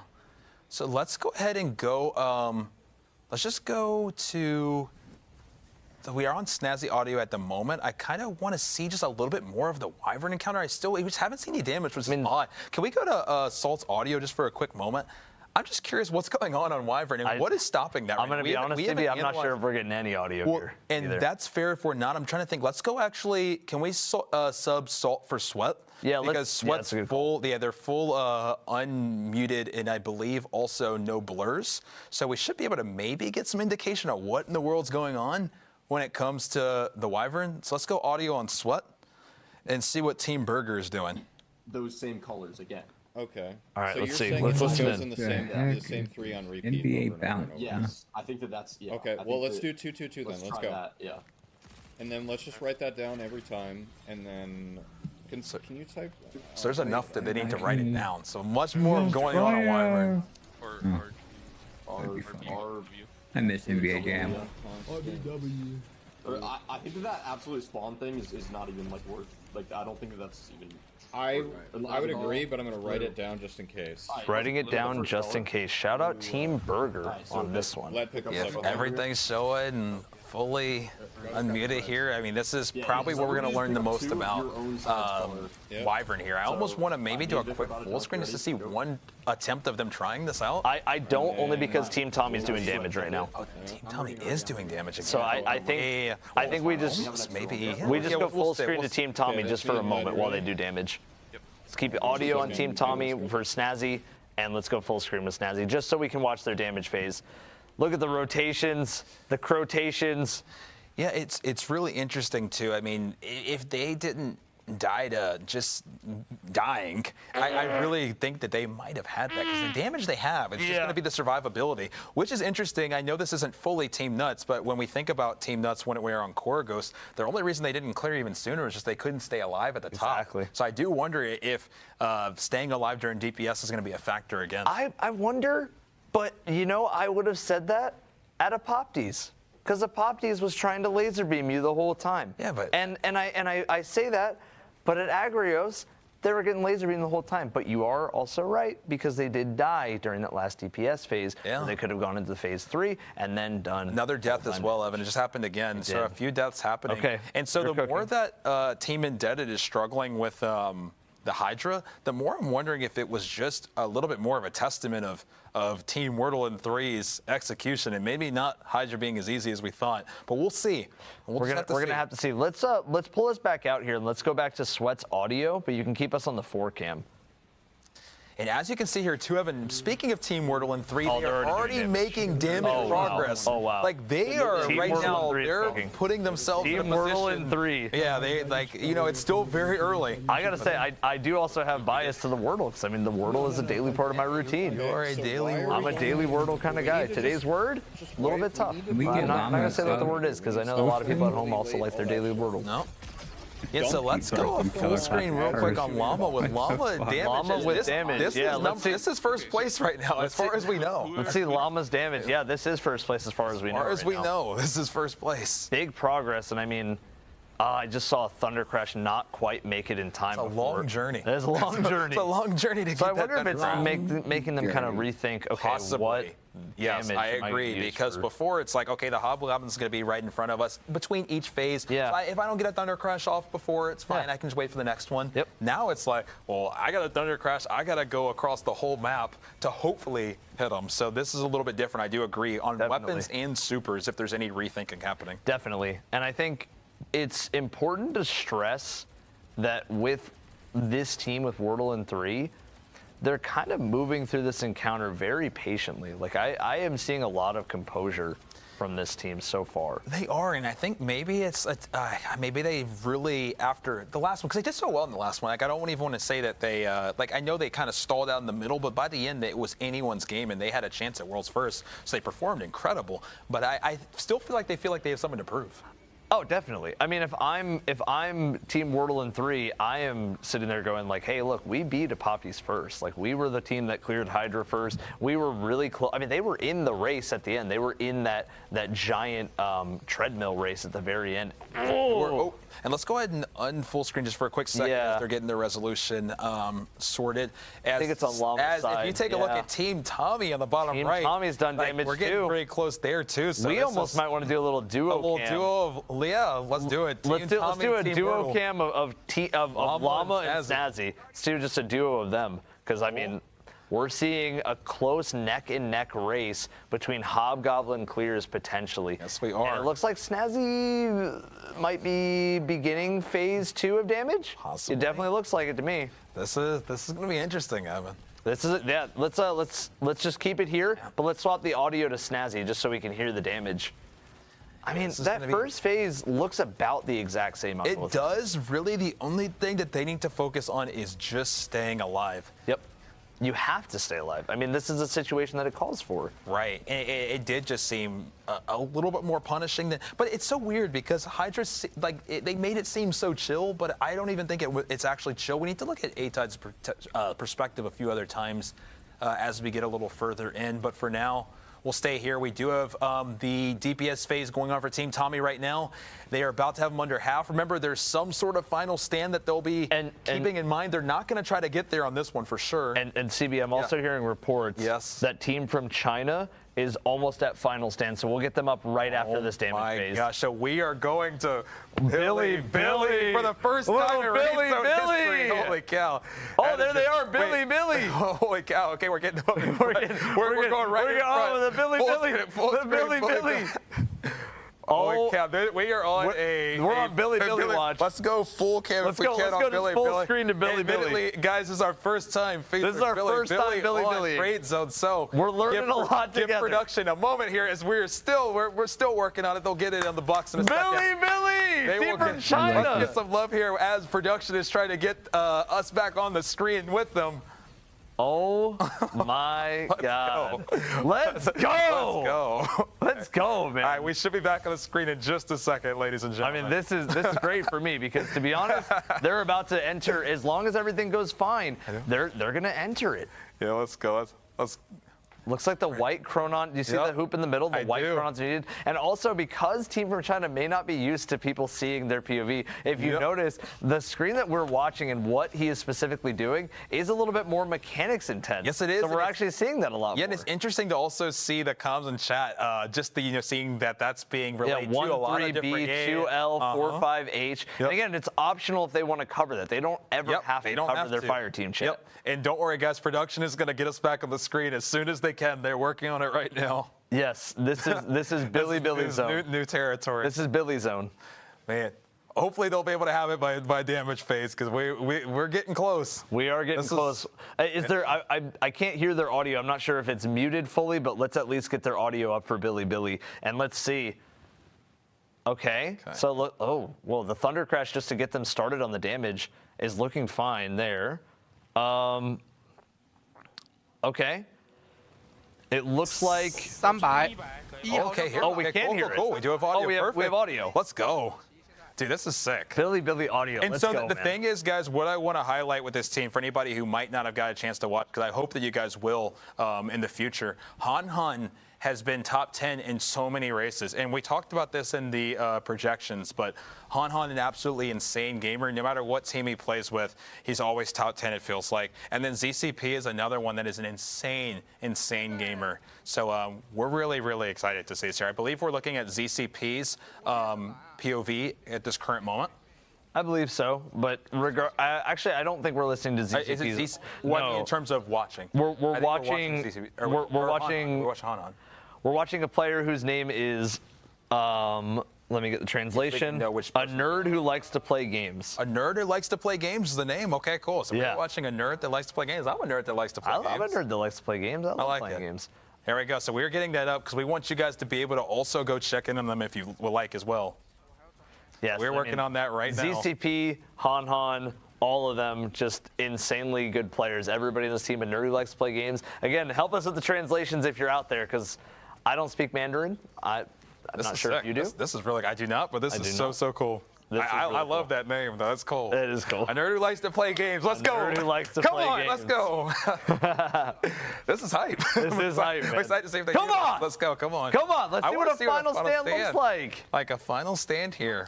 No final stand before. So one of the first changes, guys, a main change from an epic raid. I mean, we'll see here in a second, but an encounter that didn't previously have a final stand seems like it's going to have a final stand. And we see already a death there. We do see a death. And we're going to have to see what that really means.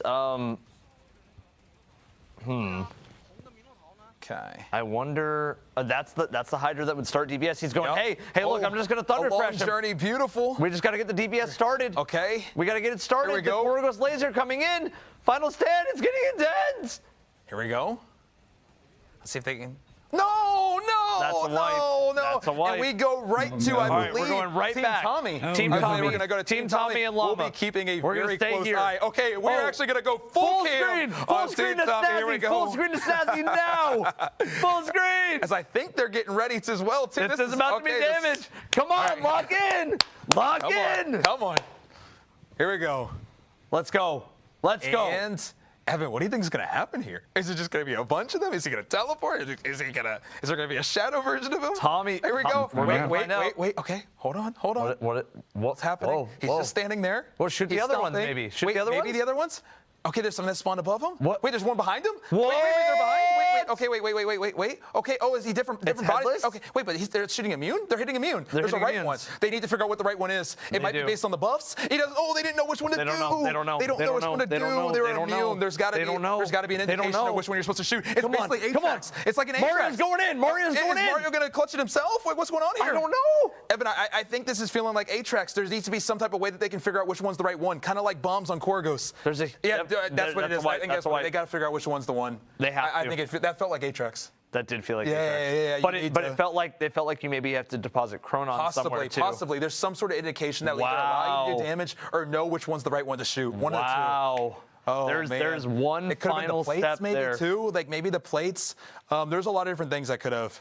I think maybe buffs again. Yeah. Buffs probably, and then either you have an indication or maybe you're just able to shoot any once you have the buff. I'm not sure which one. What I'm thinking is that there's something to do with, obviously normally you're doing damage there. Final stands are typically just damage. But in that case right there was a bunch of headless versions, which is kind of creepy. Interesting. Kind of creepy, kind of interesting. And if you notice, they were running to the different buffs that you would normally get aligned with. So what I think is going to happen is they're going to have to realign the correct one. Did you say they were running towards those buffs? They were. I wonder if Mario at the end, if you saw, was running to deposit something. Right. Yes. And so the interesting thing is, I wonder if they reach those destinations without being killed. If it's like, well, sorry, you're dead.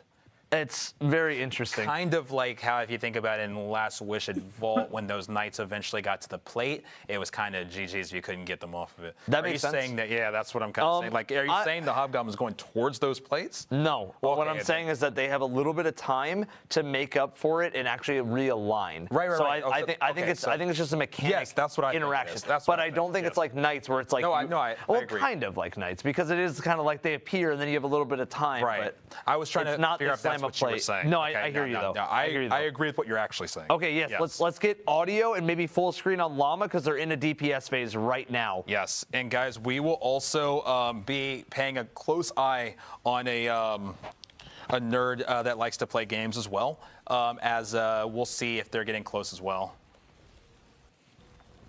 All right, we have quality back up here too, so we're good on that as well. Let's see it. Come on, get some damage in. Yeah, they got to find the right one. That's the key. Find the right one. That's been the theme. So, of course, that's got to be the theme for Final Stand. Find the correct one. Do your damage. Get your shots in. And, of course, everybody wants to pop Thunder Crashes, but where is the boss going? It's kind of scary. Llama kind of has time to do a Thunder Crash, but is it worth but it? That's the thing. I wonder if it's about playing safe and just making sure you're really hitting your damage. And maybe what one Thunder super Crash at the beginning. You know, and we said before, I wonder if they're going to change supers, but to be honest, I don't think you even really need to, because everything works so well in this Arc Titan kit. And on top of that, what super is going to reach that no matter what? Maybe a Twilight Arsenal? Or Goldie. That's Goldie? Pretty much it, but I don't even think you need to sacrifice, like, you know, the level of survivability for it, because damage is feeling comfortable. And I want to say very comfortable. Yeah. That's half HP. Right, so I don't even think there's any need to swap. Like, the big thing is going to be just figuring out how in the world that Final Stand works. Figure out Final Stand, get it down, figure it out from there. Obviously, we'll keep you guys updated on what Team from China is doing. We're going to keep everything updated here. Let's get a little duo cam. Let's get right back to where we were so that we can get Snazzy and Llama up on the screen. Yep. Wow. CB, I'm going to tell you right now, Wordle and 3 is coming out swinging today. Yes, they are. And then we'll just take a quick check-in. A nerd that likes to play games, where are they at in terms of damage? Let's just quickly see. Are they Let's see what our Billy team is doing. So they're just starting, so we'll go back. We'll be keeping a close eye on them, but we'll head back for now. Perfect. And let's go. Perfect. We have Llama. We got Llama. We got Snazzy. Perfect. And again, we'll keep you guys updated if we hear that Iatros has had damage done as well. So far, Iatros, big surprise. Yeah, we haven't even seen a damage phase on the boss that everybody said was very easy comparatively to the other ones on contest last time. But I will say, CB, one thing that's really interesting to me. What's that? Damage check wise, none of these bosses have been damage checked. Not yet. Yeah, this is every. And maybe Iatros is the exception to that rule. Right, we haven't even seen damage yet, so it's hard to say. But what I will say, Evan, is the theme so far, outside of obviously the changes that have been made, we're seeing deaths now. And I feel like when it came to the original Death's Perpetual race, I feel like we almost saw no deaths until Koragos. No one was ever really struggling to stay alive in the room. It was always, can we get the damage? It was. So this is definitely a shift on that. And I want to stress another thing again, CB, because you just reminded me of something. What's that? We talked about mechanics, we talked about the deaths, we talked about all these different things associated with, I guess, health-related things in the game. Do you notice something on the enemies when they're shooting them? I want you to pay close attention, not the Hydra, but just on a basic enemy, a basic goblin, an imp swarm, something. Oh, is it kind of like? Do you see on the right side? Do you see a sword? Last time we saw skulls. Yeah. So I think that has a huge, huge weight in how much damage these teams are really doing. Fair. Yeah, I mean, it was, a gauntlet of damage that was required before. Yes. And yeah, I mean, teams they're doing well so far. I mean, and let's give some credit to, once again, Team Wordle. Like, this is their second boss, Evan. Definitely. Like, they're trying to get their first boss on the right. They're over here about to be one boss away if they can clutch this out. Now, granted, that's a big if, as we still aren't fully sure what in the world needs to happen on Final Stand. Okay. I'm also hearing reports that Zemo is also very close to clearing Apoptes, the Hydra. Oh, okay. So maybe we throw that up in a triple. Okay. Oh, wow. Rain, thank you for the 10 gifted. CJ, thank you so much. Appreciate you, man. Thank you, CJ. Let's go. Thank you so much. Everybody enjoy those gifted subs. Remember, you do get yourself a nice emblem by either gifting or tier 1 subbing yourself. Just make sure your Bungie account is linked to your Twitch account. Thank you, everybody. Thank you. We appreciate it, guys. Remember, it always goes back into more raid zones. Let's go into Snazzy Audio, please, as they are going into their first phase. We can keep the duo, but go Snazzy Audio, because they're about to do damage. Yeah, we are about to see another. We're about to see a double damage phase. Man, this is going to be close here. Oh, okay, definitely. They're okay here. Definitely going to be close. They're going to kill the Hydra, begin the damage on the left side of your screen. You see Snazzy's doing damage on the right side of your screen. I mean, it's close. And I would even say once they go damage, let's go Audio Llama, as they are a little bit closer. Oh, Snobly, thank you for the 10 gifted memberships. I appreciate you, man. Thank you so much. We appreciate you guys on both sides. Thank you. Thank you, everybody. Seriously. Thank you, Alex. Like, holy. Everybody. Thank you, everybody, for all the gifted subs and all the subs today, man. Again, it just goes right back into more raid zones as a whole. I want to just stress again, wow, Teddy, thank you. I want to stress again, on the left side of your screen, you see Wordle in 3 is making big damage progress. Llama is absolutely cooking right now. Oh my God. And I mean, look at the damage. This is crazy, Evan. I mean, they are just like, I mean, it's early, but I mean, what a start. What a start. What a no, start. genuinely, what a start. Team Wordle, this is insane. I want to stress again that Wordle in 3 came with a huge chip on their shoulder. And they are ready to prove it. And I'm hoping that they don't. I think they don't want to push final. No, I think that wouldn't be wise. I think you wait. But in my opinion, if you do know about what's going on in final, you might want to. They know. They That's definitely the key. do.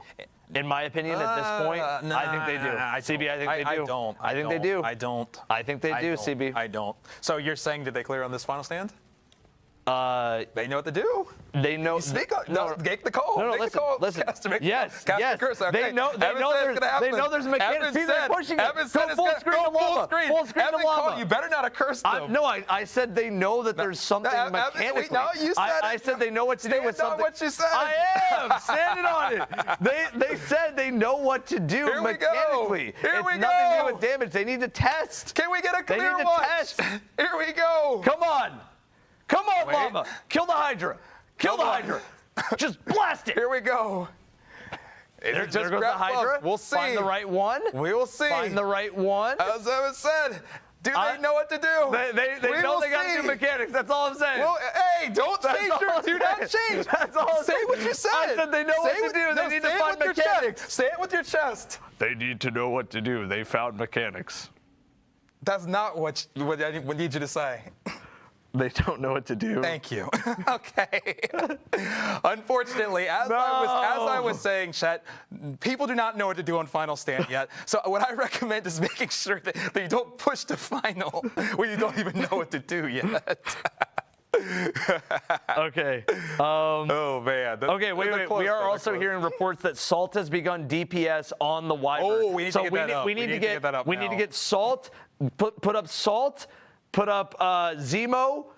Keep Llama and Snazzy. That's what we're gonna do. So it's substitute Tides and Sweat for Salt and Zemo. Oh, and wow, Evan, wait, a lot of damage too. Wait, I almost want to. Yes, we're possibly gonna. Maybe even full screen Salt just for a second. We're gonna full screen Salt. So we're already seeing big damage on all three known bosses. Yeah. So at this point, I mean. The floodgates are about to open up. We are 1 hour into the raid race, by the way, everybody. 1 hour already. 1 hour in. One boss cleared. One in boss the first cleared. Hour. Okay. Well, Evan damaged again. So let's see. Oh my. Wait. CB. Is this their second phase? I'm assuming. This could be their third. Maybe if it's their third, they might be in trouble. I'm assuming this is their second, but we'll see here. If it's their third, we'll see. I think maybe it is their third. We came in late, so it was hard to tell. We're gonna have to see for ourselves. They look like they're okay here. I think this. What a joke! Oh my God! That is second boss cleared. 1 hour and 1 minute in. Shortmeister said second. Was that second? Their second phase? If so, if they two-phased that, was anybody in there to know if that was a two-phased? If so, let me know. But good Lord, as we are seeing the second boss cleared in 1 hour and 1 minute. That is insane. 1 hour and 1 minute. I gotta say, CB. What do you gotta say? I did not expect. Man. Was that? Can somebody verify for me real quick? Was they said second phase? That was their second phase of. Yeah, Iatros in second phase. Good Lord, they cooked them. So really the biggest part of Iatros, so we still aren't fully sure what they did to kind of break through there, but the hardest part about Iatros is clearly figuring it out. Yes. Once they figured it out, they blasted it. All right, well, while they are going on to the next encounter, let's go back to our 4-box, because now we're seeing, the only boss we have not seen get a kill is Agrios, the Hobgoblin. On the bottom right-hand corner of your screen, you will see it. Wow. In the meantime, I think just because now we've seen all the bosses get, except for Agrios, get killed. Let's go ahead and swap out Salt back for Snazzy. Because Snazzy was doing a lot. Very close. And I also even want to take just a very quick look at Billy. Yes, a nerd that plays games. Yep. What are they looking like here? Let's see. So they are restarting. So we'll go back here in a little bit. Man, that sucks. They were so close. We'll see if they can make it back. We're going to have to see for ourselves. And I'm going to tell you right now, CB, an hour and 1 minute in, we've seen 2 bosses cleared. it's starting to make me feel like maybe that third boss gets cleared soon, and then I want to see a big curveball personally. I do too. I mean, we're going to see. And let's go Zemo full cam just for a quick second, just to see their face here. I just want to see how they're doing on damage. We haven't checked on them in a little bit. And we see the wonderful overlay. What an overlay. The reindeer getting interviewed and the horse in the nice outfit. I love it. He might be ready for raid zone, that horse on the left side. The horse is ready for raid zone. The suit on. The horse is dressed up better than us, man. He's got the dapper hat on and everything. Okay. So it looks like that's done. their We'll go ahead first and damage phase. Yeah, we'll unfull screen now. We'll go back. This might be a good time here soon too. Once this wave is done, we'll handle another giveaway, guys, here in a second too, just to make sure we're staying on that. Let me prep my side. Yeah, let me know, and I'll go ahead and let you know the word when you are prepped and ready.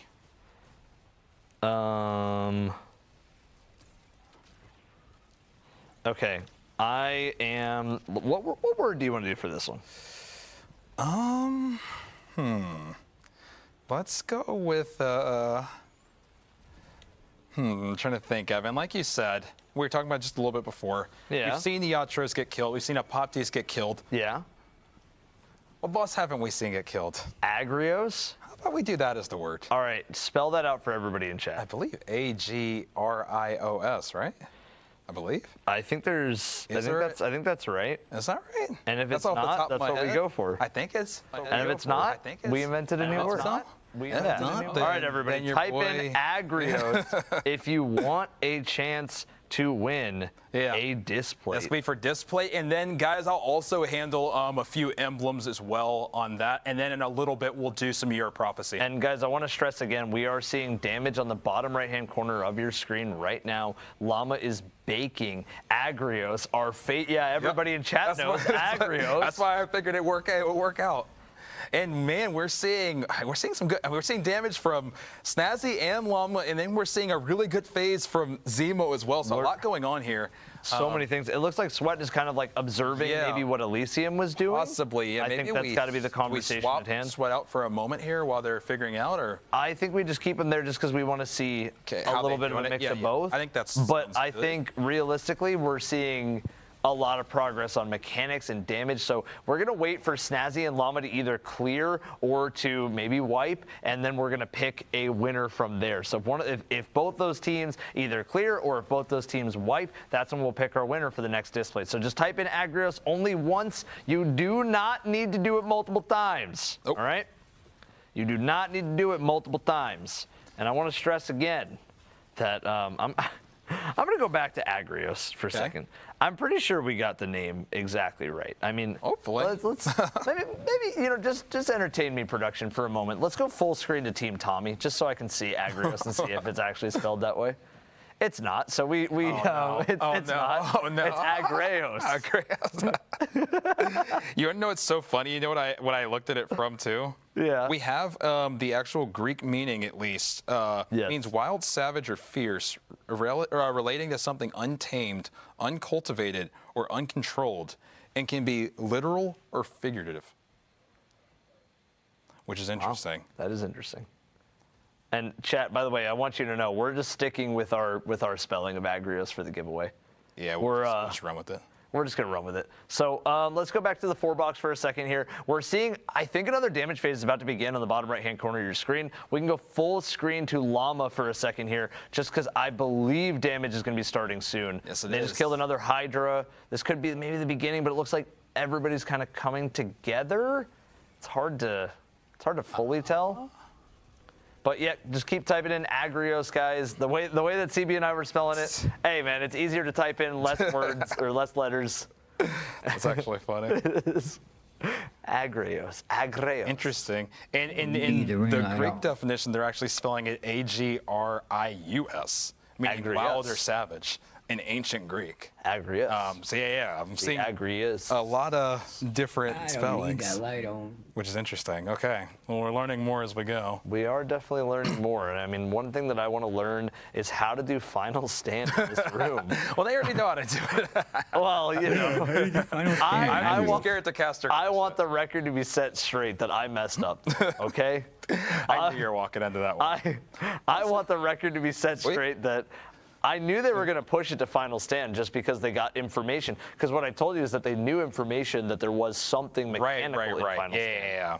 And so that's true. Like we know it's not just do a bunch of damage to the bus in final stand.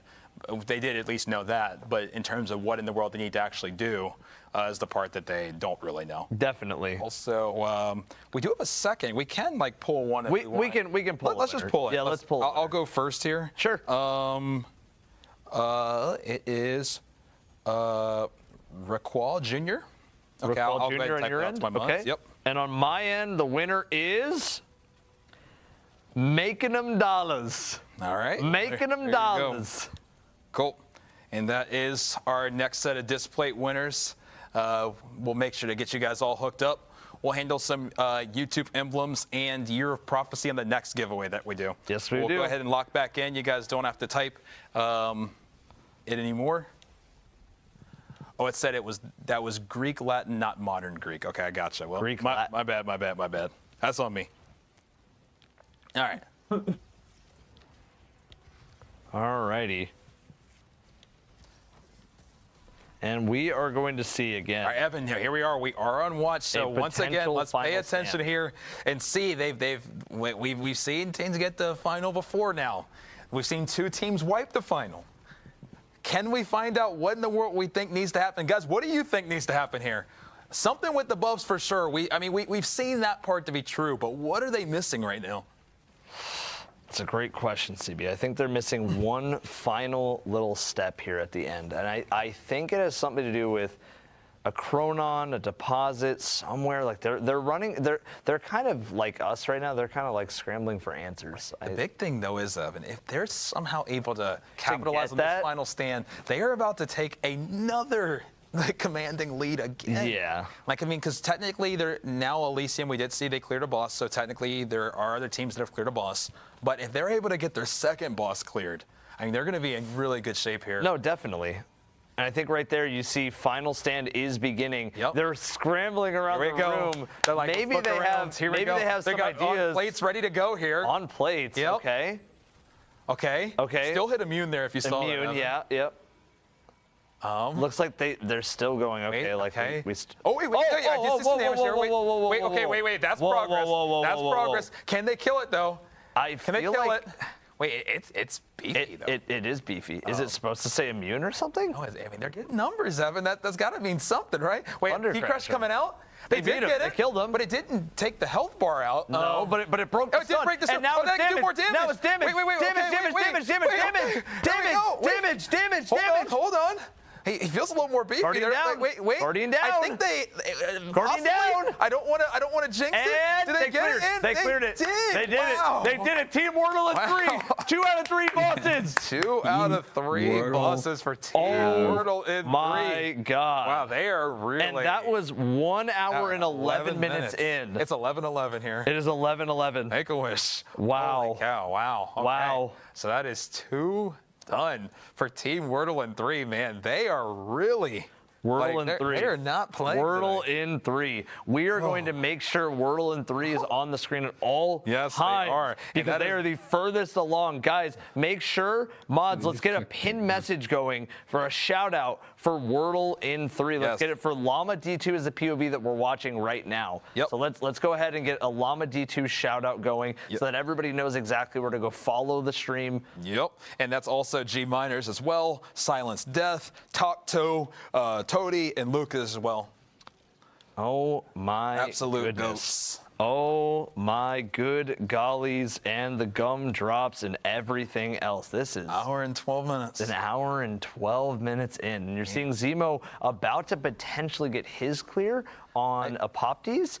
Let's go back to the 4cam so we can see where Salt is and we can see where Snazzy is maybe. We can see if Snazzy really catches close up. on Zemo's though right here. Like I do want to see if they get a clear here personally before we go. If they're just about there. So we'll keep an eye out. We'll keep an eye out. Once they do get the damage, we do want to full screen that just to see if they do get there first. Definitely.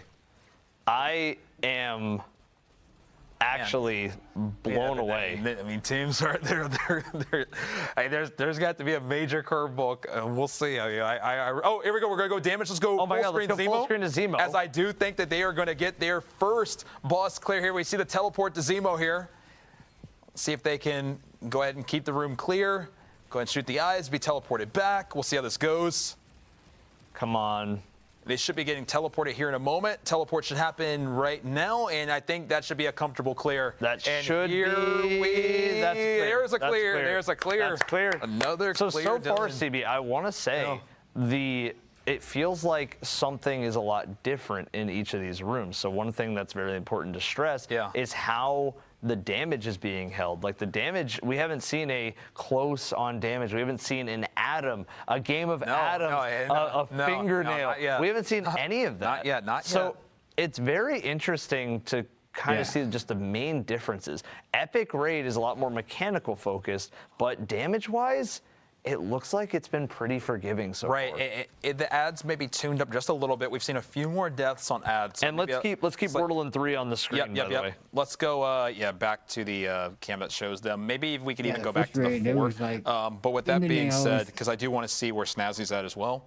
As I said that, Snazzy, we're going to go full screen on Snazzy here as they're about to be. They're about to be in final stand. We should be seeing a final here in just a moment. Maybe they got that info from watching. Possibly, I do think so. You know, I don't think Llama would have pushed the final stand had they not known there was mechanics. Right. Yes. Yeah. 100%. And I think Snazzy is going to confidently go into this and say, look, like we saw something that they were doing. So if they get that info and they are able to just quickly get through this, I mean, Snazzy and Team Nuts, they weren't necessarily fully in the lead the entire time. Right.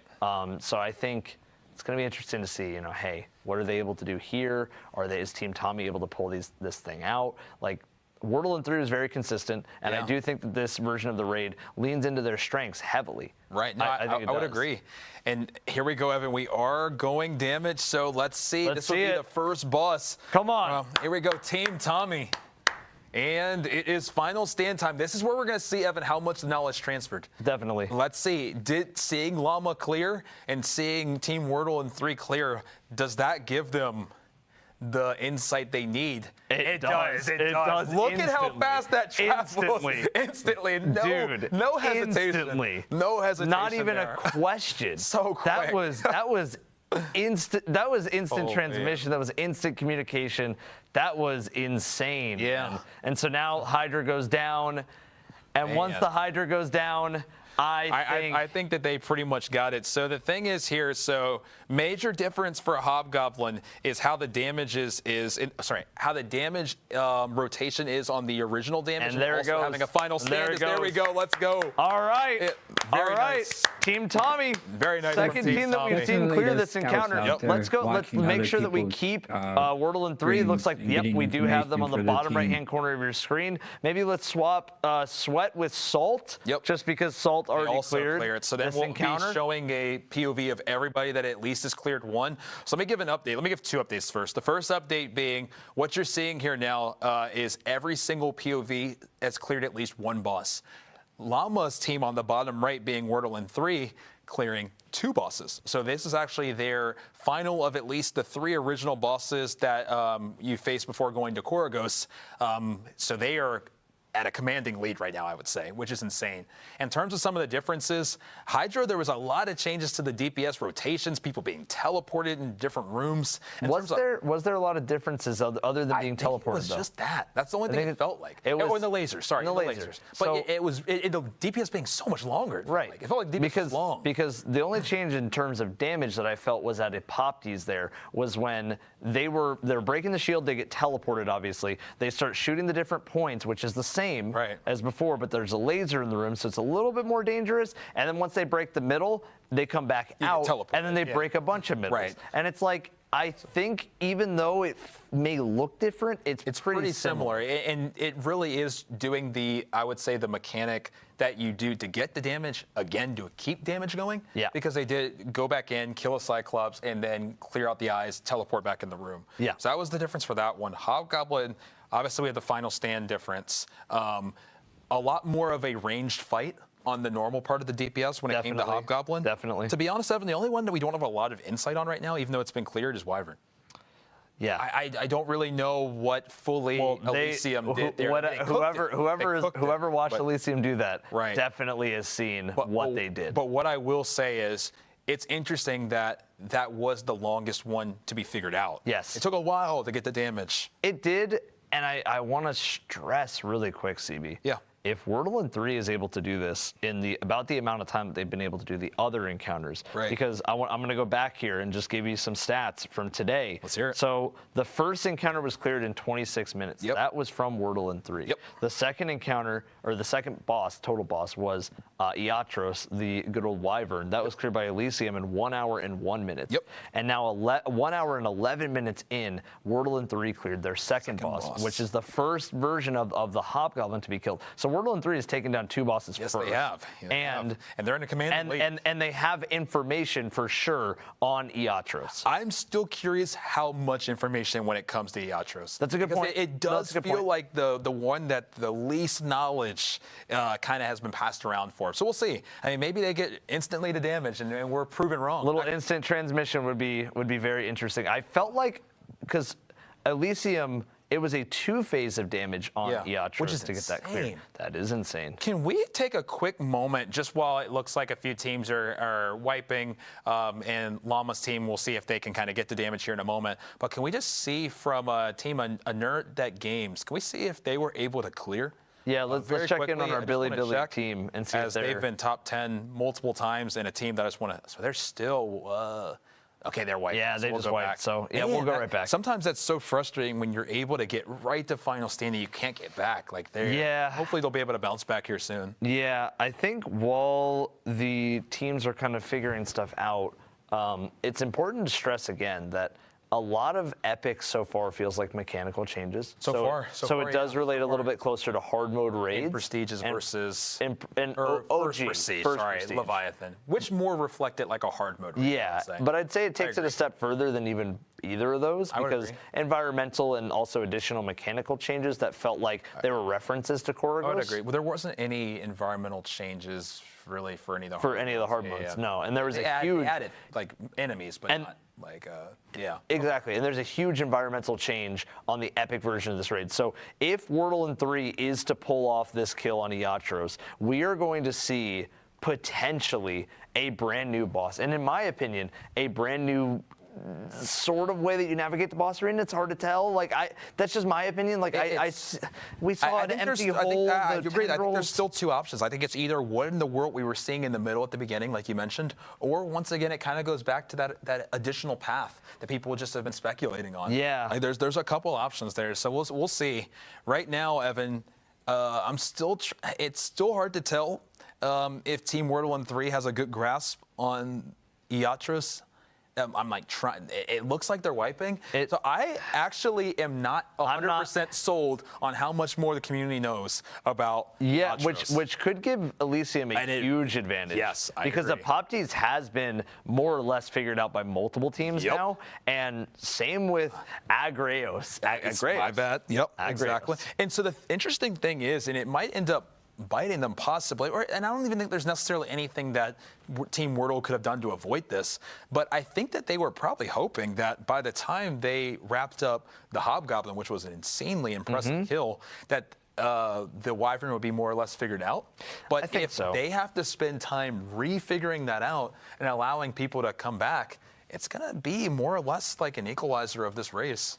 Yeah. There's a chance. It really just depends how fast they figure it out. I felt like when Llama wiped that last time, you saw it on his face for a moment where he was kind of like, oh, like I'm supposed to know how to do this. Like, oh, that's what you meant by this. Or like something like that. It didn't seem like there was a lot of debating. It sounded like, oh, maybe clarification on this is what you meant by this. Right. But we're just going to have to see. And I'm seeing some people in chat were saying that it feels like this is kind of like a sequel to Desert Perpetual, which I think is probably the goal. It's somewhat of a sequel. There's definitely more of a hard mode element like we used to see in D1 right. a lot of the time. Yeah, and so that's going to be the interesting thing, too, if they do talk about later kind of how they went about building this, because it was interesting to hear about how hard modes were built in Destiny 1, where they kind of built the entire raid, then lifted a few things off of it, and that kind of became the normal raid, and then they put those things back on, that became kind of the hard mode raid, and so it'll be interesting to see if that's kind of how they went about the process when it came to building these, or kind of how that worked.